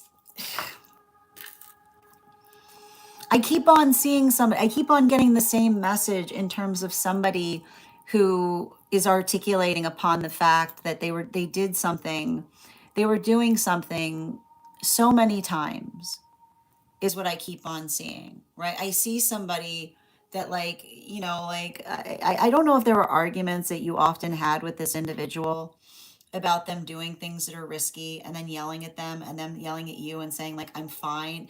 You know what I mean? Like, I keep on seeing somebody who used to, I keep on hearing this like argument between you and another person, between you trying to articulate them to be more energetically careful, and then them being like somewhat like there's this quality in their energy, which is them potentially doing something with a lot of confidence, right? But I keep on hearing them say that if you were there, you would have been yelling at them, is what I keep on getting, but they're saying it in an endearing way, because I feel like you were always the force of care in their life, in terms of identifying the fact, like, I don't know if you used to get in a lot of arguments with them about being more careful about things, and them kind of trying to like brush it aside, or push it away, right? Like, I feel like they identify the fact that there's something in that connection by which they I feel like they're trying to articulate to you that they always appreciated the fact that you were encouraging them to take that care of themselves. And I feel like to a certain extent they're trying to articulate to me that they feel like they're finally in a space by which they can give back some of that care to you, in a way. It's like I hear somebody articulating the fact that they don't feel an inclination to go anywhere for some time, specifically and particularly because, and I think that you kind of articulated it, they recognize that you can feel their energetic presence, and like, I keep on hearing them say, it's good to see you again, is what I keep on hearing them say. And I keep on getting them stating something about saying it's good to see you again, is working through the fact that there was an energetic, I feel like there was an energetic blocker between you and them for a really long time. And I just keep on, it's wild because I just keep on seeing them say like, everything pales into comparison to the fact that they feel that relief, that you and them were in a good space prior to them energetically transitioning, is what I keep on seeing, right? Because it says to me that even in this, I'm sure that you recognize that or feel the fact that they're trying to say to you, like, they're trying to communicate to you how energetically elated they are that you and them are still, like, I just keep on seeing them putting their hands over their heart space and saying like this was something that was not, there was nothing that you could have done, but you did everything in helping them through it, in the space by which you effectively articulated, or I keep on getting, I don't know if you forgave them of something in the last conversation, but they needed that forgiveness, is what I keep on hearing. Thank you so much for having that reading with me, dear. And if this message connected to as well, it's very common for those who need these messages to be here to experience them. We are doing personal readings right now. If you would like to get on the list is open. I have one more spot available today before the list will be closed. 3 cards for a donation of $29 or more. 4 cards for a donation. I also hear them saying that they've got faith again. I don't know if there was something about them being very like cynical about things, but I feel like they're looking at me with chagrin and being like, "You were right." Like, it's like they were like, I don't know if they would sometimes be dubious about what you believed. Like they're trying to identify the fact that you were right about something that you were trying to convince them of, is what I keep on getting.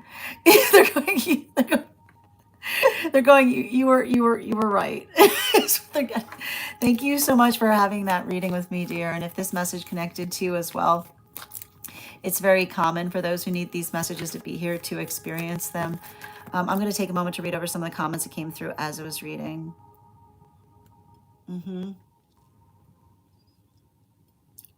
I mean, the thing about it is it's not their heaviness that I'm feeling. They're showing me your heaviness on it. I feel like that's the hard part about it. Mm-hmm.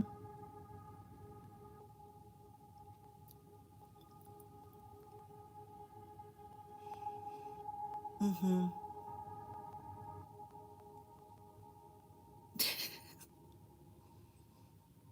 Mm-hmm. Thank you for also receiving this message, Shalom. Yeah, I'm like, I keep on, like, that conversation held them through it. Oh, that's incredible, Dandy. Oh, that's what they're holding on. Thank you, because they were holding on to something. Like they kept on holding on to something over their heart. And I was like, what are you holding? They were just clutching something over their heart space. And I'm like, what are you holding? And they're like, it means everything to me, is what they were articulating. Okay. Yeah. Mm-hmm. Oh, okay. They heard it. They heard it. Thank you for they heard it. Yeah, they wanted you to know, like they wanted you to know that they were holding that. Yeah, thank you for confirming. Mm-hmm. No, they don't think you're so crazy anymore in terms of what you were talking to them about. If it's any consolation. Yeah. They just keep on saying that you were right. Is what they're saying. Sending you so much support on that journey, dear, truly. And thank you so much for having that reading with me. All right, we're going to continue right now. The next person on the list for today. The next person on the list for today is Nicole. Nicole, if you're here, can you respond in all caps? And guys, thank you so much for supporting each other in these readings. I know this can be very intense. How are you doing today, dear? And before we continue right now with Nicole's reading, let's warm up those intuition muscles with an intuition check. I've got the animal oracle card here. We're going to count back from 10. And when we get to 1, I will reveal the card. 10, 9, 8, 7, 6, 5, 4, 3, 2, 1. We got the boar. We'll do that again after the next reading. And I'm just pulling up your question.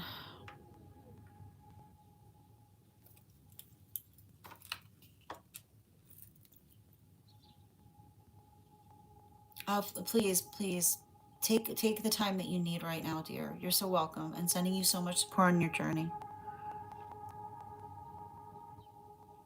Okay.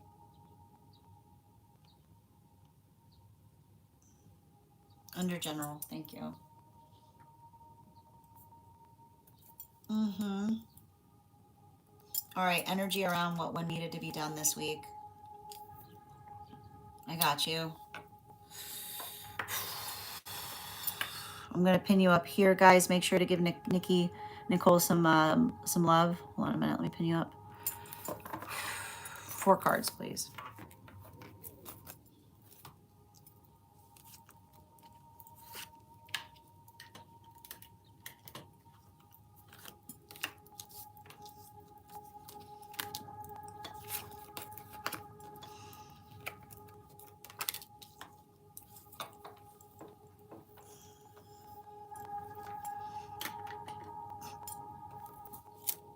It feels like someone overstepping. You know? And the thing about it is, and I like to point this out, um, when another person is overstepping, right? When another person has a tendency of overstepping, then you can never be too rigid about it, is what I keep on seeing, right? Like it says to me, like it seems to me like somebody who's been given very clear, somebody who's been given very clear, like the word I keep on hearing is a code of conduct is something that needs to be energetically honored. And a code of, and like the thing that you have to understand is it's interesting because like um a code of conduct is a code of conduct because you don't try to step around a code of conduct, right? Like the first thing someone identifies when they identify or articulate a code of conduct is the space by which another person tries to step around it. And it's like there's no cleverness to be found in not maintaining a code of conduct, which is the space by which another person says, well, you didn't technically say that, being like, well, it shouldn't require the technicality, because if you are always reaching for the technicality, this is exactly why a code of conduct is not going to work, right? You have to honor a code of conduct in relationality to what one is trying to do. So I feel like there's something really important about that, because it feels to me, right? It feels to me like there's almost something there by which another person is like, it's like I see somebody like trying to skirt the line in terms of what they articulated that they could do versus what they could potentially get away with.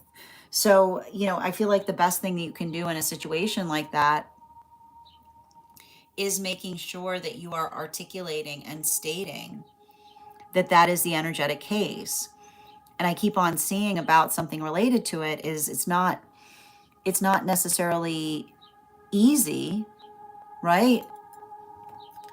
It's not necessarily easy, but like the observation of understanding that another person is potentially doing everything they can to potentially upset you, or to effectively try to like in the space or place by which another person is trying to make something as difficult as possible for you, is what I keep on getting. I feel like the best thing that you can do is continuing to do the work to energetically document it, which is helping another person see the full energetic tableau of what you yourself are having to experience on a daily basis. The hard part about it is, and I think you kind of know this, right? There's going to be the sound of you healing is somebody trying to articulate or say that you're making a big deal out of nothing, right? And here's the thing about it. Someone saying that you're making a big deal out of nothing is the sound of another person trying to vilify you, right? If it's not nothing. It's not nothing. If it wasn't nothing, there wouldn't be anything. There wouldn't be anything to have to articulate upon. And so I feel like what's interesting about that is, you know, it feels like it feels like another person who's trying to create the state. And I want to point this out. It feels like it feels like the type of energy that is trying to effectively, like the word that I keep on getting is like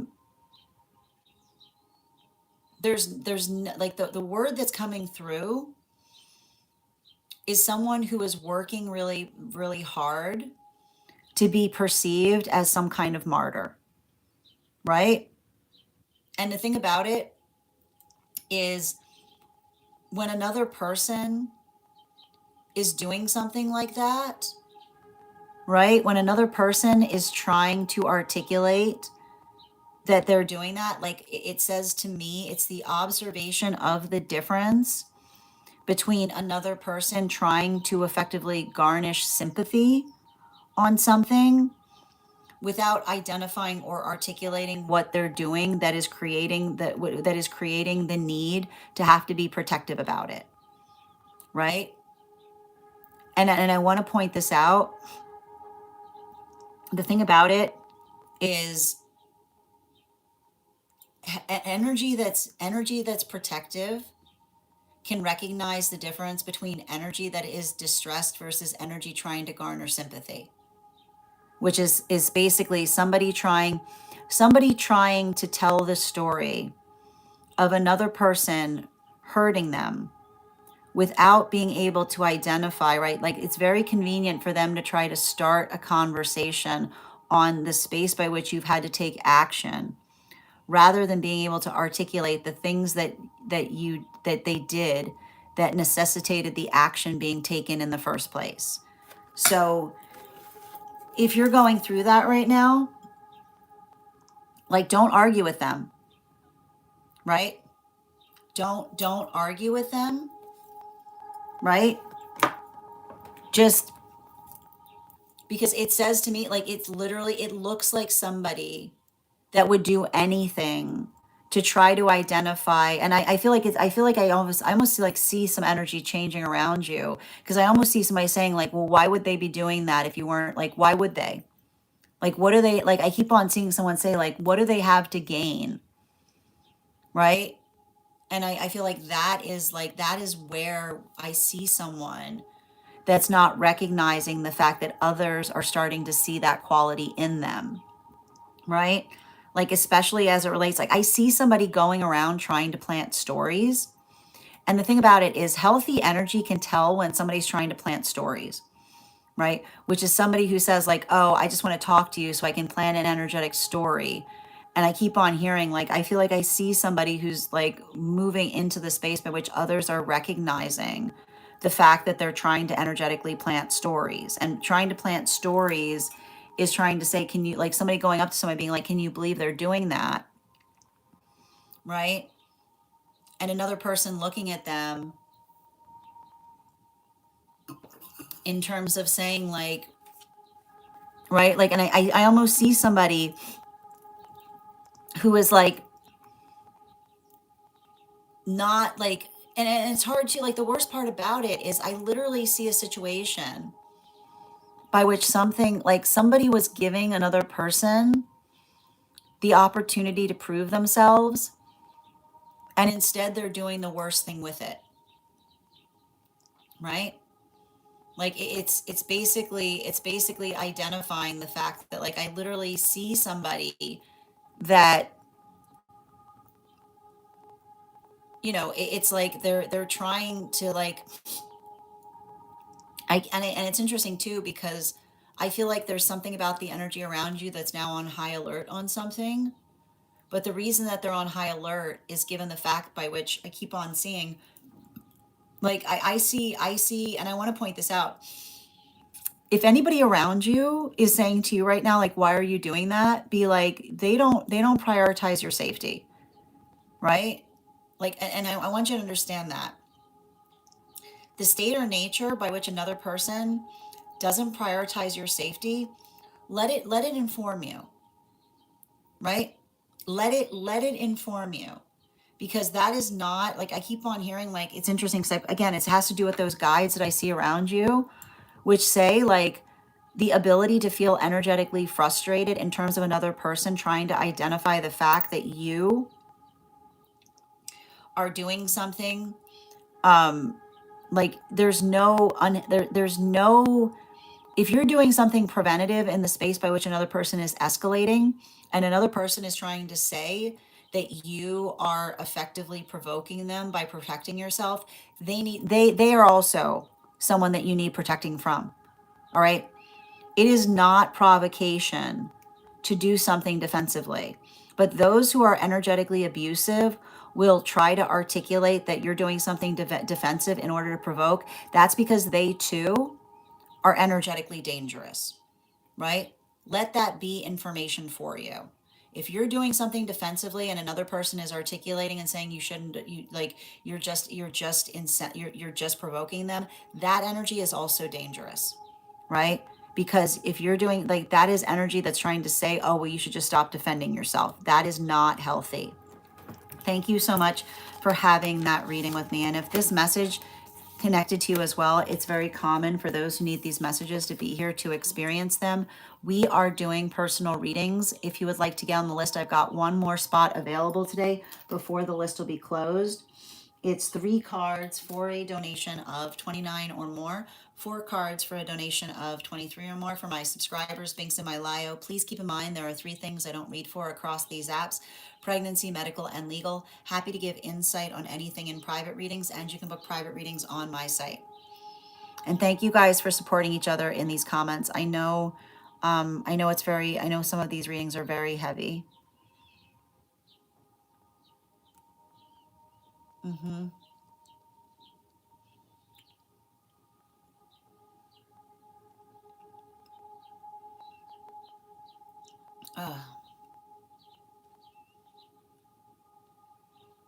Mm-hmm. Absolutely.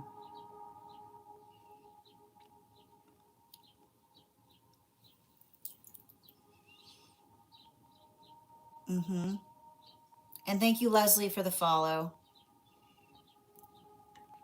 Absolutely. If you guys could just hold a moment, please.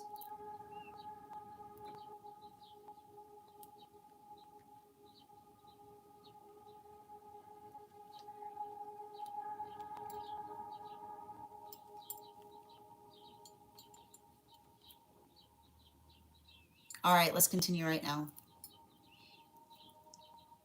Excellent. All right, let's continue. So the next person we're reading for is the next person we're reading for today is K Megan. K Megan, if you're here, can you respond in all caps? Let me know if you'd like a general reading or if you have a specific question you'd like me to answer. And Leslie, thank you for the follow.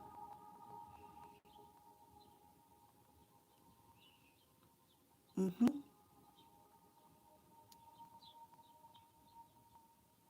Excellent. How you doing, dear? All right, I'm going to take a moment before we continue the reading, so I'll be right back and we'll continue. I will point out we have room on the list for one more person today if anybody else would like to get on the list.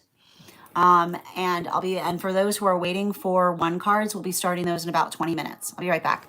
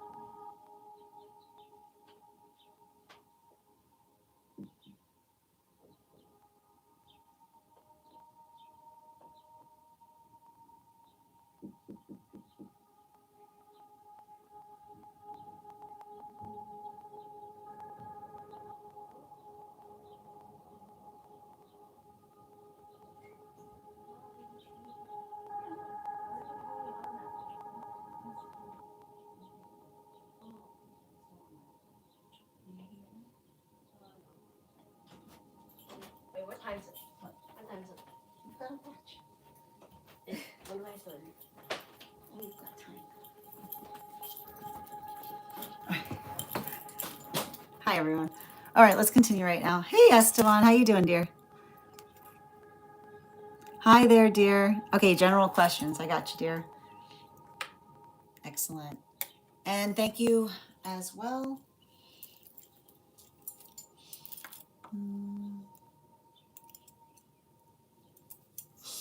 Let's see here.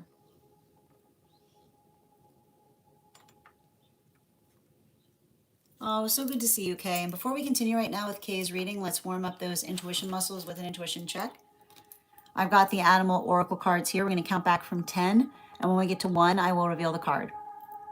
10, 9, 8, 7, 6, 5, 4, 3, 2, 1. We got the bull. We'll do it again after the next reading. I'm going to pin up Kay here. Nikki, I've got a spot open if you want it. Okay.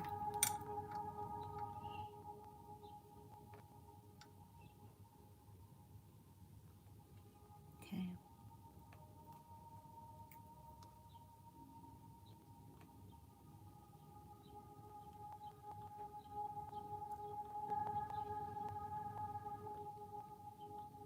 Okay. And thank you for getting on the list, Nikki. Then the list is now closed. If anybody else wants to get on the list right now, you'll be the first person read for tomorrow. You'll also have priority, which means you'll be read for before we start the daily collective.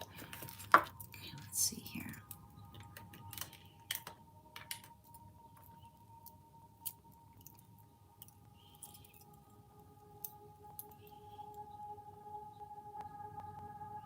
Okay. And 2 more, please.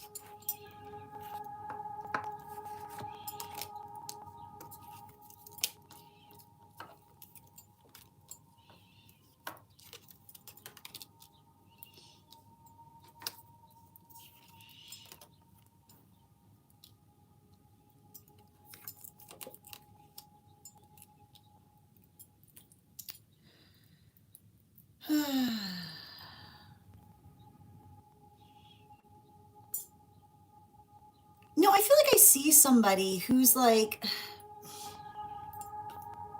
the thing I'm identifying about this is,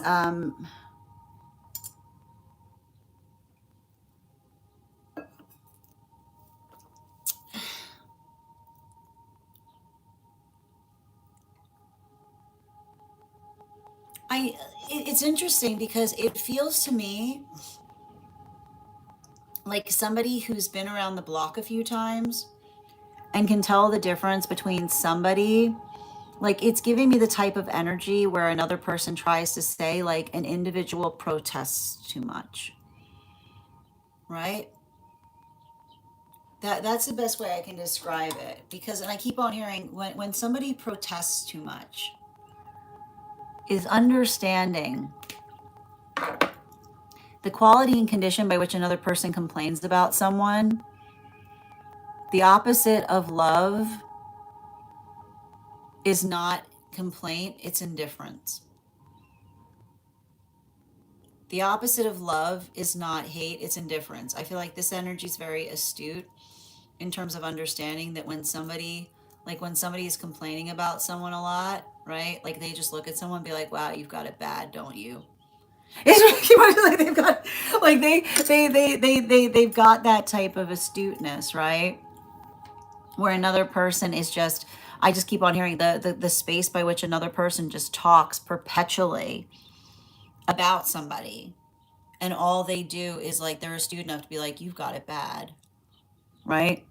Like you are not over that. You're not like you are not over that. You are just and I think it's really interesting because I keep on getting, I feel like there's a general environment around you where someone keeps on harking on about something, and everybody else around you sees you just like, I see you like minding your business. Like, just like working on your healing, like just focusing on doing things. And meanwhile, like I feel like I see somebody that's like it's like they're revealing how unhealed they are because they won't stop talking about you, is what I keep on getting, right? And I keep on getting like, it's interesting because I keep on hearing somebody saying, it's like, it's not even the fact by which somebody's saying, like they protest too much. I just keep on hearing someone say like obsessed much, you know? Like it's like that. Like somebody's being like, it's funny because it feels like somebody who won't stop talking about you, but what they don't realize is out beyond the fact that others are listening to what they say, they're just looking outside of that and being like, that person is obsessed, right? Like that person is obsessed because it feels like it's giving me the energy of someone who's very self-possessed in terms of trying to identify right? I keep on hearing like them trying to articulate that there's still something between you and them, that this feels like I keep on seeing like it's like it's almost like it's somebody like looking at something and being like recognizing to you it's ancient, right? And that's the thing about it. Like I keep on seeing that the thing about ancient energy is not the fact that something is better, but it feels to me like even in the space by which you're able to effectively summarize what happened, right? Like your summarization is why it's ancient. Because like I just I see it like so I see it like so far in your periphery that like like, and that's the hard part about it, like, and I think it's interesting too because I mean you're intuitive, you can probably pick up on it. Like it feels to me like I feel like it says to me like it feels to me like somebody was playing some kind of cat and mouse game with you, by which they kept on like basically discarding you with the expectation that every time they discarded you, you would just love them harder. And I feel like I just see a situation by which you've clearly healed from that. And so I feel like the hard part about it is I feel like it's hard because I see somebody who's frustrated because it feels like someone who seems like they're going out of their way to make something as awkward for others as possible as it relates to communicating. Like even in the space by which it's like it says to me like the type of energy that like when you try to reach out to someone, they try to like reach out to them and try to play some kind of interference in terms of trying to warn them, but the energy around them is astute enough that they realize they're like, "Oh, this person's obsessed." Right? Like energy can recognize, astute energy can recognize when energy's obsessed and they try to act as interference in terms of trying to like warn somebody off on something. But like, and I literally see energy being like getting off the phone and being like, wow, that person is nuts. Is what I keep on getting. Like, I literally see somebody like getting off the phone with somebody and being like just like being like, oh, like that, because I keep on hearing it's somebody's hyper fixation. Like literally someone being like, how do you even know I'm talking to them? Is what I'm getting. Like how, like I literally see someone being like, how do you even know I'm talking to them? It's saying to me like it's weird is what I keep on getting. So that's kind of what I see here, if that makes sense. So it feels like, if anything, I see somebody who feels frustrated because somebody has made something unbearably uncomfortable, right? And it feels almost like there's some kind of energetic protection around you in the space by which it's not necessarily working. Like it's, and I like to point this out, like and I feel like this is the thing about like we don't warn people off of each other unless we're obsessed with one another, is what I keep on getting. We don't warn each other off. Like it's like literally somebody who recognizes the difference between someone who tries to say that they're reaching out for concern, but what they're really trying to say is like, that's mine, right? Like whether they don't realize how like weird it is, because like in the space by which they keep on feeling like they need to warn others, and another person being like, how long have it been since you've talked to this person, right? It's like it's very clear, like it's very clear to others where the healing needs to go. Bottom of the deck. Yeah, like, and I like to point this out. Mature energy, this is why mature energy does not subscribe to others' stories, right? Because mature energy does not subscribe to others' stories because mature energy has seen it before, right? Mature energy recognizes what it looks like when someone's trying to stir a pot, right? And when mature energy sees someone stirring a pot, like that, I like to point this out. Mature energy won't stop someone to stir a pot because they recognize that all that person's doing is burning their fingers, right? Which is understanding that like the space by which they're trying to make something that has nothing to do with them about them, right? Like I literally see somebody that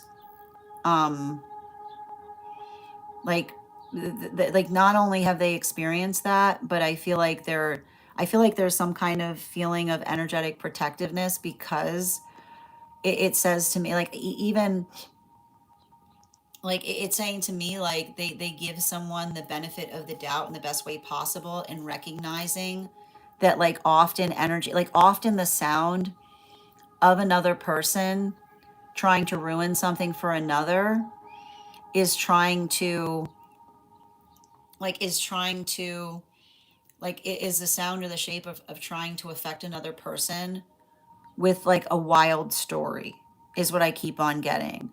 And so I feel like I see somebody who recognizes the fact that like there's one, like somebody who can't get their name out of your mouth, right? So somebody who is like, all they do is articulate about you perpetually. And then meanwhile, I almost see you being like,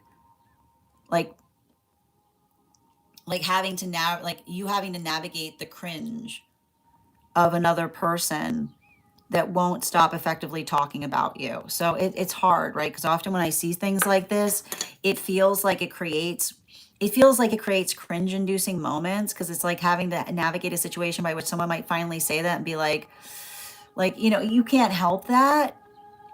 But that's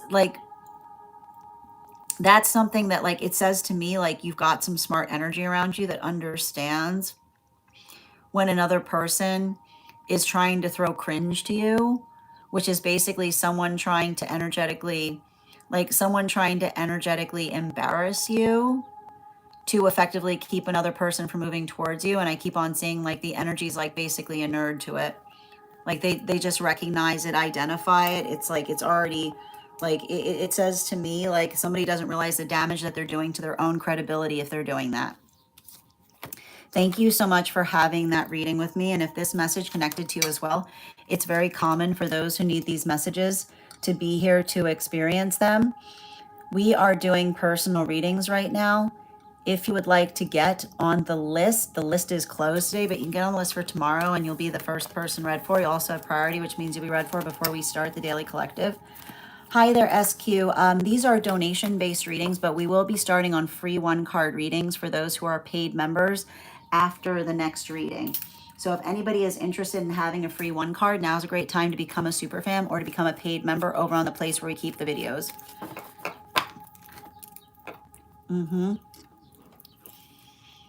Hi there from Kenya, welcome.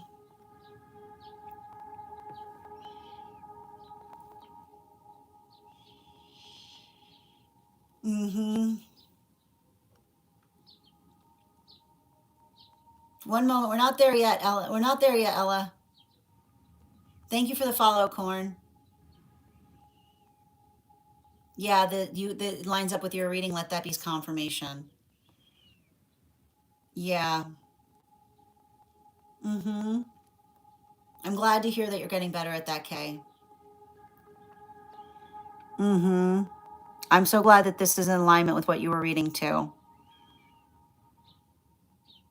Yeah, it feels protective in terms of like it feels protective and being like someone recognizing and being like identifying the space by which another person is trying to like I feel like it's not it feels protective to you in terms of another person trying to like scare people away from you. No, absolutely. You're so welcome, dear. And thank you for liking the live, Corn. The next person we're reading for today is Nikki.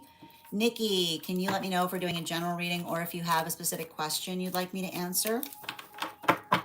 And as I mentioned, for anybody who's here for one cards, we'll be starting them after this reading. Hi, dear. How you doing? And while we wait for Nikki's question, let's warm up those intuition muscles with an intuition check. I've got the Animal Oracle card here. We're going to count back from 10. And when we get to 1, I'll reveal the card. 10, 9, 8, 7, 6, 5, 4, 3, 2, 1. We got the Blackbird. We'll do that again after the next reading. Hi, dear. Can you let me know if we're doing a general or if you have a specific question? Angelic guidance. Oh, you got all these cards flying out real fast. Okay. That was so fast.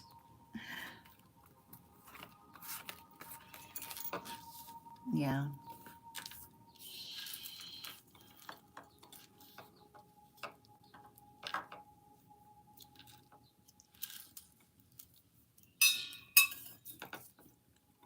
I feel like I see a lot of situations and circumstances right now that are requiring you to be the mature one. And the thing I need to articulate, you know, particularly and especially when we're working into the context of maturation is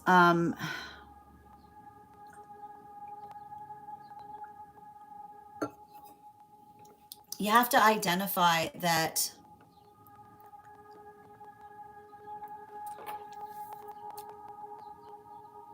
when we're working through,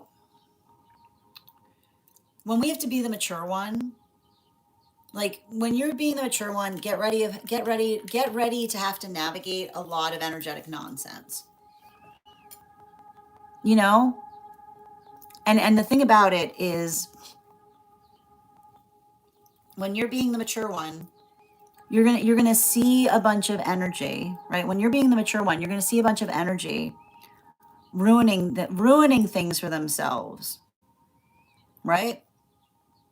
Like literally, like when you are being the mature one, recognize and identify the shape or nature by which another person has a tendency of self-sabotaging. And the thing about it is, what happens when you're the mature one? You have to look at someone and be like, you know, you're being embarrassing, right? And I want to describe, like, when we talk about the thing about embarrassment, and it feels like it's coming through very strongly from a guidance spirit, is when we're behaving embarrassingly, we do something for for the sake of trying to get under another person's skin, right? Like the context or nature by which another person does something that feels embarrassing. And I like to point this out. The way that somebody embarrasses themselves is when another person observes them doing something specifically for the desire of trying to cut another person, right? And I keep on getting like, and it's giving me like the energy of paper cuts, which is basically somebody effectively like, and what happens, right? Like often the shape or nature of that, it becomes mortifying, right? And why does it become mortifying?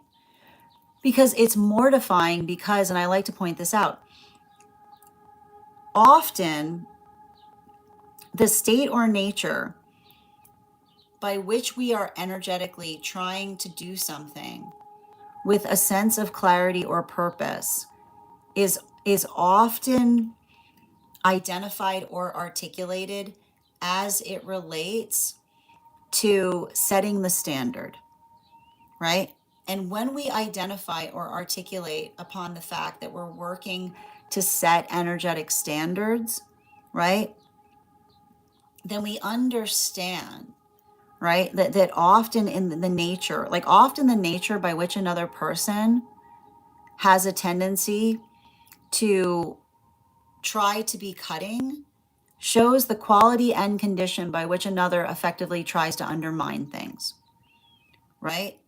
And I feel like that's really important because I feel like what's effectively being revealed to you right now is being able to see the full tableau of the dynamics that are energetically surrounding you. And the thing that's important about those energetic dynamics is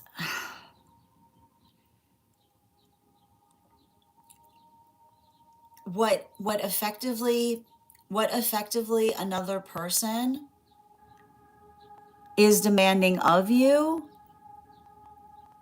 You can't demand something of someone without commanding respect from them, is what I keep on getting, right? Demanding energy, you can't demand energetic respect. And often, like, that's the thing about it. Often when energy demands respect, then they identify exactly why they don't have any of it. Is what I keep on getting. Like, you can't demand respect. It's the weirdest thing, right? Like, when another person is trying to demand respect, never have they been less worthy of it. Okay? respect respect is energetically earned, right? Respect is energetically earned in terms of understanding that we work to be worthy of it. And so I want you to be conscientious of that, because it feels to me like I feel like I see some type of energy around you. Like, this is where I see you and another person, right? This is you and another person just minding your sweet business. Okay. This is you and another person. Just look at these two, just minding their sweet, sweet business, right? And I know it sounds difficult, but like, there are individuals, right? There are individuals that will have problems with you being in a bliss state. And what I'm basically getting, the message from Spirit is, if another person sees you minding your business and in your bliss, right?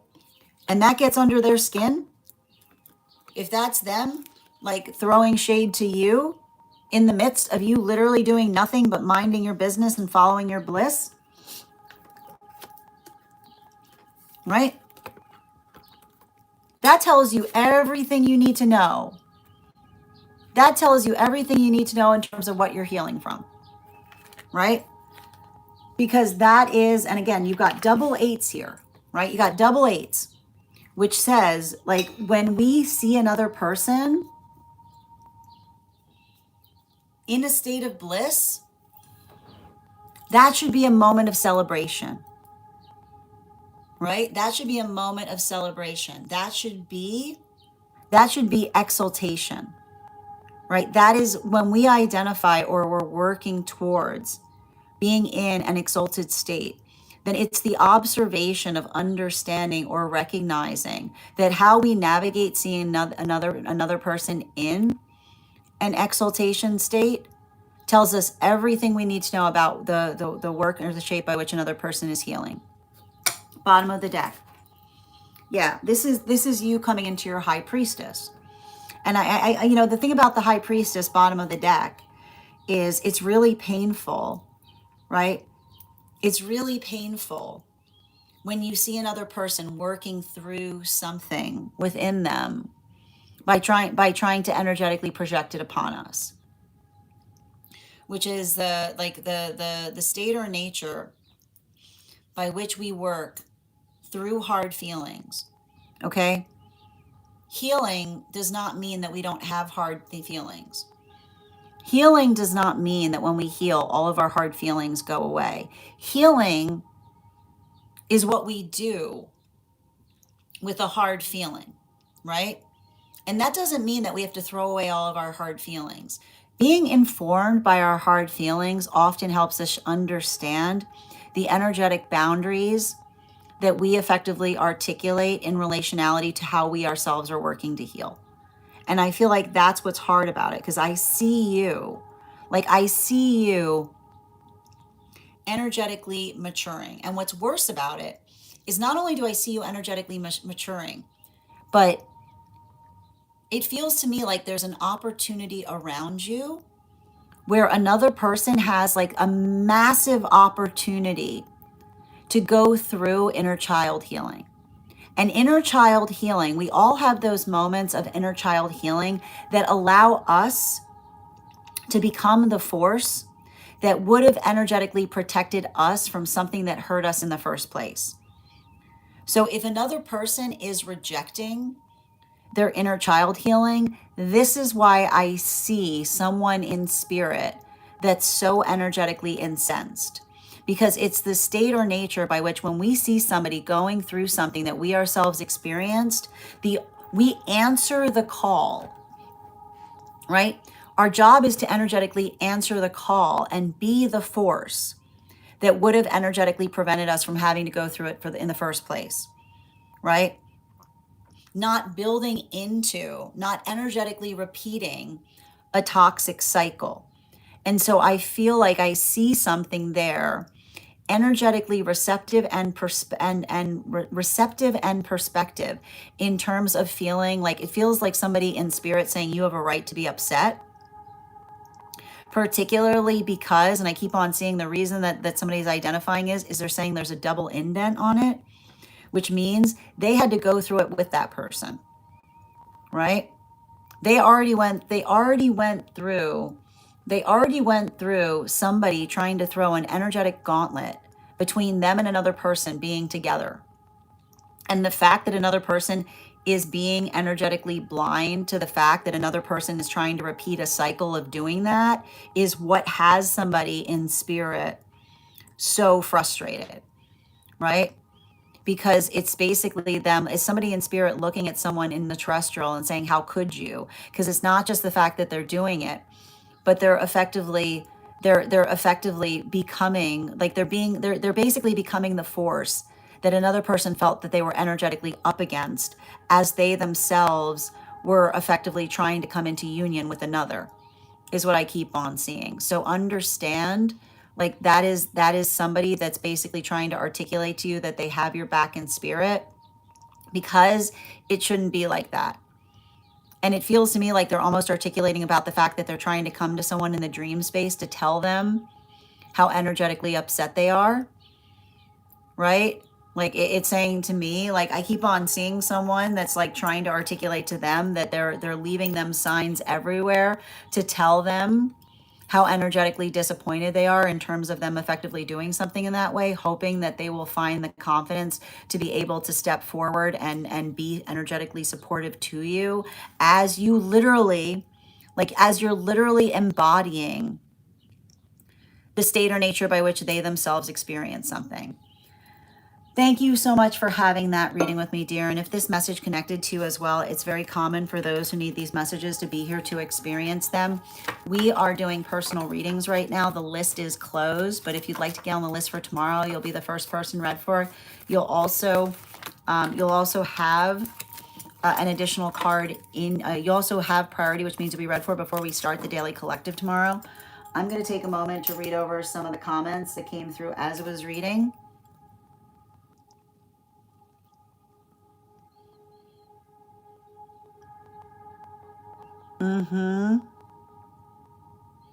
Yeah, it feels like somebody regressing around you.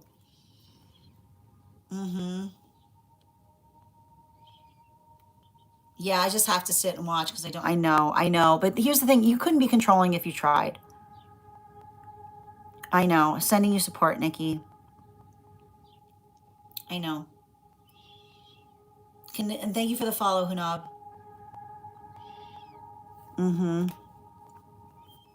But again, remember, like, if that's what you're experiencing, that's because you're setting the standard right now.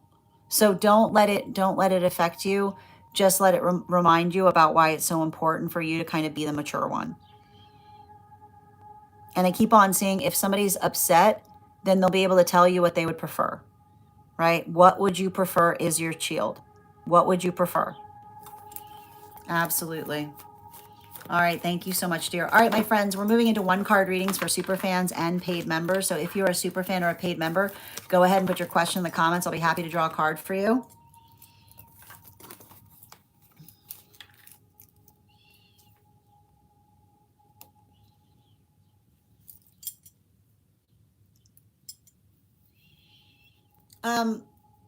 It says to me, like, when we're working tenaciously, we try to identify and recognize, we try to keep each other informed. Yeah, you can't, like, it's, if another person wasn't informing you of a change, it's not your responsibility. Yeah, especially with the hair energy, right? Like, when we care about each other, we help to articulate and make sure that others understand something too, is what I keep on seeing. Yeah. So let it, like it says to me, observe, don't absorb. One card for pieces. No, I mean, your truth isn't going to break anything that is good, right?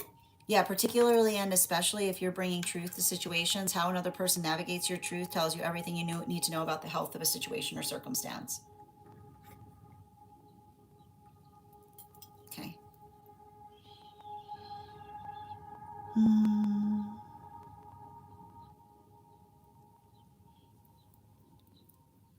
Got it.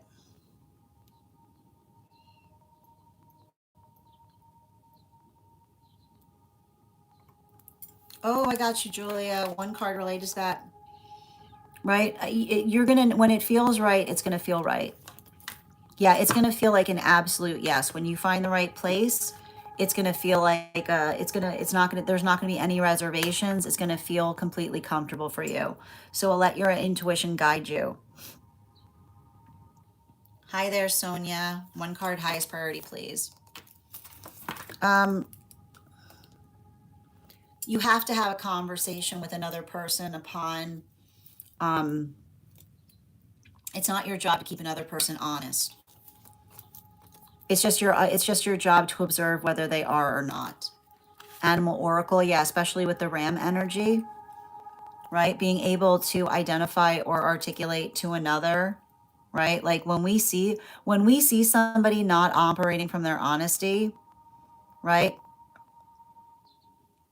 It works into, like, it can devastate us, but it can also fortify us because it helps us understand what we can energetically expect.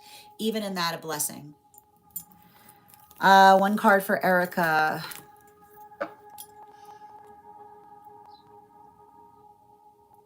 It's not, I mean, I feel like I see somebody who's not surprised, you know, disappointed, but not surprised. Like it says to me, like, I feel like I see somebody who identifies and recognizes that it's, it shouldn't, it shouldn't be, it shouldn't, the understanding or the quality by which it's hard for me because I'm seeing a situation by which those those in a lower position having better standards than those in a high position, right?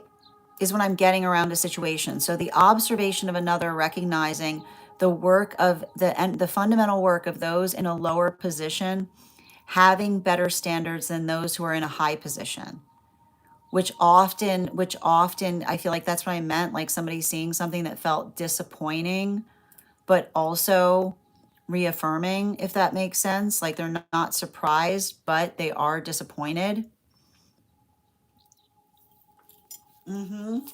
Nikki,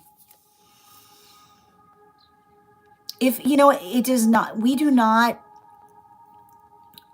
we give each other the benefit of the doubt. We don't operate in terms of, it says to me, like, we don't make assumptions in relationality to who we think we are, right? We allow each other to show each other, right? Like it's saying to me, like, again, look at this high priestess, bottom of the deck for you again, benefit of the doubt, which is saying that when we trust each other, right? When we trust each other, we're not perpetually, like, when we trust each other, we're not perpetually testing each other, is what I keep on seeing. Yeah, especially with this hawk energy. Like it says to me, like, the state or nature by which you have to make another person aware of how uncomfortable they're making it for another person, right? Sometimes that doesn't mean that we reveal everything to one another, but we say to someone, do you realize how uncomfortable you're making it for someone? In terms of articulating, like in terms of being able to articulate upon what they themselves are energetically saying. So being energetically protective of another person's comfort zone. Ava, one card on your clairs, please. It says to me, like, I feel like a lot of the work that I see that you're doing right now is coming through the observation of Like you have this is coming through with one of your angelics, the observation of another shadow, right? And the thing about it is everybody has shadow, right? Everybody has shadow work. And when we're working through shadow, right, the shadow doesn't affect us, right? It's not allowing the context by which we succumb to our shadow work, right? It's the space or nature by which we're able to effectively rise above it. So I feel like that's often very heavy and hard because your own ability to remember, just because you can pick up on someone's fear doesn't mean that that's them fulfilling upon it. How you doing today, Daniela? Uh, got it. Can I get one card in relationality to that connection? Two cards coming out. Make sure that you and them are on the same, like, talk about the manifestation goals as it relates to relationship, right? Just be very clear in terms of what it is that you're seeking, right? And especially as it relates to them being honest, right? If they're not being honest in terms of what they're articulating, the hard part about it is it's not enough for someone to say that they want a relationship. Ask them what would be their ideal relationship, right? Just say to them, what would be your ideal relationship dynamic? Let them put it into words. Ella, one card highest good, please. You're so welcome, Ivana. You're coming into you're coming into your gifts. You're coming into your gifts fast, is what I say. And I keep on seeing the reason you're coming into your gifts fast is because you're not letting yourself get caught up in some kind of energy of someone that's trying to make you feel bad about something. I keep on seeing, like, it feels like someone trying to hurt your feelings, and instead you're observing the fact that they're intentional on trying to hurting your feelings, and the guide being like, good, right? Like you can't waste any time navigating. And when another person is invested in hurting your feelings, they'll do things that don't make any sense, right? Like, there it is. Like, that's all the clarity you need upon it. Alexandra, one card and advice on relationship. They're falling back in, they're falling back into a karmic, is what I see, right? Like the observation of understanding, like, this feels like some past life stuff, right? We don't build into the context of feeling like there's something that needs to change, right? The space or nature by which we say you're everything that I aspire to be, you're perfect how you are, is not the space by which we say, let's wait and see. Because when you say to someone, let's wait and see, you're creating agitation in terms of saying to another person, like, I'm energetically seeing, how much you want something. It's like that like, already it's like it creates the space or nature by which we see that we don't, right? We don't create spaces or places by which we feel like we need to be proved, right? Because often energy that feels like love needs to be proved is exactly why they keep removing love from their experience, because we don't prove love. We observe and we feel the love that we're trying to experience within one another. So make sure that another person isn't constantly trying to say to you that you have to do, like, trying to broadcast to you that you have to do something to let them know that you're serious, because that's them not being serious, right? Like, we don't wait and see. We act upon how we're energetically feeling from a place of authenticity. You're so welcome, Ivana. And thank you for those heart me, Sonia. Please remember to recharge your heart me's if you'd like an animal oracle card on top of your one card. Your one card for that, Alexandra, is the ram, right? I see somebody who hasn't healed from some intimacy wounds, right? It has to do with a hard childhood, right? It's not like making sure that they're not coming into some kind of point of comparison in terms of comparing something that they experience with another and how another person is coming towards them. I got you, Ivana. Yeah, exactly. Just if it feels like that, just let it inform you. Lisa,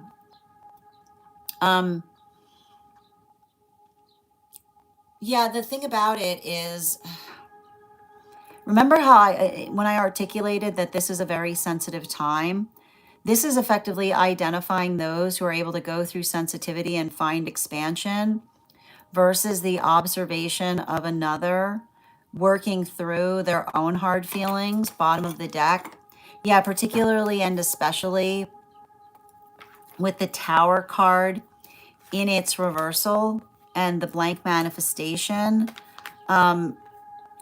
The best way to effectively identify or articulate upon what we're effectively experiencing there is working through the process of energetically healing, by which we're able to energetically address to another what our intentions are, rather than another person trying to work out their hard feelings on another. So a lot of this energy that we're potentially seeing right now feels very much like projection central. Don't let another person's projections affect you in terms of your own sense of sure-footedness, in terms of knowing what you need to do. I got you, Yaz. One card, please. Highest priority. You've got this. I feel like I see you kind of navigating through a breakthrough point right now. You are the healing that you need to see in the world. So kind of being able to navigate or articulate from a point of maturation, specifically and particularly with this stag energy, right? It's saying to me, I feel like there's something important about you coming into connection or coming into alignment with your divine counterpart, in terms of them also kind of clearing through some kind of karmic hurdle to reach a sense of healthy stabilization around something. One card for Esteban around that. I feel like I see somebody waiting for something to come through. Bottom of the deck, yeah, particularly and especially with this Six of Wands. Just I keep on seeing like being energetically patient in terms of being able to identify to another person when you can expect something. Animal Oracle, it feels like it's coming. It just feels like it might be a little delayed. So just be patient around that. Per one card general, please. This is a really good time to work on your manifestation goals, right? Bottom of the deck, yeah, especially with that Six of Wands. It says to me that there's something I'm seeing in terms of you kind of going through an expansion process right now. Don't feel like you're rushing things. Just take things one thing at a time, especially with this blank manifestation.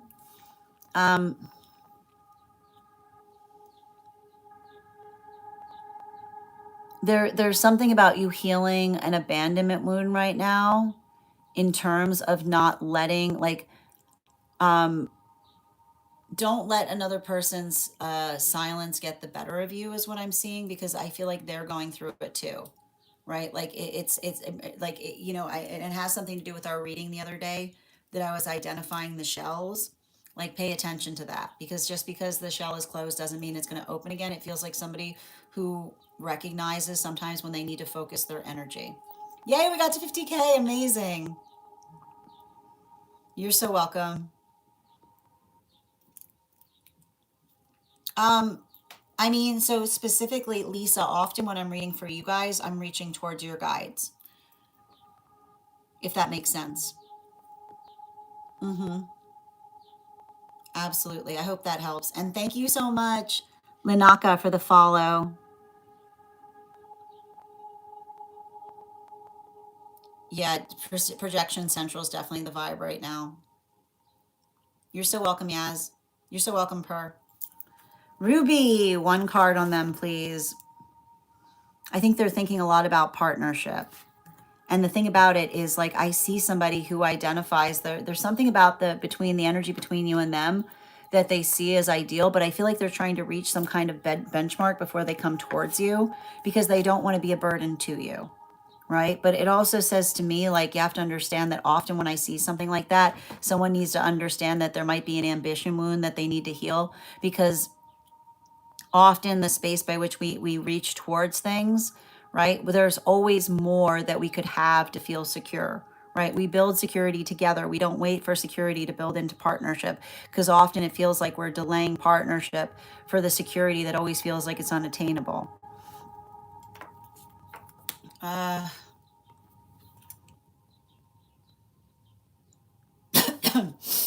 I feel like I see somebody who's working through too much comparison, right? They've got Nicole, I feel like I see somebody who doesn't realize that they're working through a lot of insecurity. So instead of honoring where they are, they're always looking at where others are and feeling judged by it, failing to recognize that they're the ones that are judging in that context. Animal Oracle. Yeah, especially with the water dragon. I feel like I see somebody who sees you as energetically abundant in some way, right? And there's something about that abundance. Like when we're in a healthy place, we feel joy in seeing others abundant. It doesn't create the space by which we have a lot of feelings around it. Absolutely. Hi there, Sing. So we do a free daily collective each day. It already happened. So if you'd like to go back in the video, you should be able to find it there. On It's also available on my stack and over as a podcast. Also, the way the guides work is they like to send messages for those. That's why we identify these as donations, because if someone can't afford a reading, they often hear something in another's that they needed to hear. So I hope that helps. Absolutely. Thank you. All right, my friends, final call right now for anyone who is a one who is a subscriber who has not had a one card pulled. And while we wait, we are going to do our 50K giveaway. Thank you guys so much for helping us get to that 50K benchmark. I am thinking of a number right now. Yep, I got you, Daniela. I already drew the card around it. So Daniela, I drew two cards around that for you. The two cards I drew was the Queen of Wands in its reversal with the Eight of Pentacles, which says you need to have a serious conversation as to what they're looking for in terms of an ideal partnership. Especially, and I keep on hearing, if they want something unconventional, that requires more rules, not less rules. And it's not enough for you to say, like, are you looking for a relationship? Ask them what they consider an ideal relationship would look like. Absolutely. And if they don't want to talk serious, then that's them basically identifying the fact that they don't have the same manifestation goals as you do, right? And often the space by if another person is identifying that, like often, unfortunately, like in a perfect world, when people are authentic and they don't have the same manifestation goals, they would just tell us. So don't let another person being upset in terms of saying to you, you're making problems where problems don't exist. Somebody saying you're making problems with where problems don't exist is somebody telling you they don't have the same manifestation goals as you. So just honor that and let that inform you in terms of making sure that you're moving towards energy that wants to have the same future as you aspire to have with them. Thank you so much, Aditya, for those jewels. I appreciate you. Thank you for the follow, Divine. All right, so I'm going to give away that 50K reading. I am thinking right now of a number between 1 and 40. First person I see that posts that will get the reading. First person I see, not the first person that posts it. Sometimes I see things in a different order than you guys post them.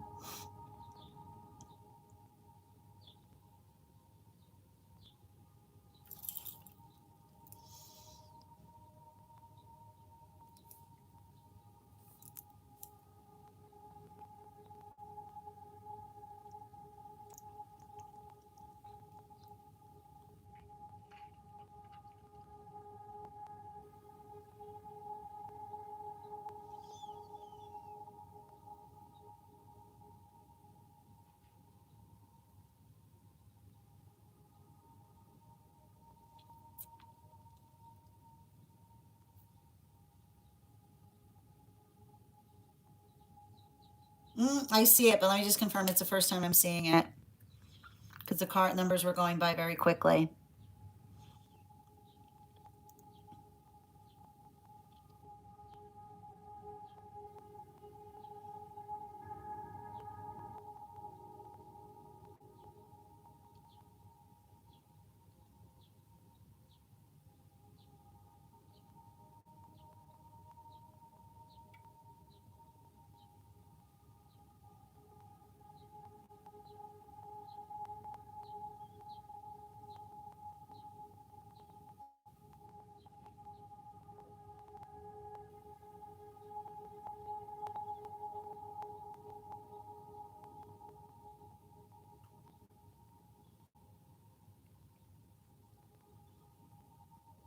Yep. Lisa, congratulations. You got the free reading. Thank you so much, dear. And 2 cards for love on for Avatar on love, please.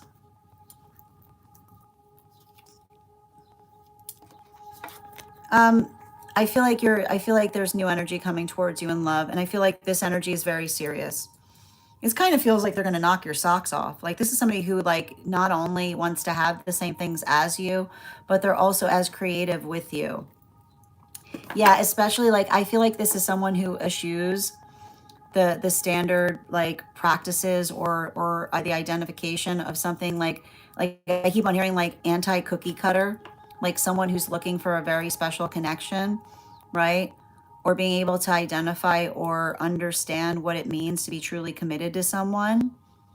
Like it's saying to me like weird in the best way possible, if that makes sense. Thank you so much, dear. It's okay, Daniela, you're welcome. Kakashi, this was somebody, we're also reading across the clock app. So that was an individual who got it on the clock app. Absolutely. Oh, you're so welcome. Thank you for being here, Daniela, and receiving these messages. All right, my friends, final call today on anyone who, oh, it was 23. Thank you guys so much for being here and receiving these messages. We'll be back on tomorrow at our standard time. So 7:15 a.m. PST, 10:15 a.m. Eastern. If you would be like to be notified as to when I've gone live, you can go over to my profile, activate the bell there to turn on notifications. You can also register directly for the event tomorrow. I want to thank you guys so much for being here today and sharing in these messages. Huge thank you to my followers, old and new. Thank you for being here today and receiving these messages. If you became a super fan or paid member today, welcome. I would encourage you to head over to our super fan only disco channel to introduce yourself to the collective. You'll also find in the perk section a special coupon code to our next tarot class subscription program, which is happening on Thursday, August 13th at 5:30 p.m. PST, 8:30 p.m. Eastern. We'll be studying the 3 cards of the Minor Arcana. I want to thank you guys so much for being here today and sharing in these messages. Huge thank you to my followers, old and new. Thank you for being here and receiving these messages. Huge thank you to my subscribers. Your ongoing support means the absolute world to me. And the biggest thank you to each and every one of you. I hope you guys have an absolutely beautiful day. Please take care of yourselves. Please take care of one another. And we'll do this again tomorrow. Have a great day, everyone.